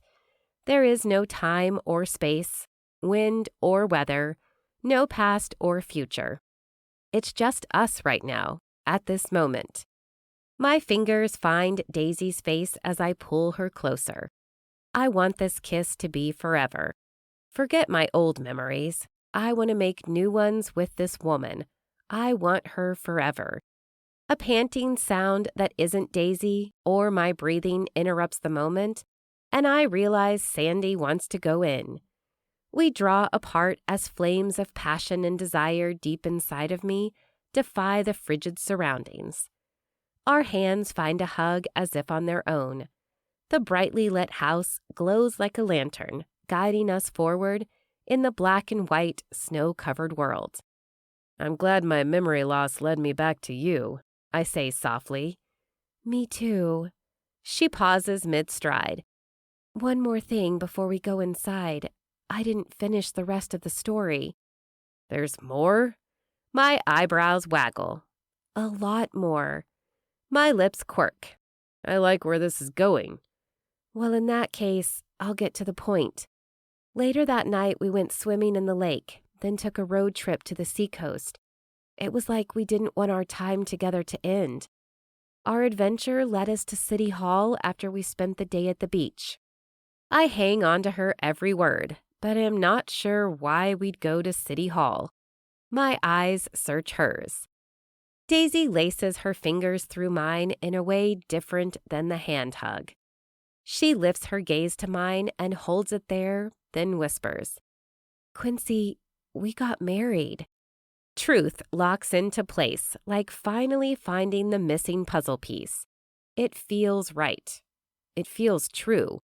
An irritatable part of me wants to be mad she hadn't said anything up until now, but the only words that form are, I hope so. I know so. I can't explain how I feel the way I do about you or why, but that's a happy ending I wasn't expecting. So you mean to say we're married? Or did we get divorced? She winces. What you need to know is, I glove you. Her tongue trips over the word. I'm not sure I heard right. Glove? I mean, I dove you. Her breath puffs another little cloud of air. Dove like a bird? She shakes her head, and the snowflakes shower me. No, what I'm trying to say is... She takes a deep breath. I don't know why this is so hard. I've said it to you a lot of times. I realize what she means, and I warm inside and all over. Did I ever say it to you? Her beautiful face softens. Yes, many, many times. Because things have changed, I'm afraid you won't say it again, so I'm kind of protecting myself over here. Her face squishes up like that was difficult to admit. I sense that if she had a turtle shell, she'd crawl into it. I tip her chin up. Hey, I get that. Coming back with an unrecovered memory makes me instinctually want to protect myself. That's why I didn't tell you about the diagnosis right away. She nods. In that case, the playing field is relatively even. Here goes. I love you, Quincy. I love you too, Daisy. I may not have full function of my mind, but my heart knows this is true. I lean in for another kiss. Forget the snow. We melt glaciers. When we part, we walk toward the house where Sandy whines on the front step. I'm not sure what to make of the conversation with Campbell in light of Daisy coming forward with the truth. Obviously, I'll need to see the marriage license, but I can't fathom Daisy's motive if she's lying to me. Campbell's either, for that matter. I say, thanks for telling me. It's a pretty big deal we're married. Wow, but I understand why you were hesitant. I started saying before about how not remembering things brings a kind of insecurity that I'm not used to. Daisy, above all, I want to know that I can trust you. She nods slowly. Yes, and that's why there's something else. The door opens and Miranda pokes her head out, casting a grimace our way. Dinner is ready. Daisy's shoulders drop. I give her a hand hug. We'll talk more later. And that's code for we'll kiss again as soon as we have another moment alone, because how right and perfect it felt fills my head like a snow globe. Chapter 15. Daisy. Obviously, there was more to tell Quincy, but I should feed him the info gradually. He doesn't need another bomb dropped in his life, blowing everything up at once. Hand in hand, we walk to the dining room. A sparkly red ribbon theme dresses the table, along with flickering candles and platters upon platters of food. I lift onto my toes and whisper, One thing about the news I told you, the Fab Five don't know. We kind of did it in secret. Then, before we made an announcement, you were called for duty, so... He shifts from foot to foot, but once again we're interrupted before I can tell him he questioned our decision to get married. All right, everyone, it's time to eat. Wash up, get something to drink, and bring a hearty appetite, Blakely announces. Cora gestures to each dish before we take our seats. Of course, there are the traditional carved meats, along with honeycomb cannelloni, wild mushroom and port brioche, and a sweet potato, blue cheese, and pomegranate seed creation I whipped up, along with Brussels sprouts wrapped in bacon. Oh, and don't forget salads, rolls, and these roasted mashed potatoes with buttermilk and rosemary. The kids are still too young for a kids' table, so Christopher is in a high chair next to me on one side, with Quincy and Campbell on the other. Miranda sits to my left. Cora snaps photos for her blog. Then we say grace and have a toast, thankful that we're all together. If I'm being perfectly honest, I'm not glad that Miranda and Campbell are here. It's as if they've reverted to high school pettiness. I'll save it for my diary later, though. I don't like when in the movies the mean girls mess with love stories and happy endings. But that's what they did back in high school. Are things any different now? I understand Campbell was eager to see her brother, but why did Miranda show up? "How has work been?" Miranda asks me. I press my shoulders back, reminding myself that it's nearly a decade post-high school. We're not petty and juvenile. Maybe Miranda is trying to be civil and have a normal conversation. I have a couple of weeks off for the holidays, so that's nice, but it's good. I'm glad to help our community by being a calm voice on the other end of the line during crises. Although I don't trust her amused grin or how Campbell keeps glancing at her. From across the table, Mila stares them both down, bobbing her head between them every few minutes. Does she know something I don't? Or, ever perceptive, does she sense something afoot? Suspicion laces through my mind. I worry there might be a catfight before the night is over. Then again, neither woman has done anything wrong so far. Maybe I'm the immature one. I refer to my dossier. Oh, right. I'm too trusting. Naive sometimes. While Shaw tells Paisley and Griffin a story about a job he had as a bike messenger when he was a teenager, I discreetly pull out my phone and send a text to the Fab Five group. So far, all is quiet on the northern lakefront. Too quiet. Me. Did I miss anything earlier? Mila. We should be the ones asking that question. What were you doing out there? Me. Looking after Sandy? Cora. Likely story. I don't kiss and tell, except in my diary, but now that I've told Quincy, I'll have to tell them about us being married before long. Me. But really, am I missing something? Cora. A heaping scoop of these potatoes on your plate. I must say I outdid myself. Blakely. Agreed. Me. No, I mean with Miranda and Campbell. Mila. I've got my eye on them. Me. I know. Paisley. Let's hope they're not up to their old tricks. I scoop some potatoes onto Christopher's plate and sneak a glance at Quincy. He and his sister talk intimately and animatedly. Maybe they're just catching up. After all, they haven't seen each other in a couple of years either. Yeah, we'll go with that theory, and not the prickly panic that makes me feel like I'm standing under a strip of razor-sharp icicles on a sunny day. I'm telling you, Daisy, you need to relax. Let your hair down more. Miranda flips her own. You should really come to the city with me. I can introduce you to some cute guys. The strong smell of perfume bites my nose as she leans in. You know, if you're single. She's testing me. I know Miranda all too well. Her dossier would state that she's a wild card, as likely to explode with reputation-destroying gossip, or play a coy game to steal someone's app out from under their nose. You just never know. But as for Campbell, I don't have her figured out yet. Paisley. Update? How are things going over there?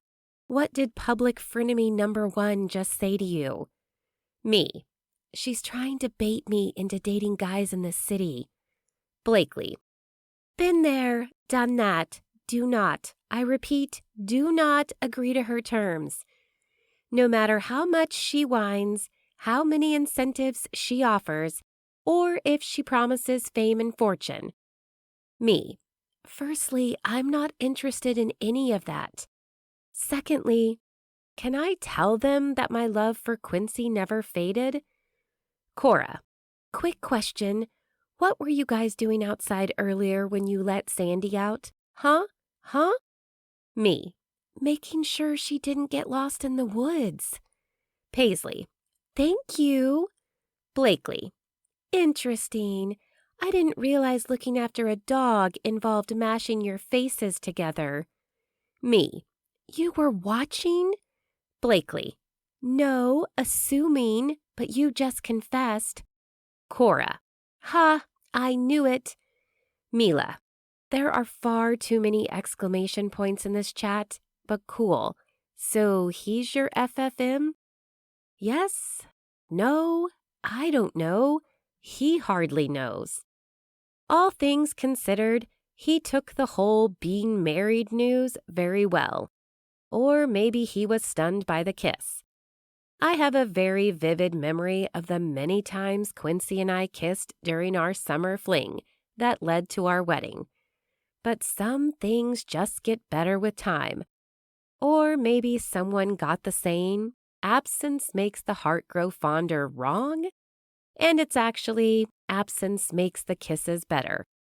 However, if someone told me I was married to someone I couldn't remember, I'd probably still be outside in some form of frozen stasis. Paisley. I always knew you guys were meant to be. Blakely. Yep, Quincy is the OG. In this instance, that means original guy, in case that wasn't clear. I don't think he's a gangster. He's like a warrior or something, right? Me. Yes, and he was injured. That's why he doesn't remember us. Cora. I have a really hard time believing he doesn't remember you. Thankfully, the guys around the table are holding the conversation, discussing different jobs they've had over the years, and trying to one-up each other with levels of difficulty and grossness. The two military guys probably win, but I catch wind of one of the others working briefly for a portable toilet company and wrinkle my nose. Mila. Does this mean we're going to have another wedding on our hands? Paisley. I have big news when we do the Secret Santa. Cora. I can't wait. Me too. Big news. Maybe I should just get it over with and tell everyone all at once. Although I fear it'll be worse than a pull the bandage off situation. More like pulling the stitches out before the suture is healed. My stomach turns at the thought. My phone vibrates in my hand again, then someone grabs it. I quickly push the button to turn the screen off so they can't see the messages exchanged. Who do we have here? Campbell asks with a mischievous smile, as she waves my phone in the air. I thought there was a no phones at the table rule. Cora, Paisley, Blakely, and Mila guiltily and discreetly tuck theirs away. It's for emergency purposes. Do you mean you're on the clock? I don't think the police dispatch uses private cell phone carriers. Campbell tisks. I meant if I had an emergency. Technically, I kind of did. I feel cornered with Miranda and Campbell watching my every move, as if they're waiting for me to mess up. We're all here. Surely we could help. Campbell's voice is like flames leaping dangerously from a fire. Habit, from when I have a sitter, I just keep it on me. I'm definitely on Santa's naughty list after that lie. My, Daisy.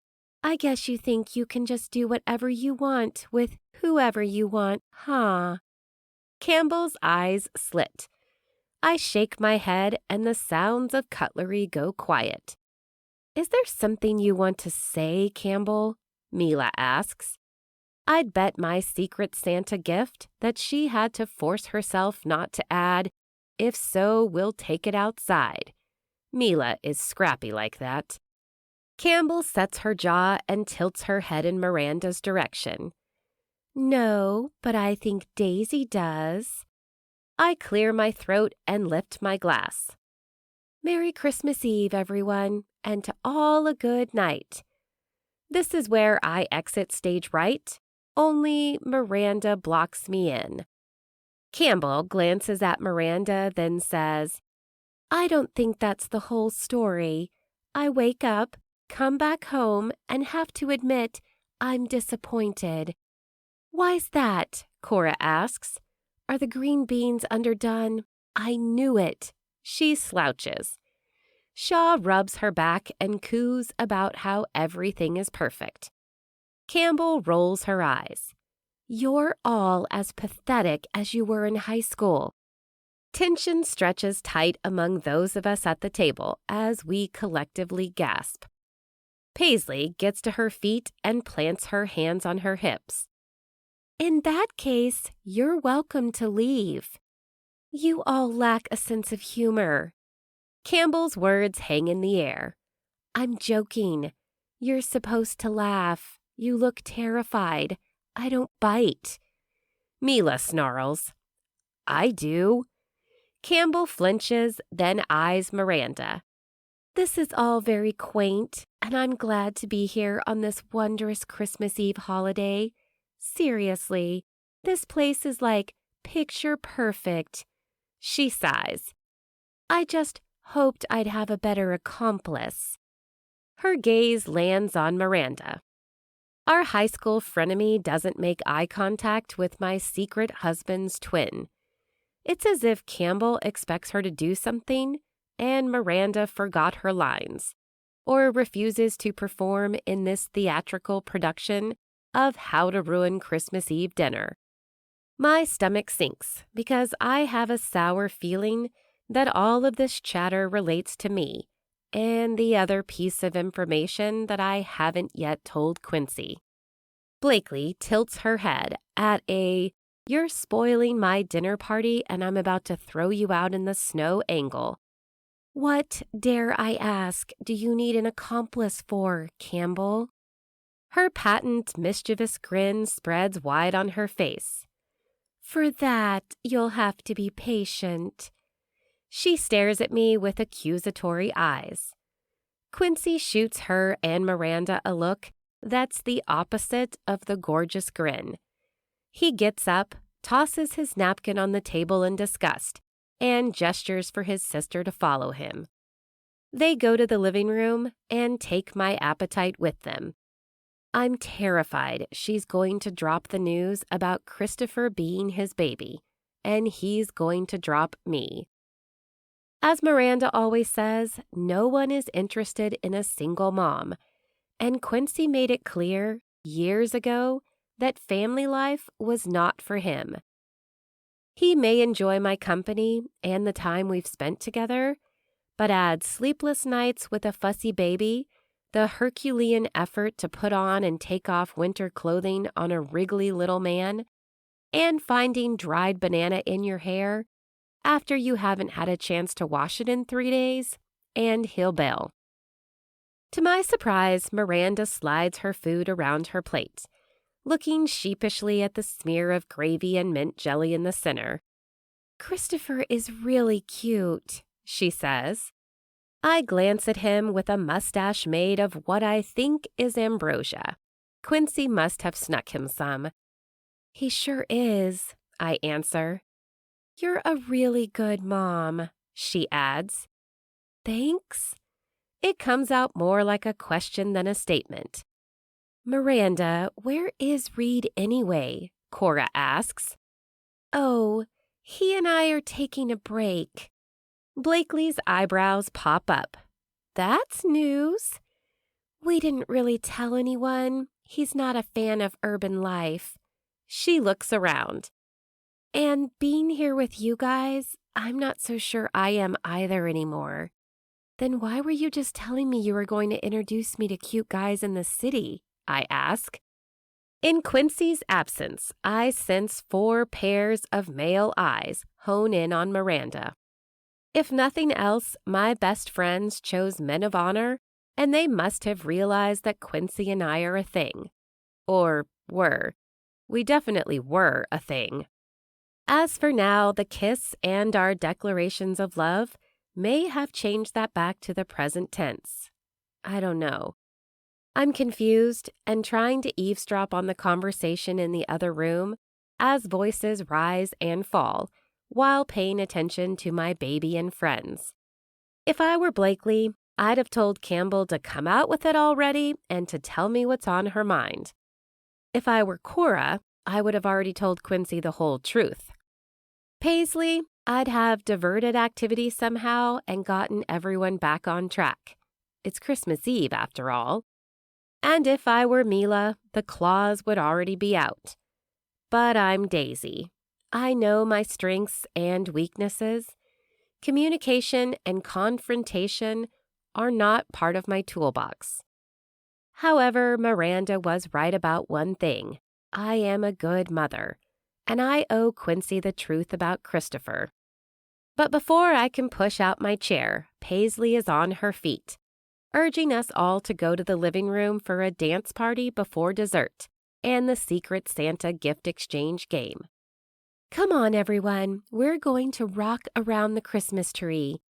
Her diversion buys me a little time to get Quincy alone, but then Christopher whimpers, squishes up his face, and lets out a rumble that can likely be heard across the lake. There are a few titters, but everyone is too polite to laugh out loud, even Miranda. Chapter 16. Quincy. Campbell repeatedly interrogates me about what I remember. I keep the hand hug flashback to myself, but tell her about the dreams about when I lost Dane. No, what do you remember about high school? About the times you said you were going to the movies with your buddies, when in fact you were just stopping by to visit Daisy at work. I remember that she liked popcorn. That was another entry in the notebook the doctor suggested I use to track my memories. My sister's lips form a thin line. What about senior year? College? We always planned to go away together. Then you joined the military instead. Her tone is accusatory. I suppose I thought of it as my duty, and they paid for my degree in engineering. I didn't want to sack Mom and Dad with that. I'm kind of taking stabs in the dark and using logic because this is what seems like makes the most sense. But I don't have the foggiest idea of what Campbell is getting at. You had a baseball scholarship to my dream school in Colorado where we could have been together. Why'd you throw it away? I prop myself up against the back of the sofa and cross my arms in front of my chest. Campbell, why are you asking me all these questions? You, of all people, should know how hard recovery is. She leans into me. I just want you to know the truth about Daisy. Okay, let me have it. What's the truth about the sweetest, kindest, most caring and maternal woman I've ever met? I leave out the parts about how I think she's a knockout beauty, how kissing her is a better rush than jumping out of a plane, and how if anything has been a parachute these last weeks to slow my drop and help me get the lay of the land, it's been her. She's also a liar, Quinny. My frown deepens. How so? Whatever Campbell says next drowns as the stereo gets louder with the tune Rocking Around the Christmas Tree.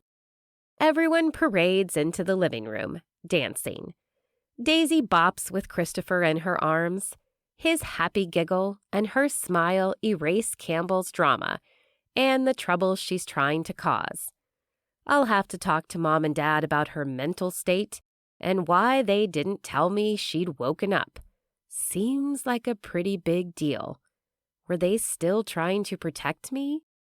Everyone dances as one song turns into another. Daisy leans in and asks, Is everything all right with your sister? I wave my arm dismissively. I think Campbell is having a tough time adjusting. She nods, but it's hard to ignore the dismay in her eyes. I try to summon the bop and bounce to dance along, but this is what I'd feared most about trying to regain my memory. Who and what do I believe? Christopher holds a Christmas ball decoration in his hand and pats it like he's palming a baseball. This brings me back to this moment of singing, dancing, and joy, where I'm present to these two who've made me so happy, as I try to navigate the uncertainty in my life. I spin them both around, and as they whirl back toward me, the Christmas ball sails in my direction. Before I can duck out of the way, it knocks me hard right between the eyes. The room turns merry-go-round fuzzy. The surrounding chatter takes on a lilting quality. I waver on my feet and then fall hard onto the floor. The last thing I mumble is, "That kid has a real arm on him." Someone may have said, "just like the big man," or that may be the merging of reality and the images that come one after another, but out of order, like a stack of photographs scattered on the floor. My mind wanders into what I think is a memory of swimming in the lake one summer when I was 12, then 16, 7, 18. Daisy is always there. I'd never mistake those green eyes. Once we became fascinated by holding ourselves underwater and looking up at the sky. I see a blur of cool blue with ripples and the occasional shadowy dot of a bird flying overhead. When I surface, it's not the lake, but a swimming pool. My memories scramble and meld. Daisy splashes me, I clobber her. We play games, catch fireflies, and spin under the sky until we're dizzy. We're kids, then teens, young adults, and children again. Everything is mixed up and out of order, but she's always there. Other bits of memory take shape. The first time I caught a ball and got someone out. My 12th birthday when we went to Fenway in Boston. My dog Mickey, after Mickey Mantle. I remember I never had a favorite team, just favorite players, guys I admired. Heroes. My father, mother, brother, and sister float in and out of my thoughts. Playing catch with Dad. Mom bringing us for ice cream. My brother's side of the room filled with books, and mine with ball paraphernalia. My sister is present, but more of a shadow than someone animated and involved with my life. I flash forward and backward before landing on a kiss, but it wasn't the one in the snow earlier. Stars filled the sky, the air was warm, Daisy's lips more so. It was summer love that had been building for years. It stretched into us saying I do, promising to love and honor each other, to take care of each other in sickness and in health till death do us part. I try to scramble to the surface of my thoughts, but the past, present, and potential future scramble. Now I'm alone, yet surrounded by other guys in military transport. The sky is dusty, my throat thick. I left because I had to in fulfillment of my duties. But before that, I told Daisy I didn't want a family. I forsook our future because I was afraid I might not come back. I didn't want to burden her with that kind of grief. Easier for us to part ways than for me to remain together and not make it. Being in the service, I became all too aware of my mortality. Jovial laughter replaces the painful sob that built inside on that lonely day more than half a world away. We're dancing, but not in front of the Christmas tree. And instead of Daisy in my arms, Miranda crowds close to me. Over her shoulder, I spot Campbell wearing a conniving smile and sitting in the corner of the high school gymnasium under the banner, Class of 12 Prom Night. Daisy enters the gym and stops short. Her smile falls. I let go of Miranda, but my best friend is gone. The last thing I notice is my sister's self-satisfied smile. Banter between a brute and a brat fills my ears. Present day. The deeper voice says, "He'll be fine. Trust me. The guy is tough." "I still think we should call 911, the female voice says. "I checked his vitals. He's stable, breathing, A-OK. I'll check him for a concussion when he comes to." A soft, cool, and comforting hand presses against my forehead. "Come on, Quincy, please wake up." I want to sit up and tell them I'm fine, but I feel like I'm fighting for air. for my life as the memories keep coming. It's like trying to drink from a fire hose. Now they're darker, deadlier. I'm in a war zone. Burned buildings, bullet fire. Then comes the blast when I lost Dane, when I lost my memory. Like every time I have this dream, I wake up with a gasp, my pulse racing, my skin damp. I blink open my eyes and start to get up, but the room spins. "Hold on there, soldier," says a commanding and brutish voice. It doesn't belong to anyone on the A-team. It's definitely not Dane. Please, please, please let me have my thoughts, past and present, but especially right now. Dean, give him a minute. Did she say Dean or Dane? I focus my thoughts. Dean is the brute and Blakely's husband. They have a daughter. Her name is Olivia. Slowly the room I was in when I got knocked out, and the people who were with me take shape in my mind. Even though my eyes are still closed, I match faces to names and identities. I don't know. He hasn't said anything about what happened before he got amnesia, a soft voice says. I figured it was a delicate topic. A second voice says, I'm worried about him. I'm more worried about her. That too, the speaker says solemnly. Do you think he'll be all right? Definitely, the male voice says. Yes, 1,000 times yes. I'll definitely be okay. But I can't say this yet because I just got a brain dump of 28 years worth of memories at once. My mind races. I'll be filling that notebook from the doctor for sure. I might even need 2. I'm going to write everything down so I never forget again. Well, almost everything. I'll leave out the military stuff because much of it is classified. Christmas carols play and chatter comes from elsewhere in the house, along with a sweet, decadent smell. It's perfumey with notes of butter, vanilla, and chocolate. I open my eyes, and the first thing I see are a pair of green emeralds, the color of Christmas gazing back at me. Quincy, you scared me. Are you all right? Daisy asks. I sit up, wanting nothing more than to take my beloved wife into my arms. I'm sorry. Yes, I'm fine now. I remembered you and everyone here. I remember. My memory is back. My attention focuses on the beautiful woman with dark hair, looking up at me with relief. A slow clapping comes from somewhere in the room. I guess we can say we got another Christmas miracle.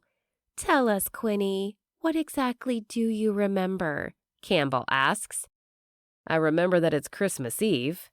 I get to my feet and take Daisy's hand. And that I love this woman, that you're all my friends, and I recall a little bit about the accident, but mostly that I want to celebrate tonight because this is a time I never want to forget. Everyone cheers, and as if I didn't take that strange spell, we all start dancing again. One song in, Dean pulls me aside and does a quick workup to make sure I'm not concussed. You check out. Look fine. Keep an eye on yourself tonight, though. You ought to know what signs to look for. Sure do. Basic first aid and trauma response training. I clap him on the shoulder. Thanks for looking out for me. Don't mention it. He places a round object in my hand. It's not nearly as hard as a baseball and is covered in glitter. Is that what clocked me? He chuckles. Your secret is safe with me. Can I keep it as a souvenir? He chuckles. I won't mention a word to Blakely. I return to the living room and check for babies armed with sparkly Christmas balls. Bing Crosby's I'll Be Home for Christmas comes through the speakers. I find Daisy sitting on the arm of the sofa. I take her hands and say, It's not prom, but can I have this dance? She beams a smile. I'd be honored. I press my hand to her low back, and we do a variation of the hand hug as we sway side to side. I lean down and whisper, This was definitely worth the wait. Did you remember everything? She asks. I'm not sure, but a lot came back in a rush. It was overwhelming, and kind of like a movie on fast forward. I have a lot of mental files to sort through, but the way I feel about you hasn't changed. In fact, I remember that summer day you described. Against my chest, I feel her cheek lift in a smile. After a beat, she says, I'm sorry Christopher threw that at you. Now I have a good excuse to teach him how to throw a ball safely. And catch, swing a bat. I'd like that. Still gripping Daisy's hips, I draw back slightly so I can meet her eyes. So, is it okay if I stick around a while? Her gaze lifts to mine. I'd like that more than anything. Cora calls us for dessert, but before we make it to the kitchen, Miranda storms over. I grip Daisy's hand tightly to tell her that we're in this together. I'll still have to get the full story of all that went on in high school, but I've been able to connect my memories to my feelings and know that Daisy had my heart all along. I can't do this anymore. Miranda's shoulders bunch toward her ears. Mila drums her fingers on her folded arm. What, treat us like trash? Miranda's eyes brim with liquid. It's like I'm two different people. The Fab Five gather around, concern etched on their faces. Blakely takes charge. Number 1, we're not in high school anymore. Theatrics do not belong here. Number 2, this house is a drama-free zone. Number 3, it's Christmas Eve, and I do not want a production other than maybe reenacting the Nativity. Olivia would be the perfect baby Jesus. Miranda, you'd make a great donkey, Mila says. No, you don't get it. She tricked me. Miranda points a slender finger at Campbell. I thought she understood me and wanted to be friends.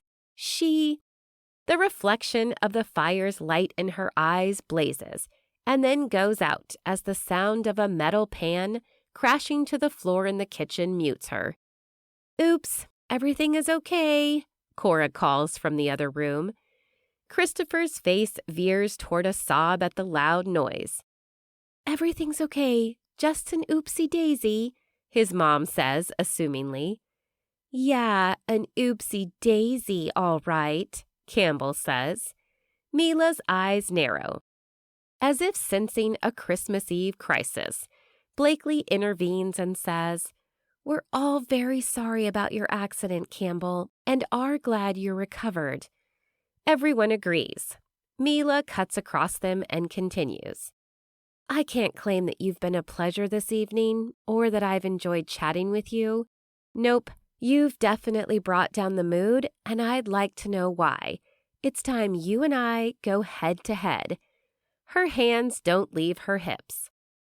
I'm sure that would be a delight, but I'd rather engage with Daisy. Speaking of engaged, what haven't you told these so-called friends of yours? Campbell's tone starts out in sing-song, then dives toward dark, accusatory. Daisy, standing beside me, seems to shrink. The color washes from her face. What does she mean? Mila asks. We'll talk about it later, Daisy says.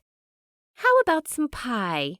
Blakely's hands fold tightly together, as if trying to keep the night from falling apart. You sound like your mother, Dean mutters to her. You mean Her Royal Highness? Ha! Blakely's laugh suggests the comment ricocheted off her. Can you give us just a minute? Daisy asks and pulls me aside. Quincy, I mentioned that I never told them that we got married. At first, I was afraid they'd be mad because I didn't have a fancy wedding like the Fab Five and I had always planned. Then, when you abruptly changed tune and decided that you didn't want a family or be married to me and left, I worried that they'd judge me and then they'd all stop being my friends.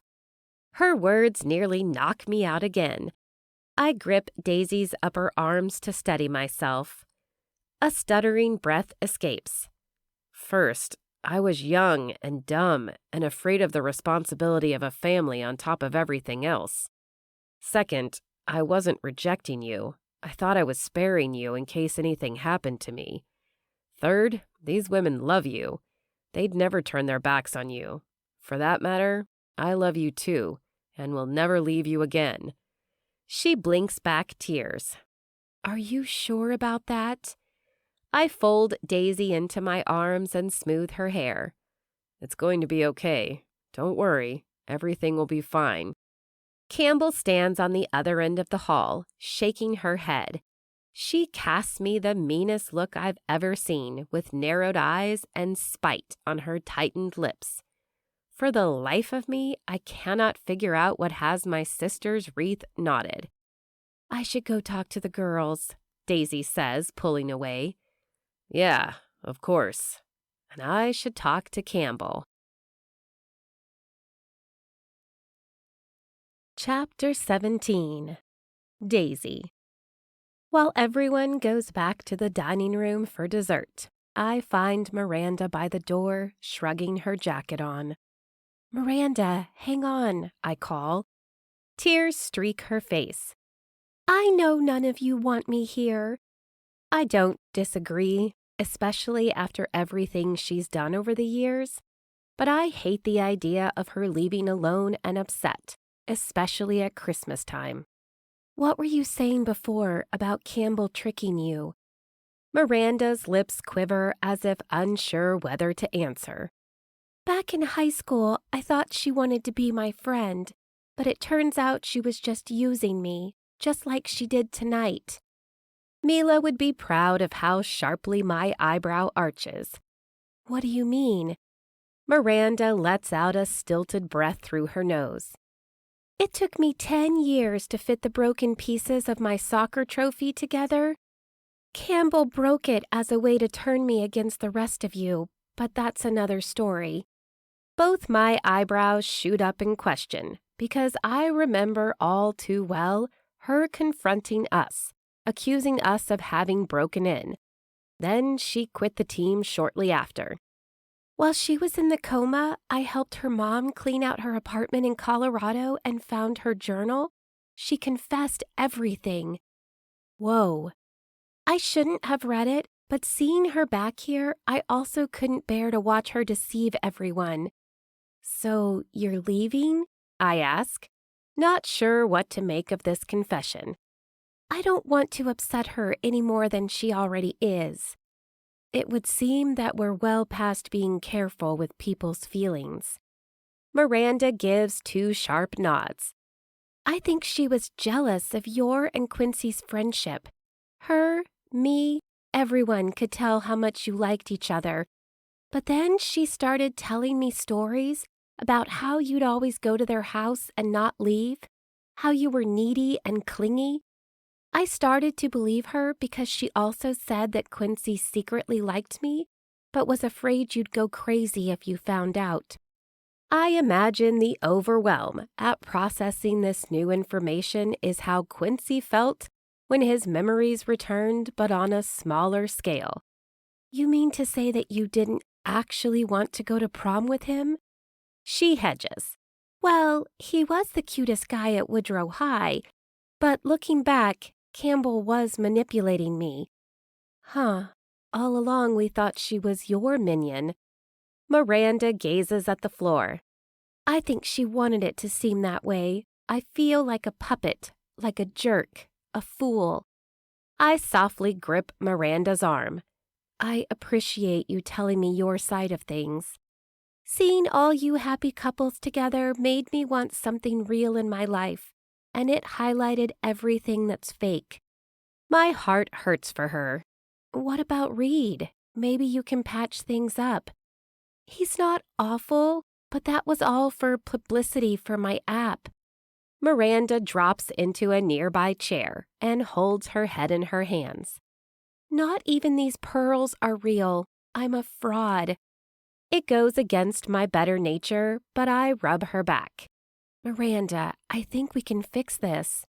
"I tried, but I should go. You can't leave without dessert." "You were always the sweet one, Daisy, but I don't think I'm welcome." "No, that would be Campbell, but we'll leave her to Mila." "You can't throw her to the wolves." Miranda taps her chin. More like a big cat, but you know what I mean. Come on, there's a cookie in the kitchen with your name on it. And there are gifts under the tree with your names on them, Miranda adds. I didn't realize you were in the Secret Santa. I'm not, but Campbell started all this. Deep down, I felt bad and didn't want to come empty-handed. My stomach swims the same way it did senior year, when I felt Quincy slipping away from me. Just as we're about to step into the living room, Miranda grips my arms. Daisy, whatever happens tonight, I want to apologize for being wretched to you during high school and every time since. Thank you. Apology accepted. My voice fills with sincerity, but the uncertainty inside threatens to overflow. Then again, I guess tonight is for Christmas miracles, because I never expected Miranda to apologize. You and Quincy are really cute together and have always made each other so happy. I hope that someday I find a big man of my own. Be yourself, and you will. Maybe you already did. Miranda wipes her face, and together we return to the party. Everyone gathers in the living room. Blakely set out trays of desserts, plates, forks, a pitcher of milk, and a pot of tea. Stacks of cookies line the sideboard along with pie, fruitcake, and spiral rings of a fanciful chocolate Yule log that Shaw says is Cora's crowning achievement. Even with the warmth in the room and among the group, Campbell sits coolly off to the side by herself, glowering at everyone. If what Miranda said is true, she also owes us an apology. After crowing about the decadent sweets, amiable chatter replaces the stony silence in the wake of the awkward arguments and accusations. Jingle Bells comes on the stereo, and Christopher, though a little droopy-eyed with sleep, claps along. We should probably head home after this, I say to Quincy. What about the Secret Santa? Oh, right. How could I forget? I giggle because the variation Blakely planned on the traditional gift exchange ought to be entertaining. From down the hall comes the sound, ho, ho, ho. A tall, bearded man wearing a furry red suit with white trim enters the room with a sack over his back. I scan those gathered. Dean is missing. I bet Blakely forced her beast of a man to be jolly old St. Nick for a night. I have gifts for everyone, but it seems the elves forgot the labels. He takes a variety of boxes out of the bag and passes them out. Some are huge, others are little, some are flat and others tall. Santa counts down and then we all open the gifts. The next 5 minutes are pure chaos as Santa instructs us to match the gifts with who they're meant for. I unwrap a slate serving platter along with some utensils that can only be intended for Cora. Shaw brings a lake float shaped like a unicorn and guesses it's for me. Once all the gifts are in the hands of the intended recipients, Santa says, There are a few more items under the tree. Christopher and Olivia get a carload of toys from their 4 fabulous aunties. Paisley passes out gift bags with palm trees and coconuts on them. She and Griffin stand together, practically bouncing with anticipation. Inside, I find a Christmas tree ornament with a beach scene and the words, Mele Kalikimaka, printed on the bottom. We all break out into song, singing about the Hawaiian way to say Merry Christmas. Paisley says, Now open the envelope. Blakely gasps. Mila hoots. Holding her growing belly, Cora jumps up and down.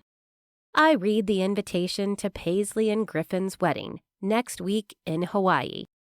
Included is a plane ticket and resort accommodations, meaning no excuses not to come. My mind races with how to manage this with Christopher, but I'll figure that out later because I'm so happy for Paisley and Griffin. We wanted to start the new year off extra special. Paisley talks about a few of the details, and the resort sounds delightfully decadent. But if you're going to Hawaii for your wedding, where do you take your honeymoon? Mila asks. Well, you guys are only staying for a week. After we get rid of you, we'll be there for the rest of the month. Griffin winks. Looks like there's something else under here, Santa says, pulling out 5 small boxes tied with ribbons. They all bear the name of one of the Fab Five members, but no signature. We look at each other with confusion, and I wonder if Blakely put Santa up to this. Each of the boxes contains a cheap gold ring, like the kind you'd get out of a gumball machine. I turn mine over in my hand and glance at Quincy. He gives his head a slight shake.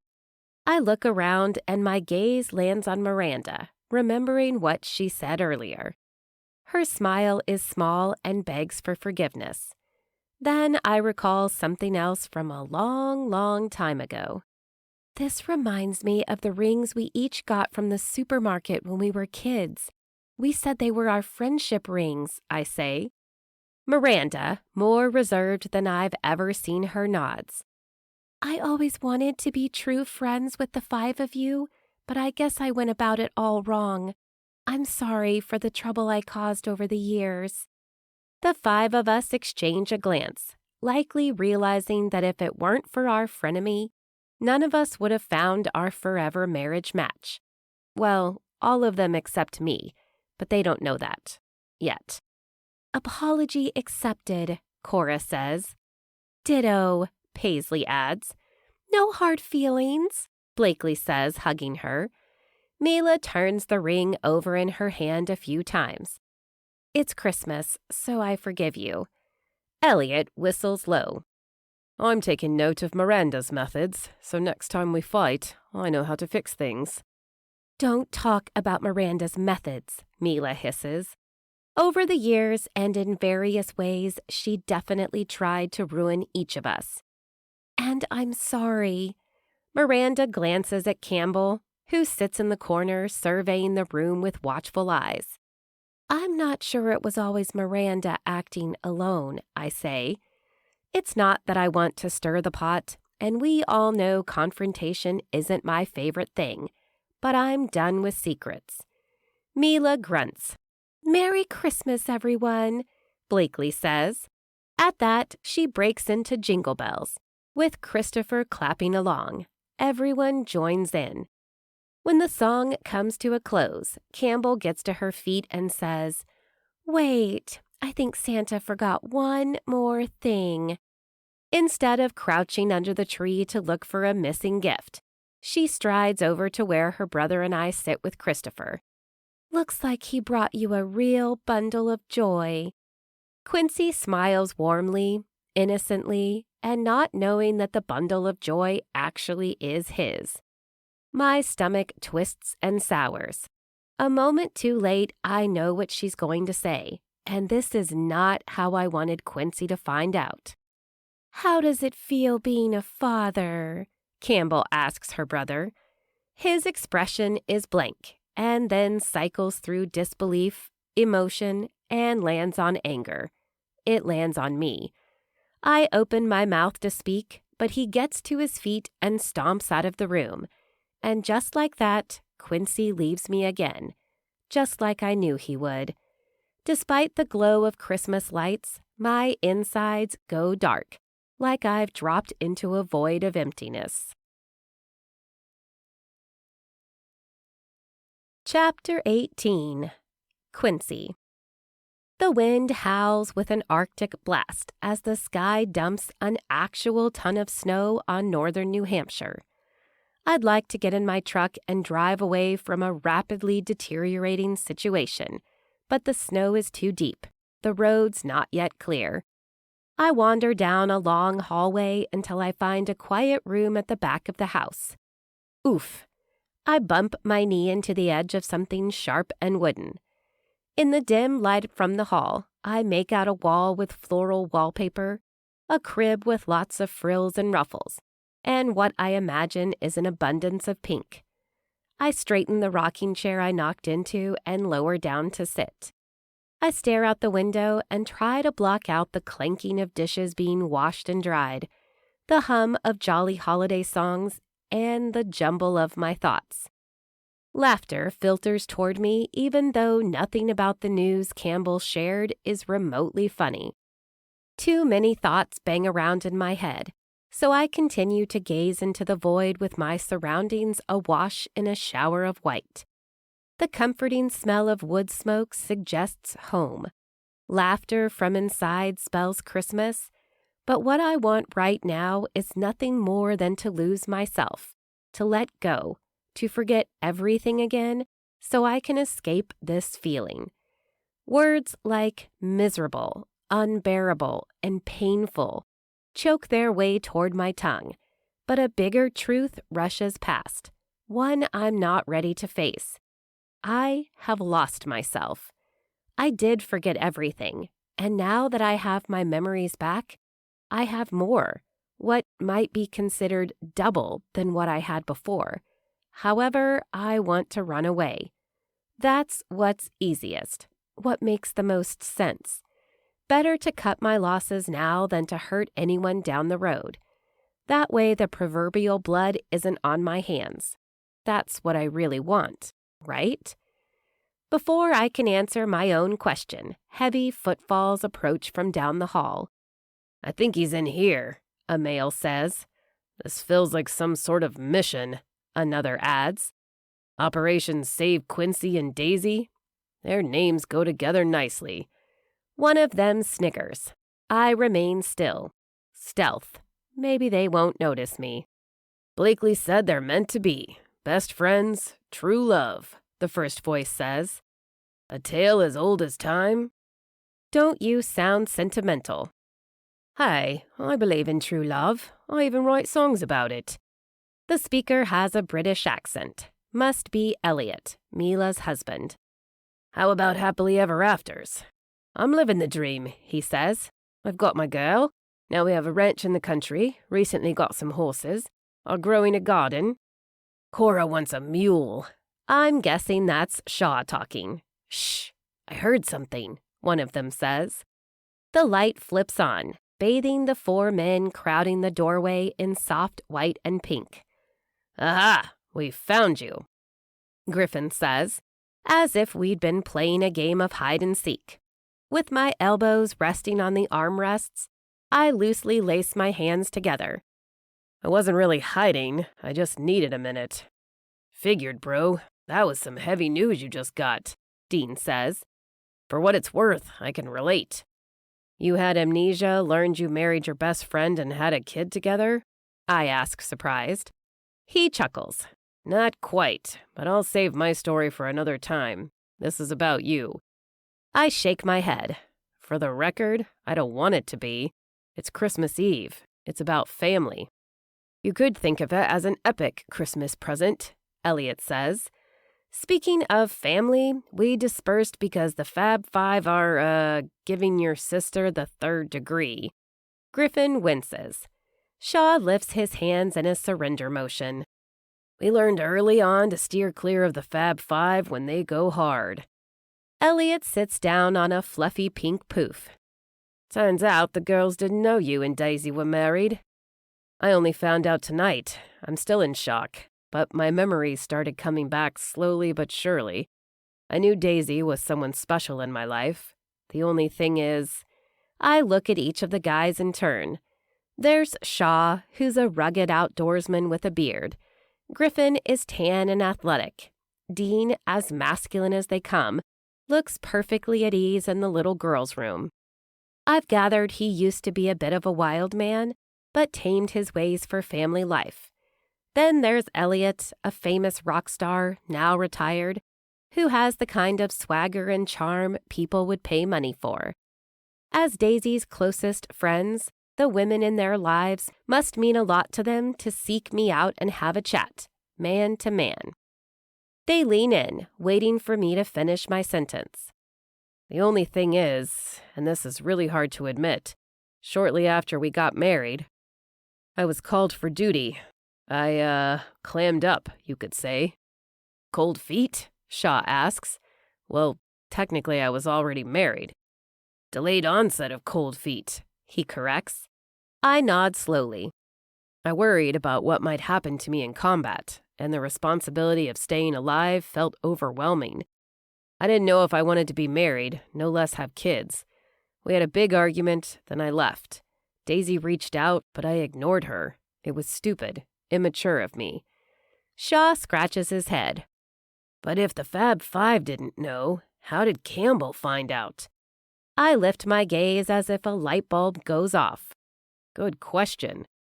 I'll admit, I don't know Daisy as well as you did, but I've gotten to know her since moving up here, and she's a good person, Dean says. I appreciate him saying that. Daisy is the best, and I know she longs for security and love. I can give her that, but I messed up after we got married and before I went away. I'm guessing she was afraid that if she told you sooner, you'd leave again. I let out a long breath. Nah, I'd just go hide out in a girly room. For our purposes, this is a man cave, Dean says. We chuckle. I'll never leave her again, but on top of the return of many of my memories, I'm not sure what to do with this upwelling of emotion. I explain to them about retrograde amnesia, touch on PTS, and how I was assessed as having the emotional maturity of a 14-year-old.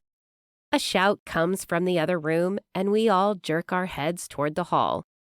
Sounds like it's getting heated. I think that was Mila. Elliot starts. Dean says, she's the sassy one.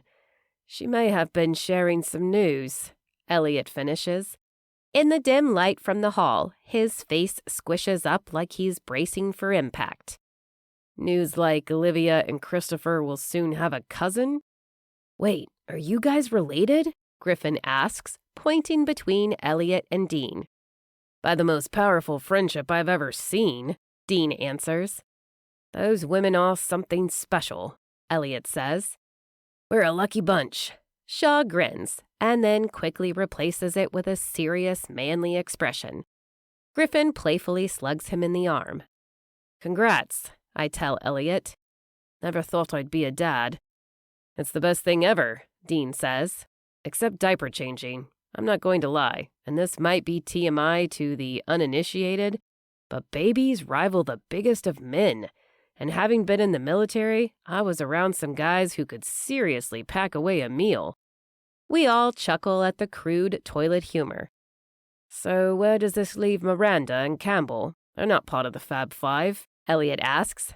Dean says, I don't know, but better for us not to get caught in the crossfire. We have wonderfully complicated women, Shaw says, and smart. Silly, Griffin adds. Stylish. Dean looks appreciatively around the baby's room. Strong, too. Sassy, for sure. Elliot's cheeks puff on a long breath. I've learned to pick my battles. Relationships take work. No one told me that up until I had a series of fails. True, the others echo. And sweet. Daisy is so sweet. An unmanly, lovelorn sigh escapes. So you think you can make it work? Shaw asks. I'm more concerned about her taking me back. I may not have remembered all the details, but I was the one who turned my back and betrayed her. My throat thickens as the words I originally spoke come back to me. I told her getting married was a mistake. Dean grips the back of his neck. Ow, that's rough. Harsh, man, Griffin says. Elliot claps his hands together. I think you can fix it. I'm not the kind of guy who can write a love song, no less sing. Nah, you can show her, Dean says. DIY style.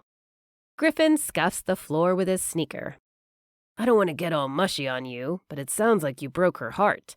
If I've learned anything about that, it's the sooner you fill it with love, the faster it heals. Sound advice, guys. Thanks. I had an idea, Elliot starts. Since the girls call themselves the Fab Five, we ought to come up with a name. The Gentleman Five? The Muscly Brutes, Dean suggests. How about Five Amigos? Griffin asks. Cinco Amigos? While they continue to try to come up with a catchy name, I turn back to the snow, seeking answers. Song lyrics, DIY tips, anything to help me mend things with Daisy.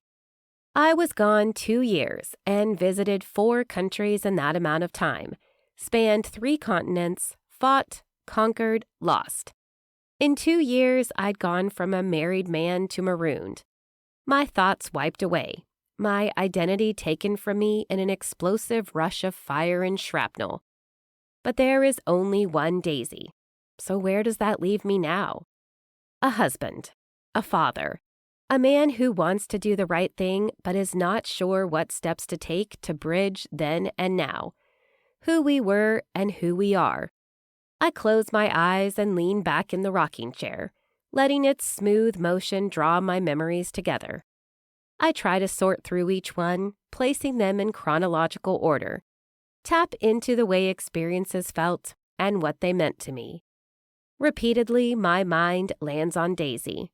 She transfixed me from the beginning. From the time I was 14 and understood that guys liked girls and vice versa. My crush grew, but I didn't think friends could become more. There are countless instances of Daisy and me together. Smiles swapped, eyes sparkling, laughter tinkling. 1 week. We've been back together 1 week and have rebuilt so much. Daisy is sunny mornings, lazy afternoons, and starry nights all rolled into one. She's a guy's dream, my dream.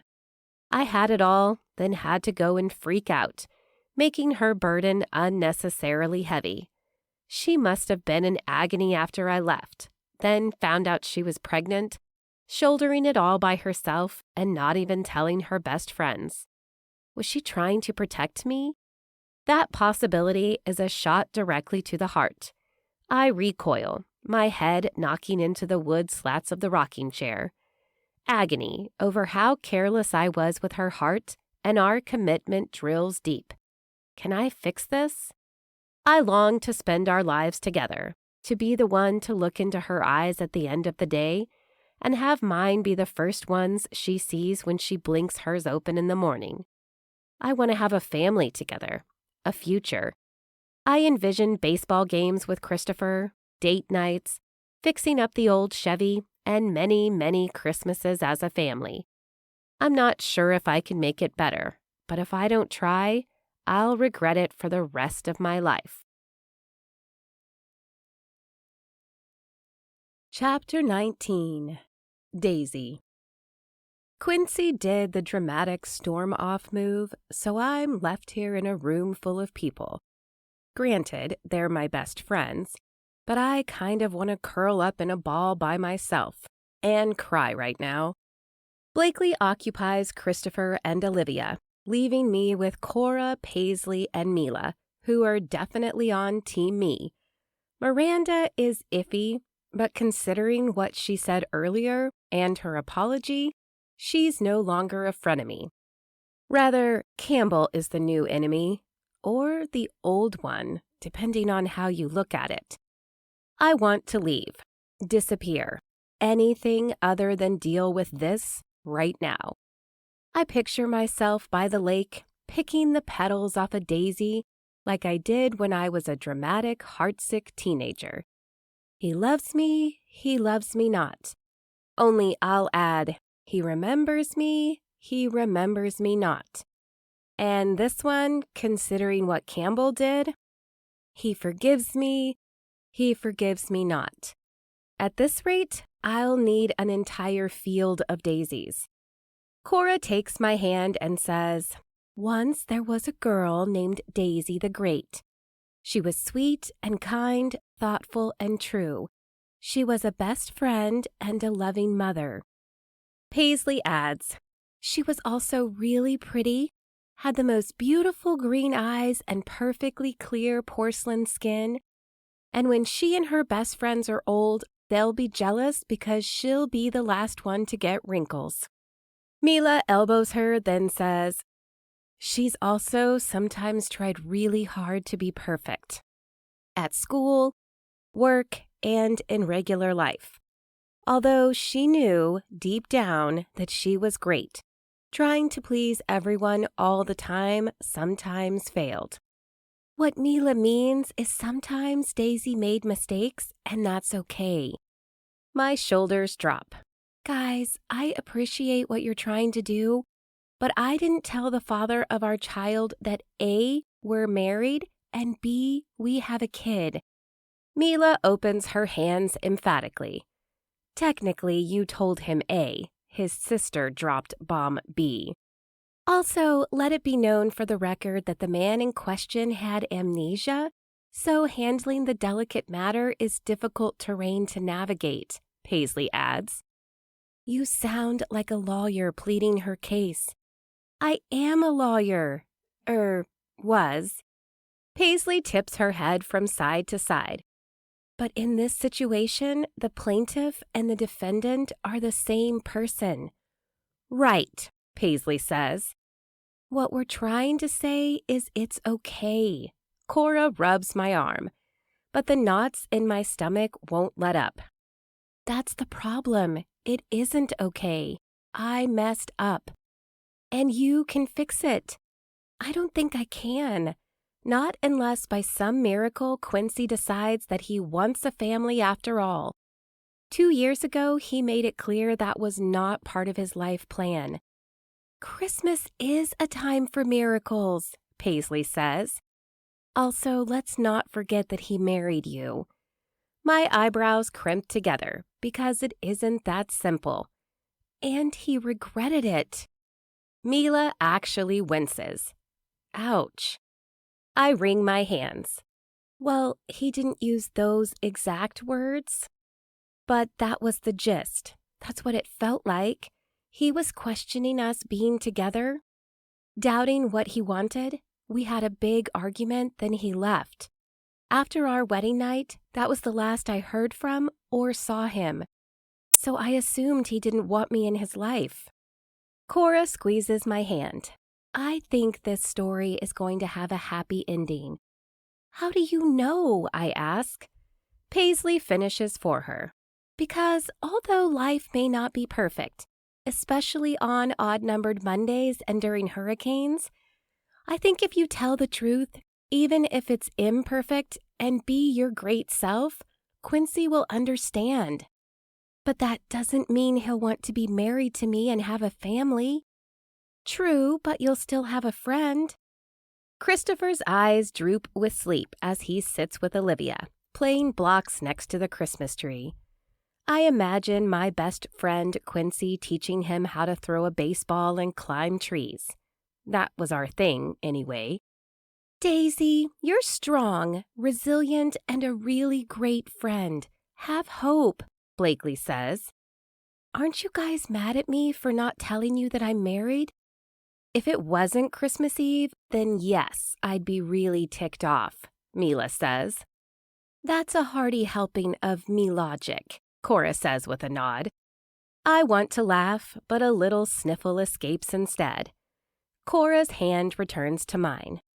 Daisy, you've never ever, in all the years we've known you, done something to hurt any of us. You've always been there. You got married, and although that's a huge deal, also she had a baby with the guy and wouldn't tell us who the father was, Mila adds. Right, but we respected her decision. We thought she had a good reason. Speak for yourself, Mila quips. See, I knew you were mad at me. She arches an eyebrow. You have it wrong.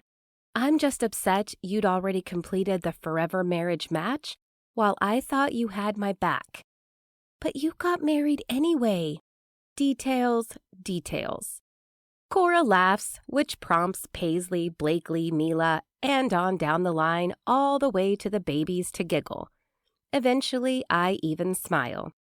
When they stop, Mila says, You need to make a decision. First, I have a question for you.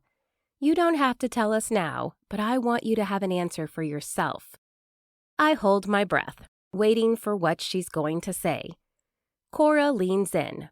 We also want you to know that we will do anything to help you.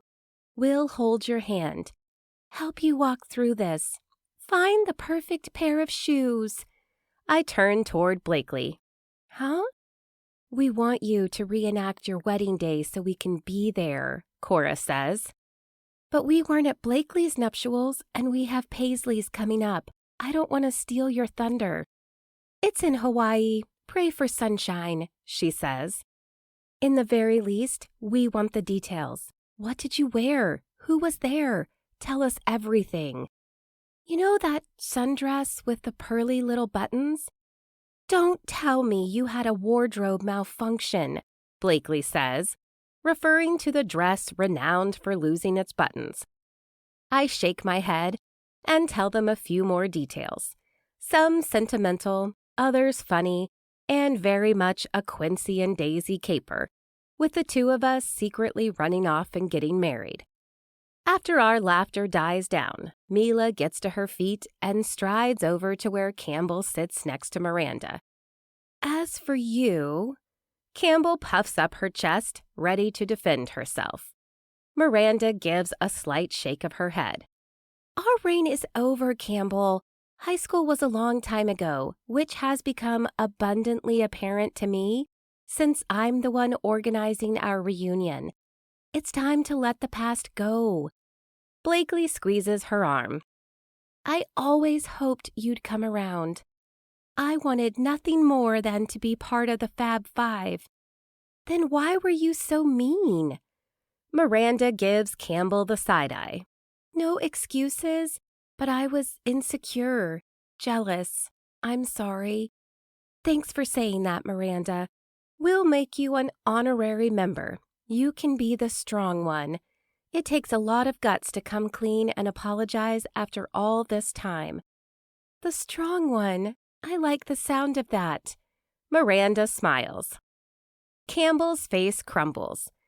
My heart aches for what she's been through and how it prompted her to try to hurt her brother and me. We were never the mean girl crew, Cora says, joining Mila in a first line of defense posture. Speak for yourself, she snorts. But we will stick up for our best friend, Blakely says, striding over. Paisley closes the half circle surrounding Campbell. I join them, cornering her, though I'm thinking of it more like a circle of caring. My eyes narrow, and I'd be a liar if I said I didn't want to dump the bowl of eggnog on her head. Instead, I say, I know the Fab Five aren't actually violent, and am grateful they have my back, but I don't think intimidation is going to result in an outcome that's agreeable to Christopher's aunt. Campbell's eyes meet mine as the realization that she's an auntie dawns.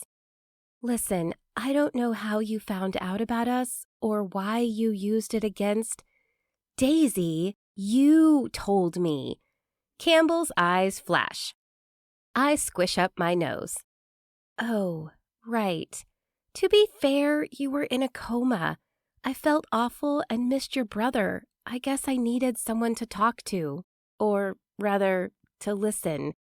What about us? We're your best friends, Mila asks, affronted. All of you were busy falling in love. As time passed and we got closer to the reunion, there was no way I'd complete the pact. I'd never be able to move on from Quincy. He's the love of my life. Campbell's face shadows with disbelief. You've been faithful to him all this time. Of course, we're married. She shakes her head in disbelief. No, I don't believe it. You just want to take him away from me again. Gingerbread cookies.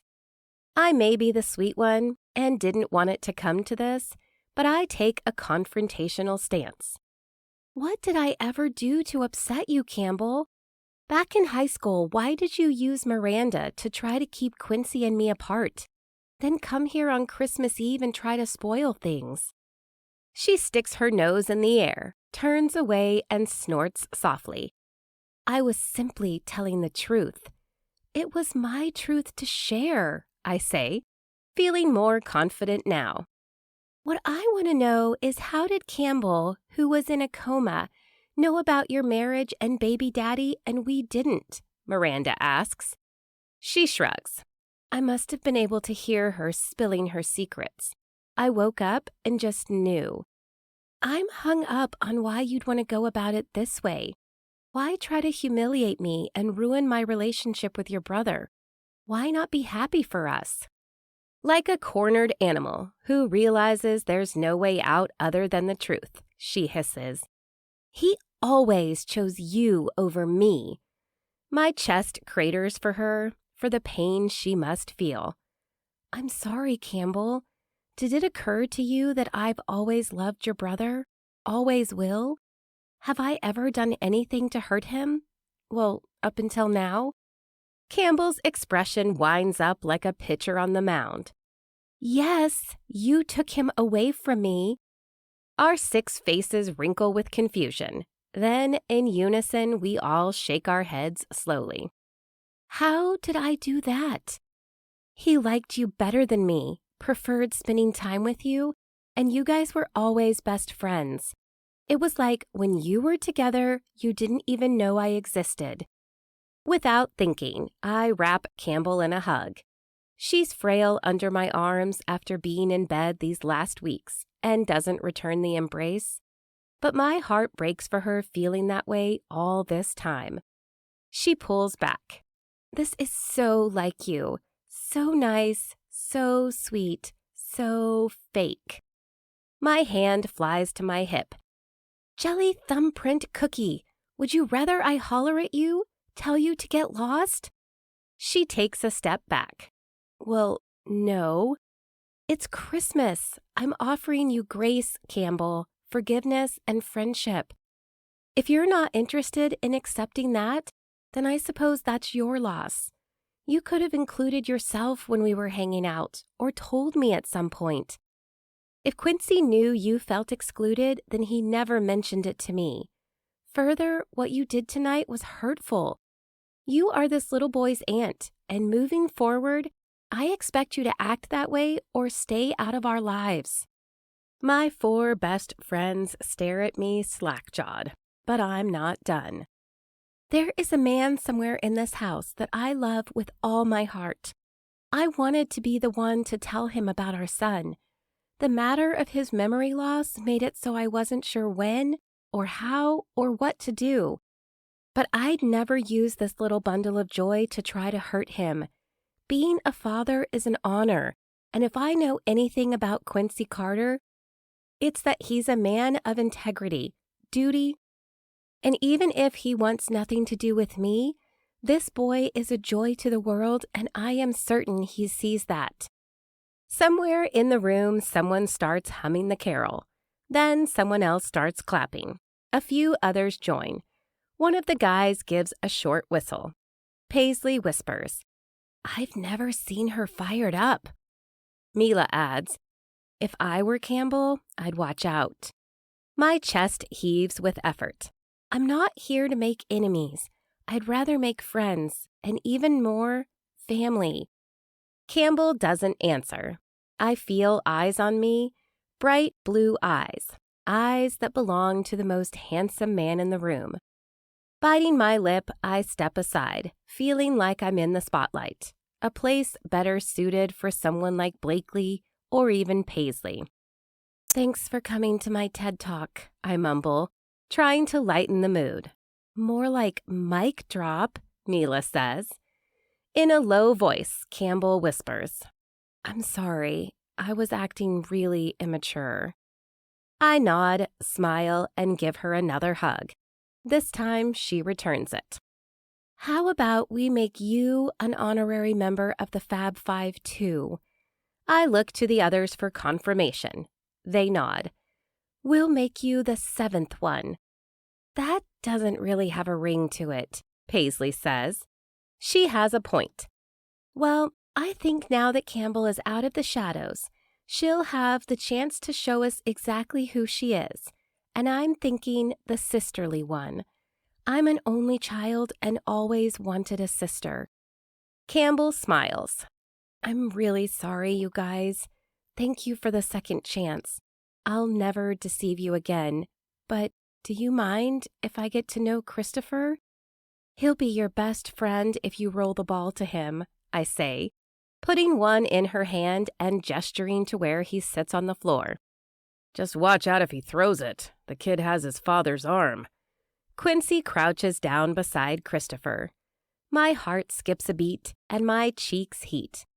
Daisy, can we talk? He asks, standing back up.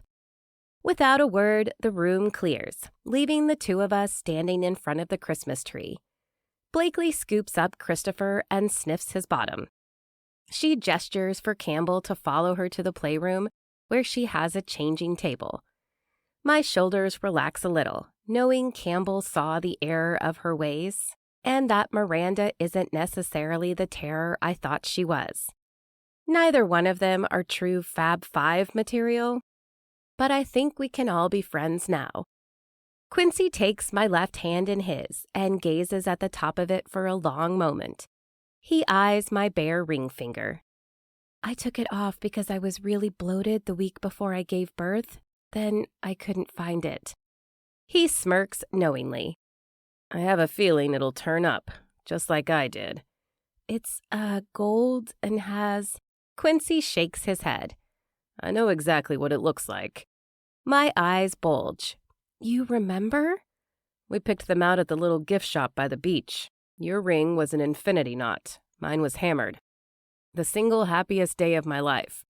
Well, aside from today and finding out about Christopher. How does it feel finding out that he's your son? Are you mad? The knots in my stomach tighten, like when pulling the wrong side of a bow off a gift. I could be mad, but then I'd miss out on this life I want so badly. That day when I drove you home and Christopher pooped his pants, all I could think was, I want this. I want this every day. For a 16-month-old baby to have a poo and stink up the cab of your sleek truck? He laughs. I want family life, with all its smelly, messy, and delightful moments. For instance, it won't be as amazing when Christopher learns how to use the potty if he hadn't gone in diapers for so long. I tip back my head and laugh. I'm not sure what's funnier, the fact that you just said potty or that you're right. I'm new to this, but I'm guessing there are loads of examples like that. So am I mad? No, I'm more in love with you than ever. If anyone has the right to be mad, it's you. My insides swirl like the snow blowing outside. I'm the one who kept this secret all week. Yeah, but I walked out on you. The memory makes me feel sick. Awful. Quincy's eyes land on mine. I'm really, really sorry, Daisy. If I could go back and do it over, I would. Being a Green Beret, I face fears all the time, but I was afraid of what a future for us would be like. I didn't think I wanted the added responsibility. I thought my purpose was to save the world, but in the process, I lost my best friend and my wife. I thought it would be easier that way. I was wrong. It did hurt, and things have been hard without you. But you protected and stood by me. I press my lips together. I did. I do. I don't deserve you, Daisy. If anything, the A-team does. You'd be a valuable asset.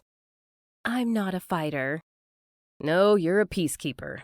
Thank you for forgiving Campbell. I'll be talking to her later. He scowls. Take it easy on her. She's been through a lot. It says a lot about you that you went and visited her while she was in the hospital.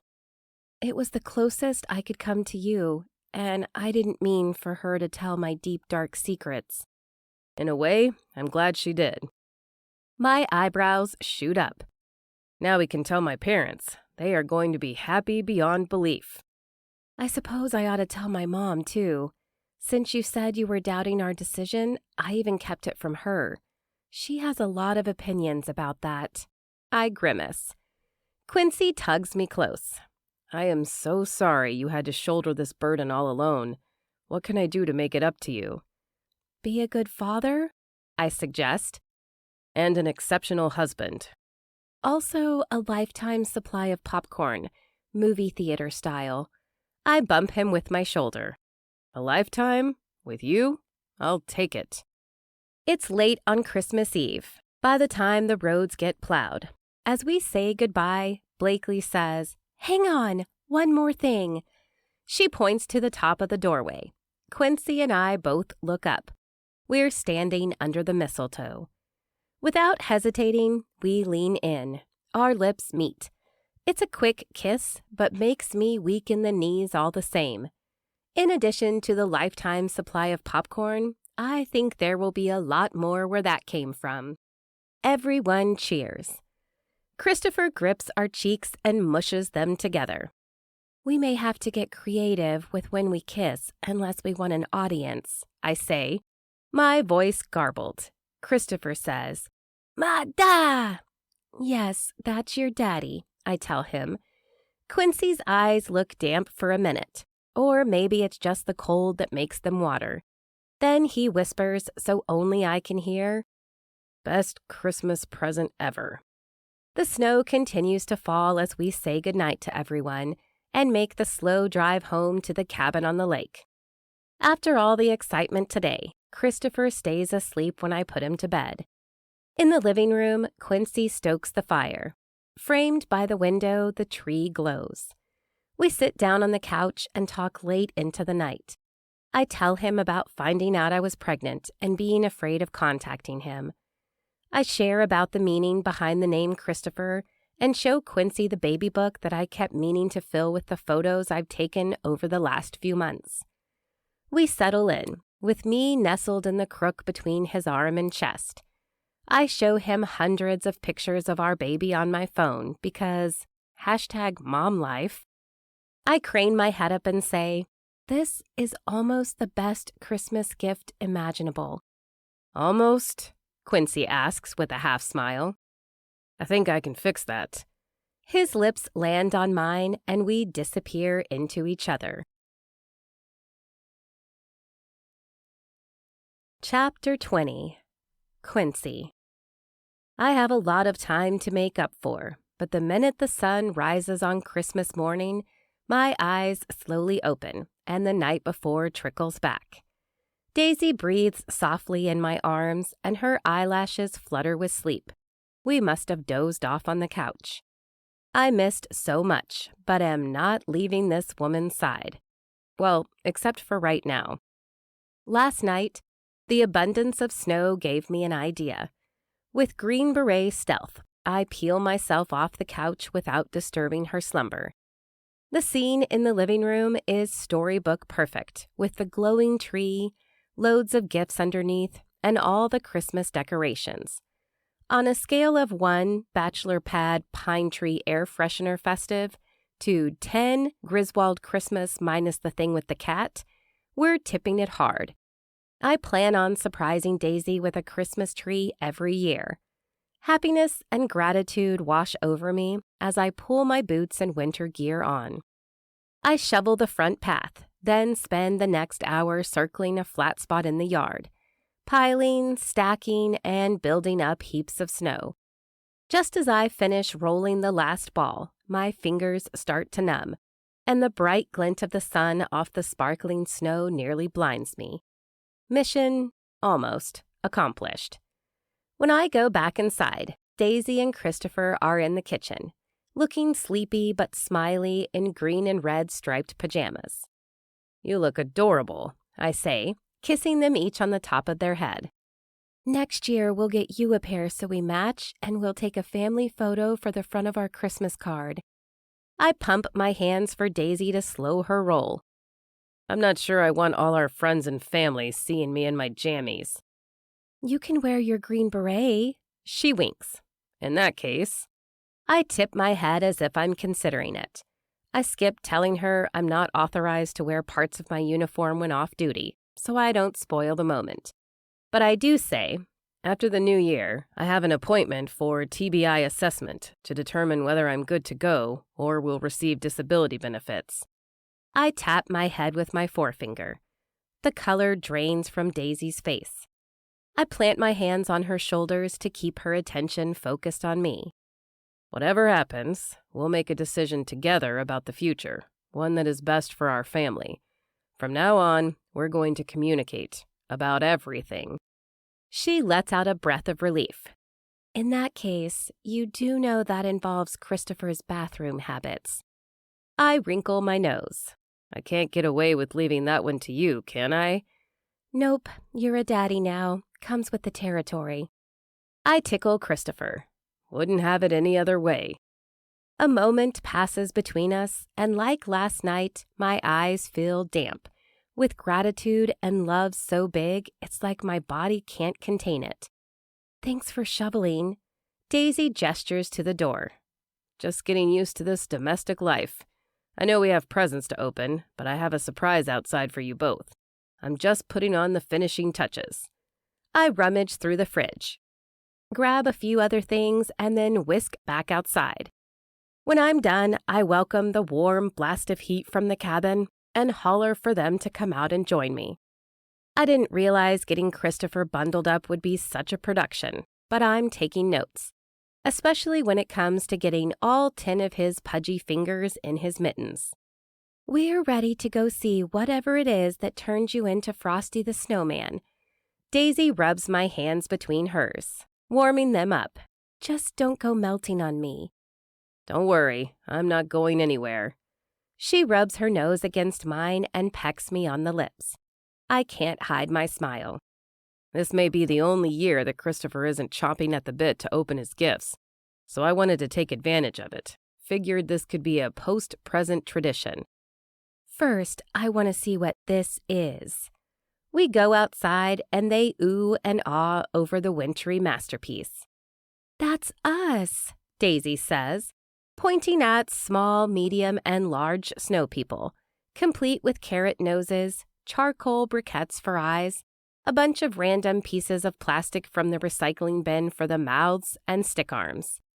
I got the idea from the ornaments we made, I say. I love it, and I love you.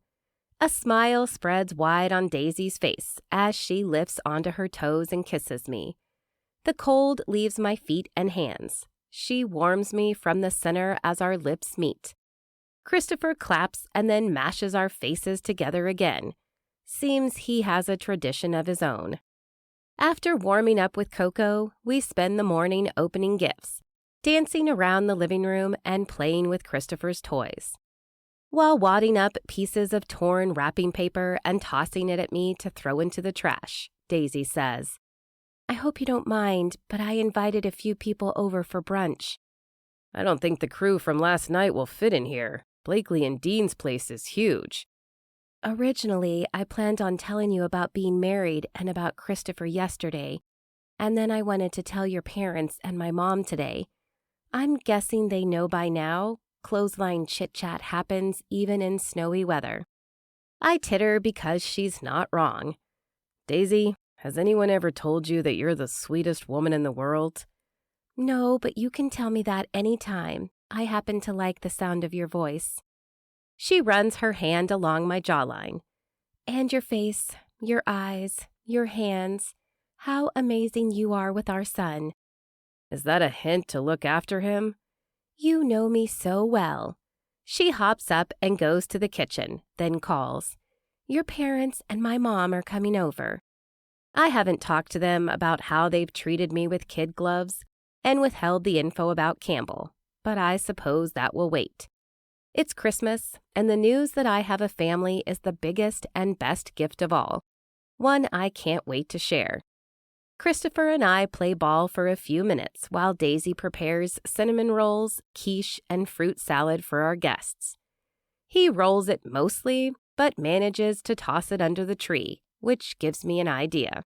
From across the room, I watch my woman with her kind green eyes, her perfect lips, and want nothing more than to kiss her again. I bring Christopher into the kitchen. Just coming to check on the bacon. Quincy, I know how to make bacon. I steal a nibble. Just confirming. I'm on the bacon board of supervisors. I say, around a mouthful, then nod. Yep, this checks out. You do in fact know how to make bacon. She playfully whacks me with a kitchen towel. I lean in and give her a peck, a promise that there's more to come later. I know that people aren't perfect. I'm certainly not, but moments can be. I want to remember this particular one forever. The song I'll Be Home for Christmas plays in the background. The cozy fire warms me, and the comforting scent of home and bacon fills me up. I'm thankful because I finally am home for Christmas. Daisy, Christopher, and this cabin are home. The next few hours go better than we could have expected. My parents are overall ecstatic, but mildly offended we didn't invite them to the wedding.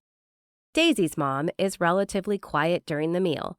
Then she says, "As payment for not telling me you and Quincy were married and that he's Christopher's father, you're going to let me spoil my grandson rotten from now on." Daisy's finger disappears into one of her curls. "You're not mad?" "I can't be mad when I'm around this kid." She beams at the little boy. "But I'd like to apologize to you for distancing myself and for doubting you. I understand now you had your reasons. The last year or so has been hard, learning to be a new mom without mine around," Daisy says. I wish I'd been with her for support too.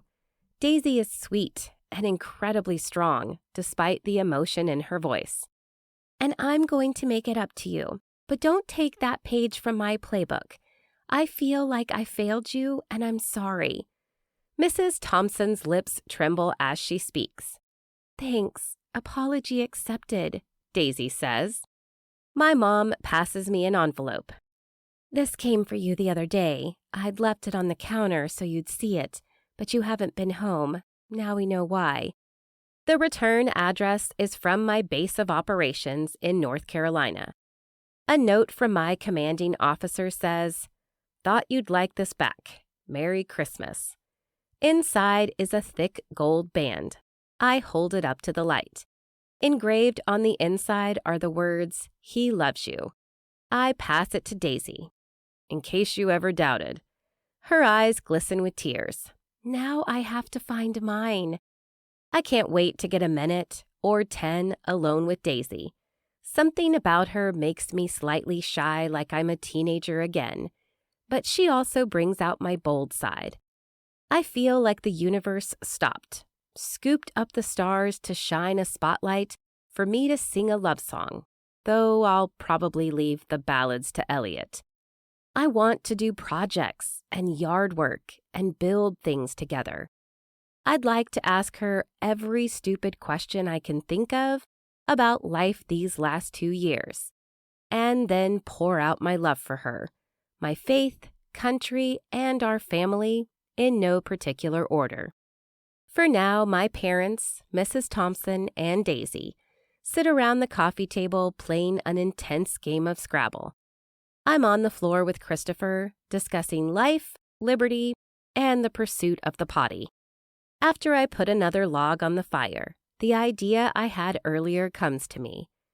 I can't redo prom or our wedding day, but I can get a second chance at a honeymoon, or in our case, what I'm calling a mini-moon. Later, as the grandparents get ready to leave, wishing us a Merry Christmas and trying to outdo each other with offers to babysit, I say, "Actually, we'll take you up on that tomorrow. It might have to be a team effort, though." I fight to hide my smile. Daisy lifts an eyebrow in question. "Trust me, you'll love it. I'll give you a call later with the details."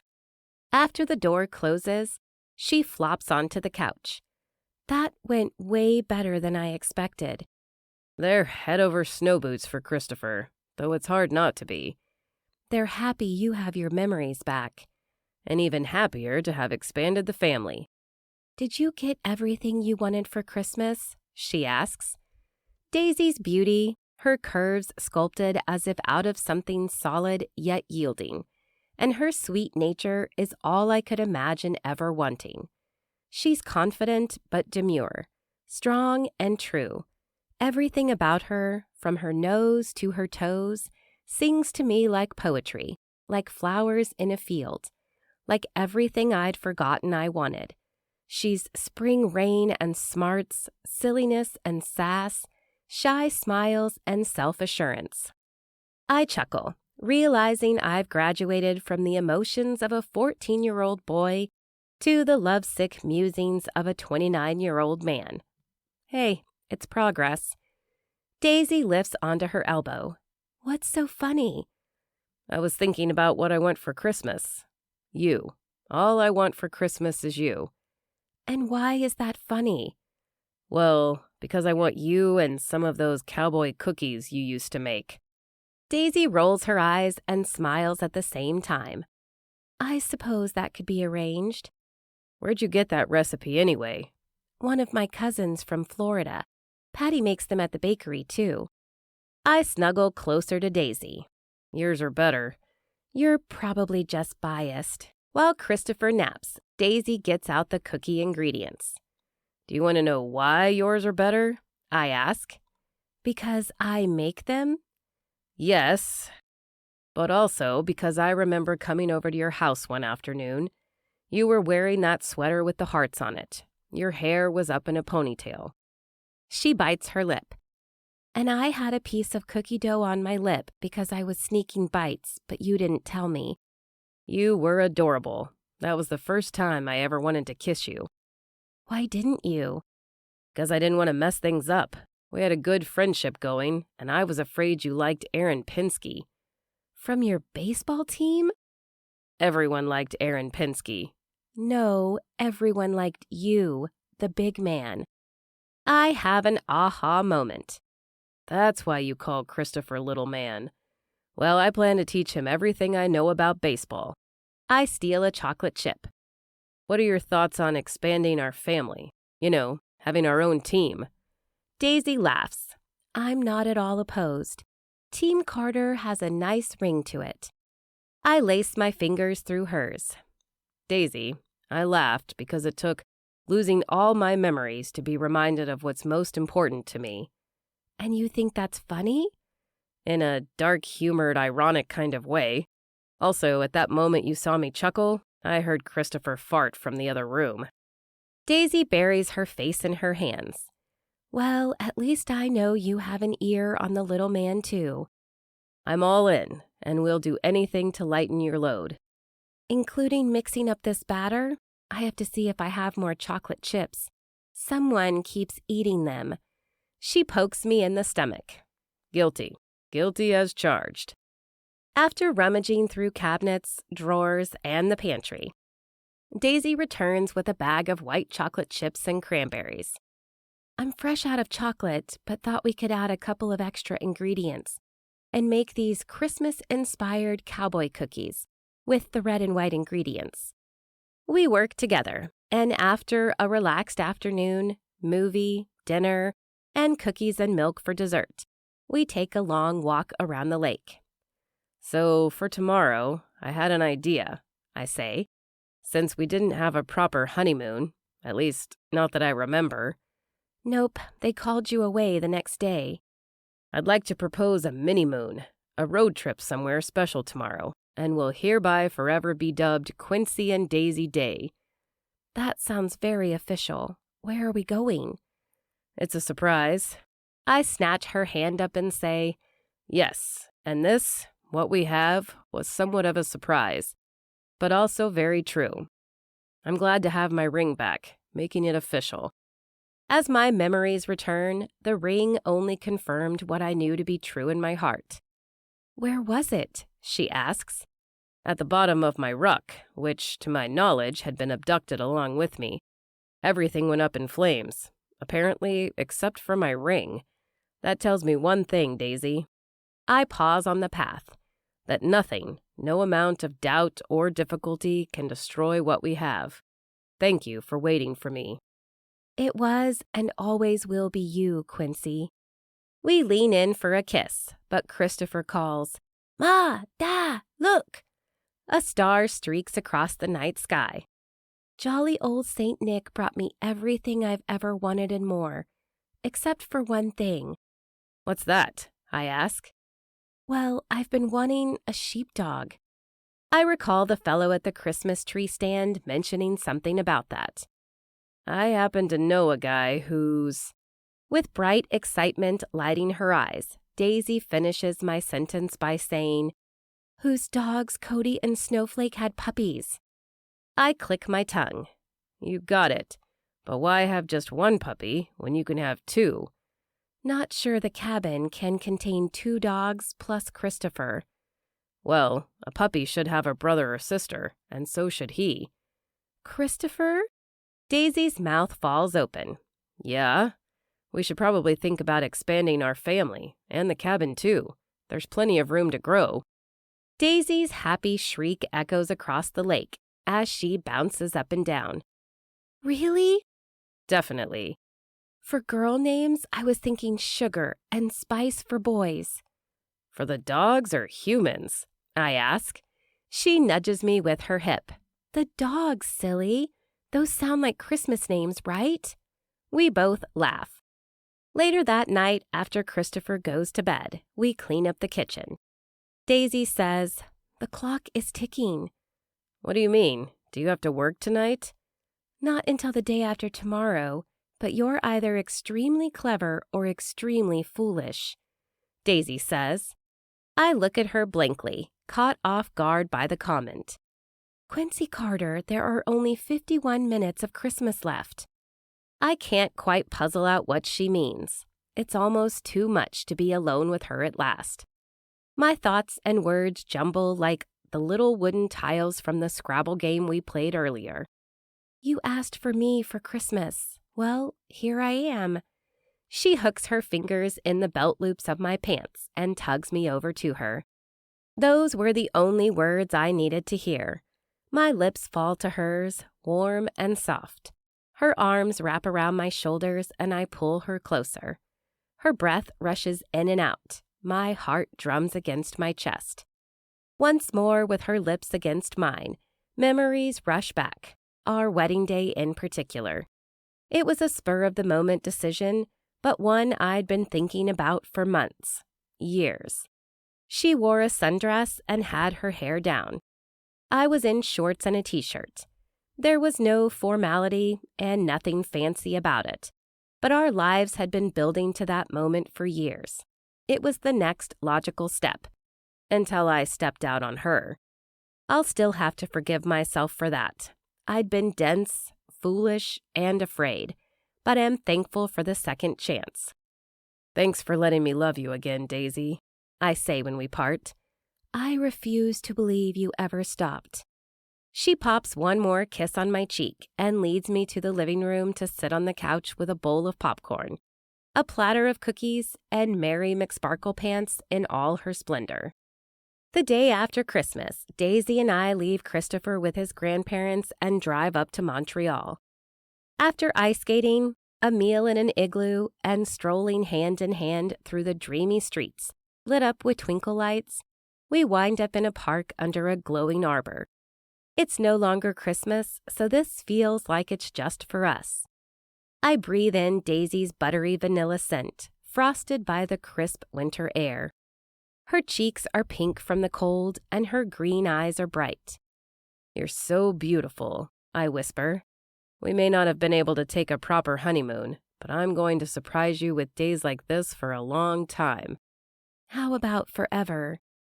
In the snow, I write, Quincy plus Daisy equals forever, with a heart around it. She takes a photo and says, for the scrapbook. This reminds me of the spray paint at Crandall's Landing. She wears a mischievous smile as if she snapped a pic of it before Mr. Crandall covered it. I like this tradition and look forward to all of our adventures together. This might sound crazy, but I'm glad we're starting over. We get to have all of our firsts all over again. Our first kiss, first Christmas, our first time saying, I love you. You beat me to it, but I love you too. I lift my hand and press it against hers. Should we consider this our first hand hug now that everything is out in the open? She asks. I squeeze Daisy's hand in affirmation, and we start walking again. I know wherever life takes us from now on, we'll be together. So does this mean that I'm your forever marriage match? I ask. You remember Blakely talking about that? I remember thinking to myself, Daisy is the woman I want to marry. It was a love-at-first-sight situation. Funny thing, we were already married. It started as a dare, a pact, but the truth is, for us, it started long before that. I agree. We were made for each other. We're best friends, make a good team, and an even better husband and wife. You okay with a mini-moon once a year at least? I ask. I'd like that a lot. Do you mean the traveling, exploring, and adventuring part? I mean the us part. Her eyes twinkle. I'm so glad I married you, then forgot I married you, and then remembered. Me too, Quincy. Me too. At that, I drop my lips to hers for another snow-melting smooch. The end. Thank you for reading. If you enjoy clean, comedic Christmas romance, you may also enjoy some of my other books, including All I Want for Christmas, Wanted, Forever Homes for 12 Adorable Puppies, Needed, A Christmas Eve Miracle, and Maybe a Kiss Under the Mistletoe, An Unconventional Christmas Love Story, Dear Santa, Does Flirting with My Best Friend Put Me on Your Naughty List? Love, Minnie. Merry Christmas and happy reading. This has been Dare to Love My Best Friend, Romantic Comedy, Forever Marriage Match, Book 5. Written by Ellie Hall. Copyright 2021. Narrated by Lorena Hoops. Audio copyright 2022. This has been Dare to Love My Best Friend, Romantic Comedy, Forever Marriage Match, Book 5. Written by Ellie Hall. Copyright 2021. Narrated by Lorena Hoops. Audio copyright 2022.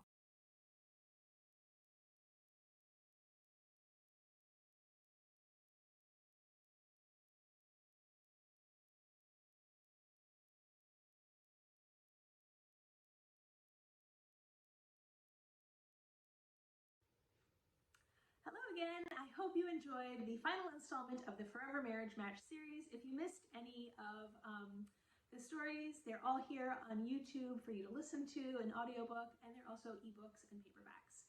So I want to thank you again. I would love to hear what characters you enjoyed, what tropes, any details. I love talking about books, so please leave a comment. Be sure to like if you haven't already, subscribe, and I will see you between the pages.